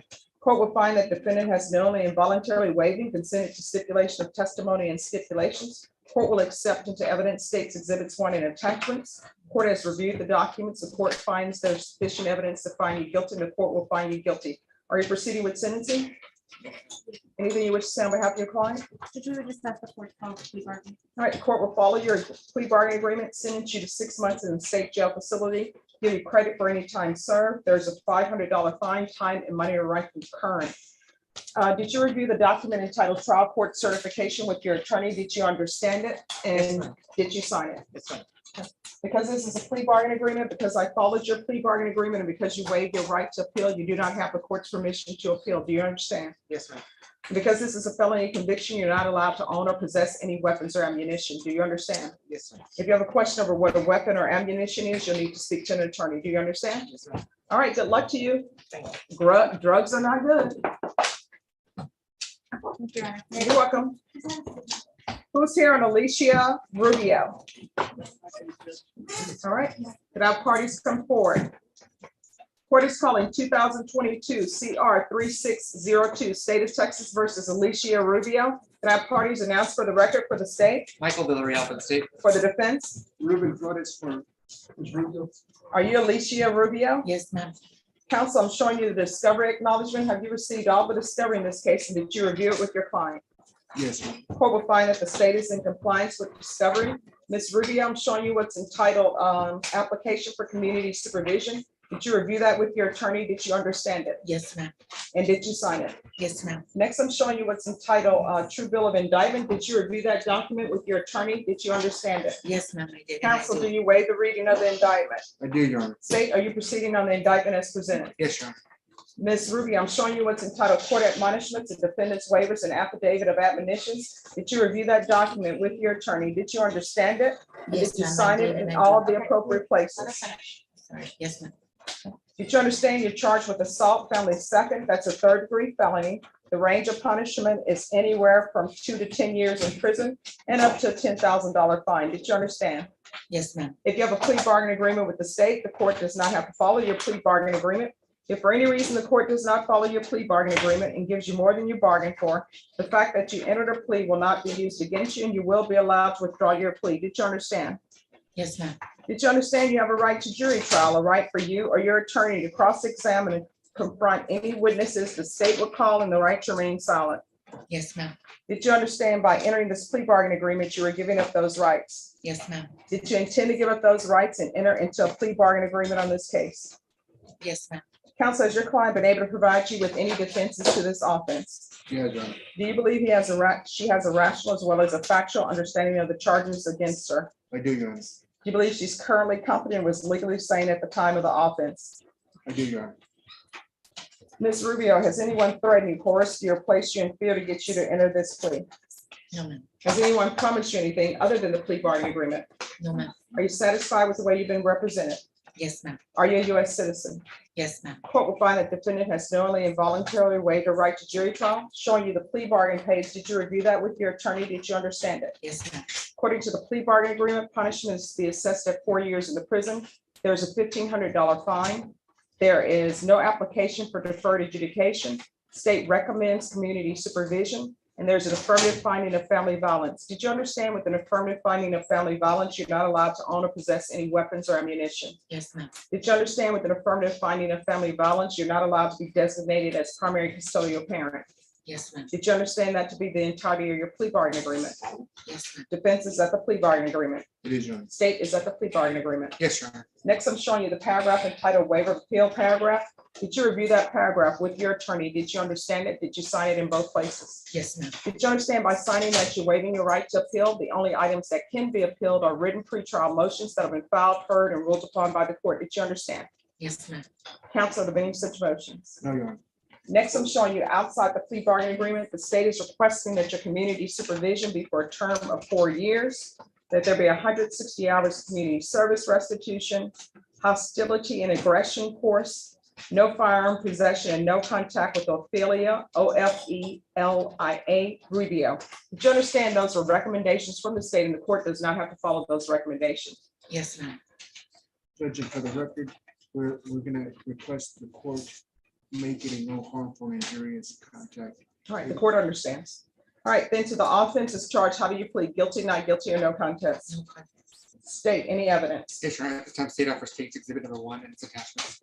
No objection. Judge. Showing you what's entitled waiver and consent to stipulation of testimony and stipulations. Did you review that document with your attorney? Did you understand it and did you sign it in all the appropriate places? Thank you. Yes, ma'am. Again, did you understand you have a right to jury trial, a right for you or your attorney to cross-examine and confront any witnesses the state would call in the right to remain silent? Yes, ma'am. Did you understand that today the state will be presenting evidence in the form of witnesses' statements and police reports, but most importantly, there will be no live testimony? Did you understand? Yes, ma'am. Court will find that defendant has knowingly and voluntarily waived and consented to stipulation of testimony and stipulations. Court will accept into evidence states exhibits 1 and attachments. The court has reviewed the same. The court finds there is sufficient evidence to find you guilty and the court will find you guilty. Are you proceeding with sentencing? With the court's permission, Judge, yes. Yes. Is there anything you wish to say on behalf of your client? Judge, in addressing the no contact request by the state, the victim is her mother, and she lives with her mother and has permission from her mother to go back home when she gets out. So we're asking that it be changed to a no harmful injurious contact. All right, why are you bringing suspicious men into your mom's home and hiding them in the closet? They weren't suspicious. My niece was my boyfriend. How old are you? I'm 37. All right, so according to the police report, your mother asked you and accused you of having a man in your room, and you said he wasn't. There was no one there, and they were hiding in the closet. So why is a grown woman hiding a grown man in a closet? That wasn't how it occurred. All right, well, let's assume it didn't occur that way. That's in the police report, even though you stipulated to it. Why are you pushing your mom down? I didn't. I was stopping her from slapping me, so I grabbed her, like I bear hugged her, and I asked her to please stop. At this point, she was crying and so was I. All right, do you want a jury trial? Because you're telling me this didn't happen. That's what No. you're telling me right now. Right, So do you want a jury trial? I don't. All right, then. All right, is there anything else? Nothing else, Judge. All right, you're an adult. You need to have your own place. If you want to bring men in your house, then you can bring men in your house. I've told people time and time again, if you want to live with your parent, then you need to follow your parents' rules. Yes, ma'am. And obviously, part of your parents' rules is you're not to have any men in your bedroom. And as a grown woman, I think anyone would be ashamed to tell a grown man that he needs to go hide in the closet. Yes. And I don't know what type of man that is who would be like, hey, I'm not hiding in the closet, I'm a grown man. Right. We're not teenagers. Right. All right, the court is going to sentence you to 4 years in the prison, suspended and probated for 4 years. There's a $1,500 fine that will be probated. There's an affirmative finding of family violence. Do you have any children? Yes, ma'am. How old are they? 18, 12, 10, and 11, 11 and 10 Where are your children? with their father. All right. There's going to be 40 hours of the 160 hours of community service restitution will be waived. I'm so sorry. There's 160 hours of community service restitution. 40 of those hours we waive if you provide proof of the COVID vaccination. Court is not requiring you to get the COVID vaccination, but if you do, 40 of those hours will be waived. Is Child Protective Services involved in your life? No, ma'am. There's going to be parenting classes. There's to be no contact with Ophelia Rubio. There's to be the hostility and aggression control course. No firearm possession. There should be regular reporting by Zoom or in person. Field visits 1 time per month. Random UAs. Proof of employment within 30 days. No employment as a home health care provider or with minors. Is there anything else that she needs? No, Your Honor. All right, I'm showing you what's entitled Trial Court Certification of Defendant's Rights to Appeal. Did you review that document with your attorney? Did you understand it? Yes, ma'am, I did. All right, because this is a plea bargain agreement, because I followed your plea bargain agreement, and because you waive your right to appeal, you do not have the court's permission to appeal. Do you understand? Yes, ma'am. Because this is an affirmative finding of family violence, you're not allowed to own or possess any weapons or ammunition. Do you understand? Yes, ma'am. All right, good luck to you. Thank you. You only get one mom. Don't be abusive to her. Yes, ma'am. All right, who are the parties on Joel Villanueva? Right here, Your Honor, Mr. Villanueva is currently incarcerated. We have been struggling with getting the paperwork done on Zoom. I believe he signed part of it. I don't know if it's been returned to Ms. Ferguson yet. I was actually just attempting to get back into a breakout room. Okay, I see it. I have it. All right. Okay. I would ask you how you are today, Your Honor, but I've been here all morning, so Oh, I'll I'm see. doing great. It's a beautiful day. Actually, it is.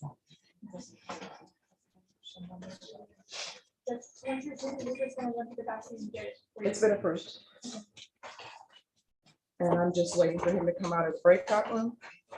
Somebody may need to talk to him. Oh, I've closed the rooms, so he should be Okay. here.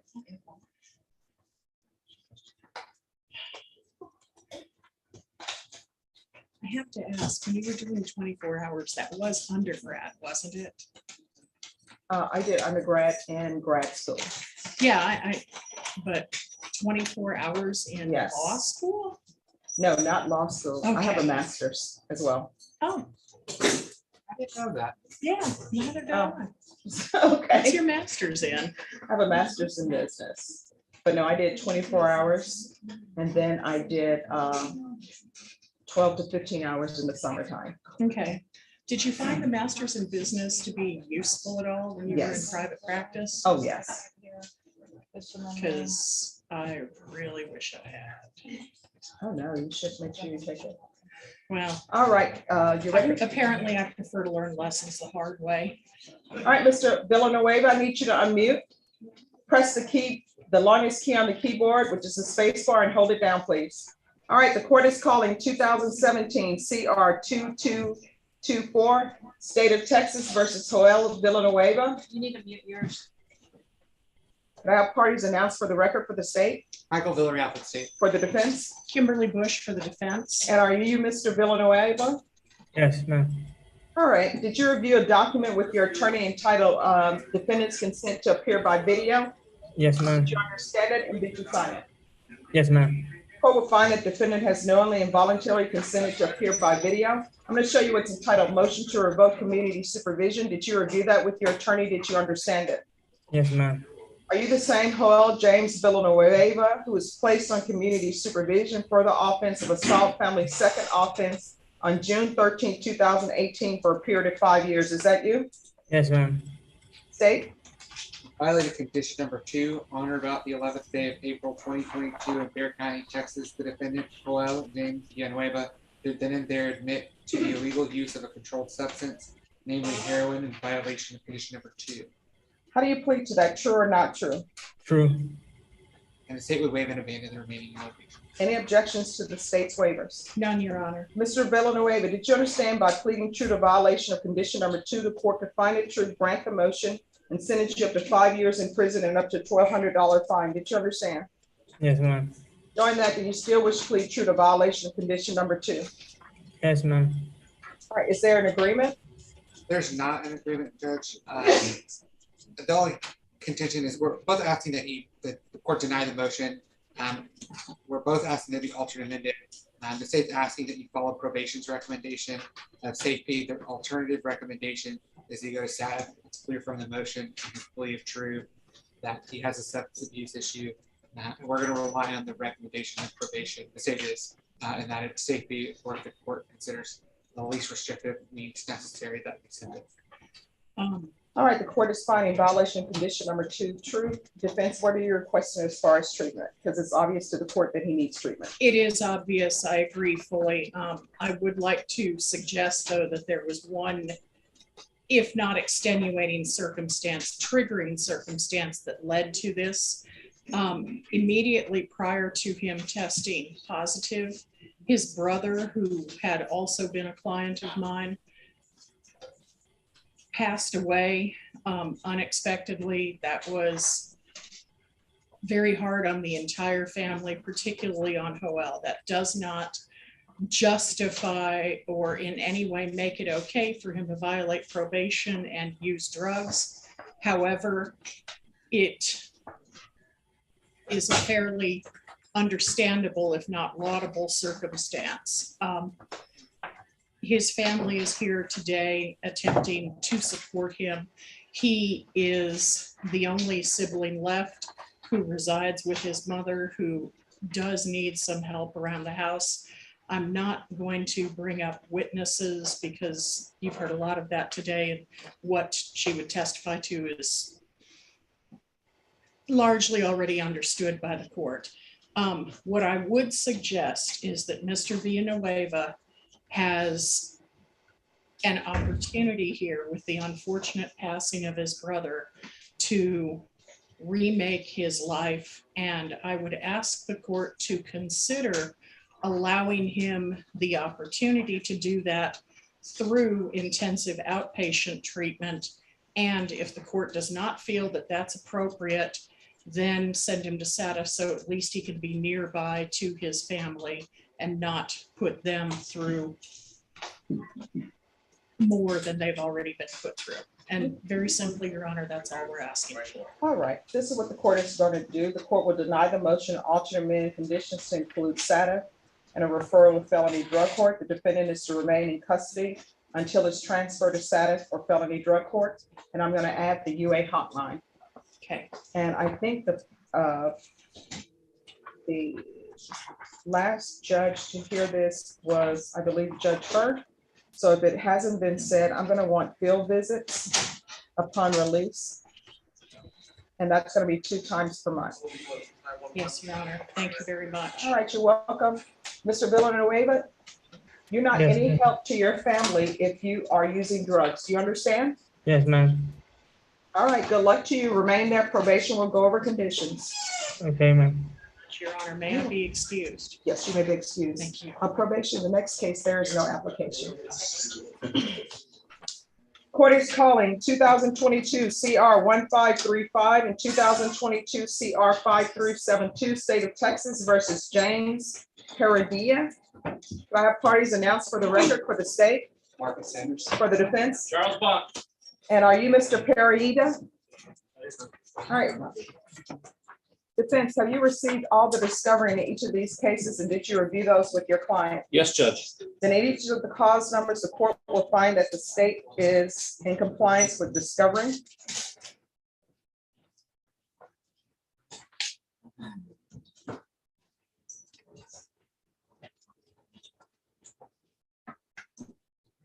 In each of the cause numbers, I'm showing you, Mr. Pereira, what's entitled True Bill of Indictment. Did you review those documents with your attorney? Did you understand them? Counsel, do you waive the reading of the indictment? We do. State, are you proceeding on the indictment as presented in each of the cause numbers? Judge, in 5372, we're proceeding on count 1, waiving count 2. And then 1535, we're proceeding on paragraph 8. waiving Wait, count- just 1 second. Could everyone please speak softly? So in 5372, you're waiving count 2, Yes, Judge. and in cause number 1535, Waiving paragraph B. No objections. all right, Mr. Pereira, in each of the cause numbers, I'm showing you what's entitled Court Admonishments and Defendants Waivers and Affidavit of Admonitions. Did you review those documents with your attorney? Did you understand them? Yes, ma'am. In cause number 2022 CR 5372, you're charged with aggravated robbery. That's a first degree felony. The range of punishment is 5 to 99 years or life in prison. And cause number 2022 CR 1535, you're charged with burglary of a habitation force. That's a second degree felony. The range of punishment is anywhere from 2 to 20 years in prison and up to a $10,000 fine. Did you understand? Yes, ma'am. If you have a plea bargain agreement with the state, the court does not have to follow your plea bargain agreement. If for any reason the court does not follow your plea bargain agreement and gives you more than you bargained for, the fact that you entered a plea will not be used against you and you will be allowed to withdraw your plea. Did you understand? Yes, ma'am. Did you understand you have a right to jury trial, a right for you or your attorney to cross-examine and confront any witnesses the state would call and the right to remain silent? Yes, ma'am. Did you understand by entering into these plea bargain agreements, you are giving up those rights? Yes, ma'am. And did you intend to give up those rights and enter into a plea bargain agreement in each of these cause numbers? Yes, ma'am. Counsel, has your client been able to provide you with any defenses to these offenses? Yes. Do you believe he has a rational as well as a factual understanding of the charges against him? Yes, Do you believe he's currently competent and was legally sane at the time of the offense? I do. Mr. Parita, has anyone threatened you, coerced you, or placed you in fear to get you to enter these pleas? No, ma'am. Has anyone promised you anything other than the plea bargain agreements? No, ma'am. Are you satisfied with the way you've been represented? Yes, ma'am. Are you a U.S. citizen? Yes, ma'am. In each of the cause numbers, the court will find that the defendant has knowingly and voluntarily waived his right to jury trial. In each of the cause numbers, I'm showing you what's entitled plea bargain agreement page. Did you review that with your attorney? Did you understand it? Yes, ma'am. In each of the cause numbers, according to the plea bargain agreement, punishment is to be assessed at 5 years in the prison. There are no applications. In cause number 2022 CR 5372, there's an affirmative finding of deadly weapon. Each of the cause numbers are to run concurrently. There's to be taken into consideration 2022 CR 2317, 2022 CR 2318, 2022 CR 1258, 2022 CR 1534, 2022 CR 3081, County Court Cause number 658262. There's to be no contact with Robert Luna, Lorraine Goodchild, Egbeko, Agbeko, Segbafia, Segbefia, Richard Roshto, Roshto, or Lovers Adult Accessories. Did you understand that to be the plea bargain agreement? Yes, ma'am. Defense, is that the plea bargain agreement? It is. State, is that the plea bargain agreement? Yes, Judge. Next, I'm showing you the paragraph entitled Waiver of Appeal paragraph. Did you review that paragraph with your attorney? Did you understand it? And did you sign it in both places? Yes, ma'am. Did you understand by signing that you're waiving your right to appeal? The only items that can be appealed are written pretrial motions that have been filed, heard, and ruled upon by the court. Did you understand? Yes, ma'am. Counsel, are there any such motions? No, Judge. Then to the offense as charged in count one in 2022 CR 5372, how do you plead? Guilty, not guilty, or no contest? No contest. And in cause number 2022 CR 1535, how do you plead? Guilty, not guilty, or no contest? No contest. State any evidence. State offers cases exhibit one for each case. No objections. Mr. Parida, I'm showing you what's entitled waiver and consent to stipulation of testimony and stipulations. Did you review those documents with your attorney? Did you understand it? And did you sign it in all the appropriate places? Yes, ma'am. Again, did you understand you have a right to jury trial, a right for you or your attorney to cross-examine and confront any witnesses the state would call, and the right to remain silent? Yes, ma'am. Did you understand that today the state will be presenting evidence in the form of witness statements and police reports, but most importantly, there will be no live testimony? Did you understand? Yes, ma'am. Court will find that defendant has knowingly and voluntarily waived and consented to stipulation of testimony and stipulations. Court will accept into evidence states exhibits one and attachments and review the same.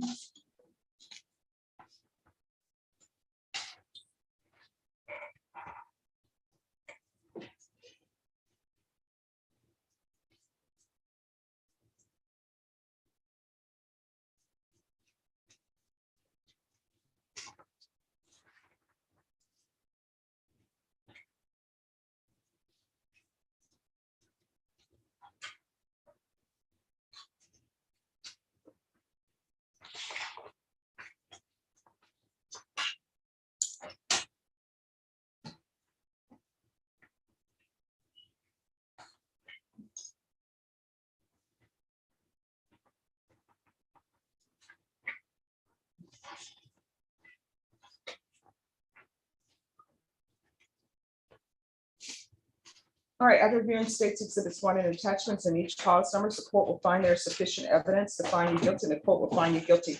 Are you proceeding with sentencing? Yes, please. And cause number 2022 CR 5372, the court will sentence you to 5 years in the prison. Give you credit for any time served. There's an affirmative finding of deadly weapon.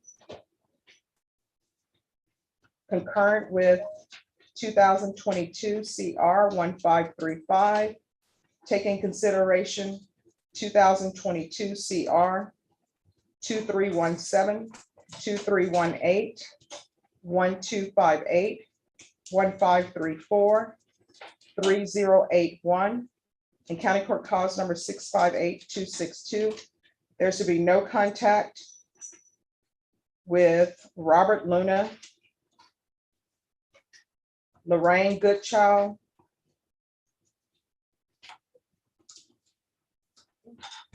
Ekbeko, Sekbithia, Richard Roshto, and Lovers Adult Accessories.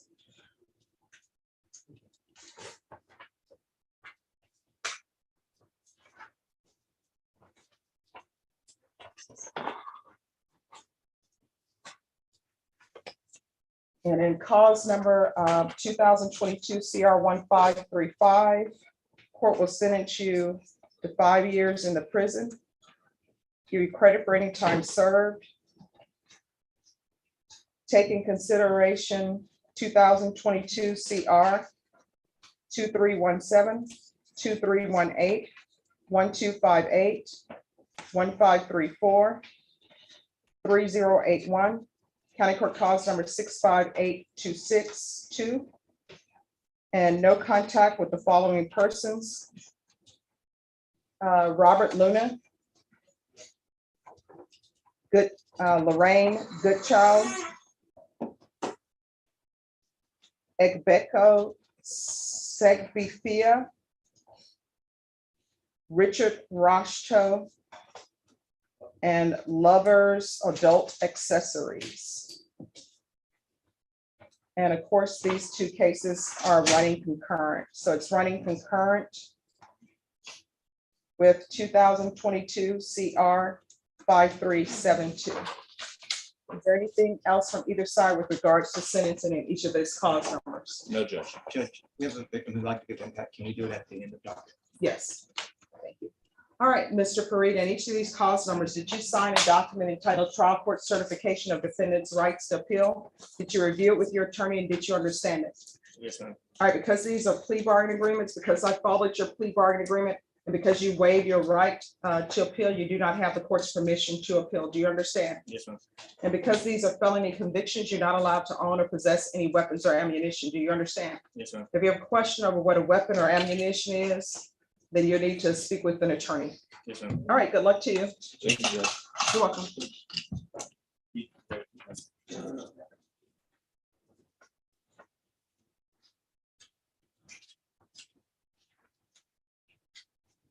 Your Honor, Yes. can you keep Mr. Villarreal on the Zoom? We're Yes. getting someone to get on with him, okay? Yes, I will. Thank you. Go with that.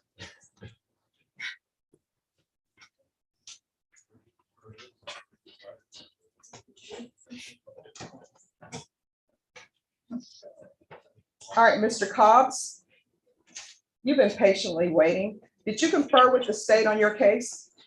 I did, Your Honor. Is there an agreement or no? No. All right, what's your client's name? Renee Lopez.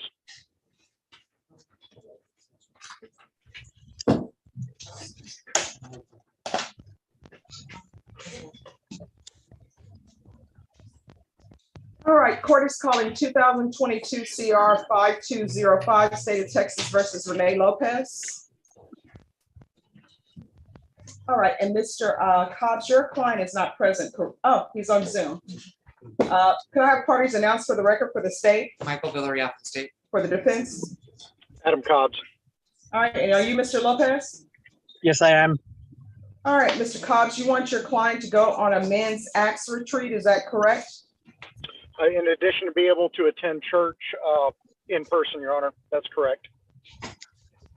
All right, state, do you have any objections to the defendant being allowed to go on this retreat? Yes, Judge, I think we talked about this last time, the state's concerned, so I won't belabor the point that we're objecting based on those things. All right, so the allegation of violation of bond or protective order, who's he alleged to be violating the bond or protective order with? Judge, I assume it's the complaining witness in the case. Yes, and who would That would be Rosemary Lopez, Your Honor, and I do have a waiver of prosecution from her. All right, have you submitted that waiver to the state? I believe I have.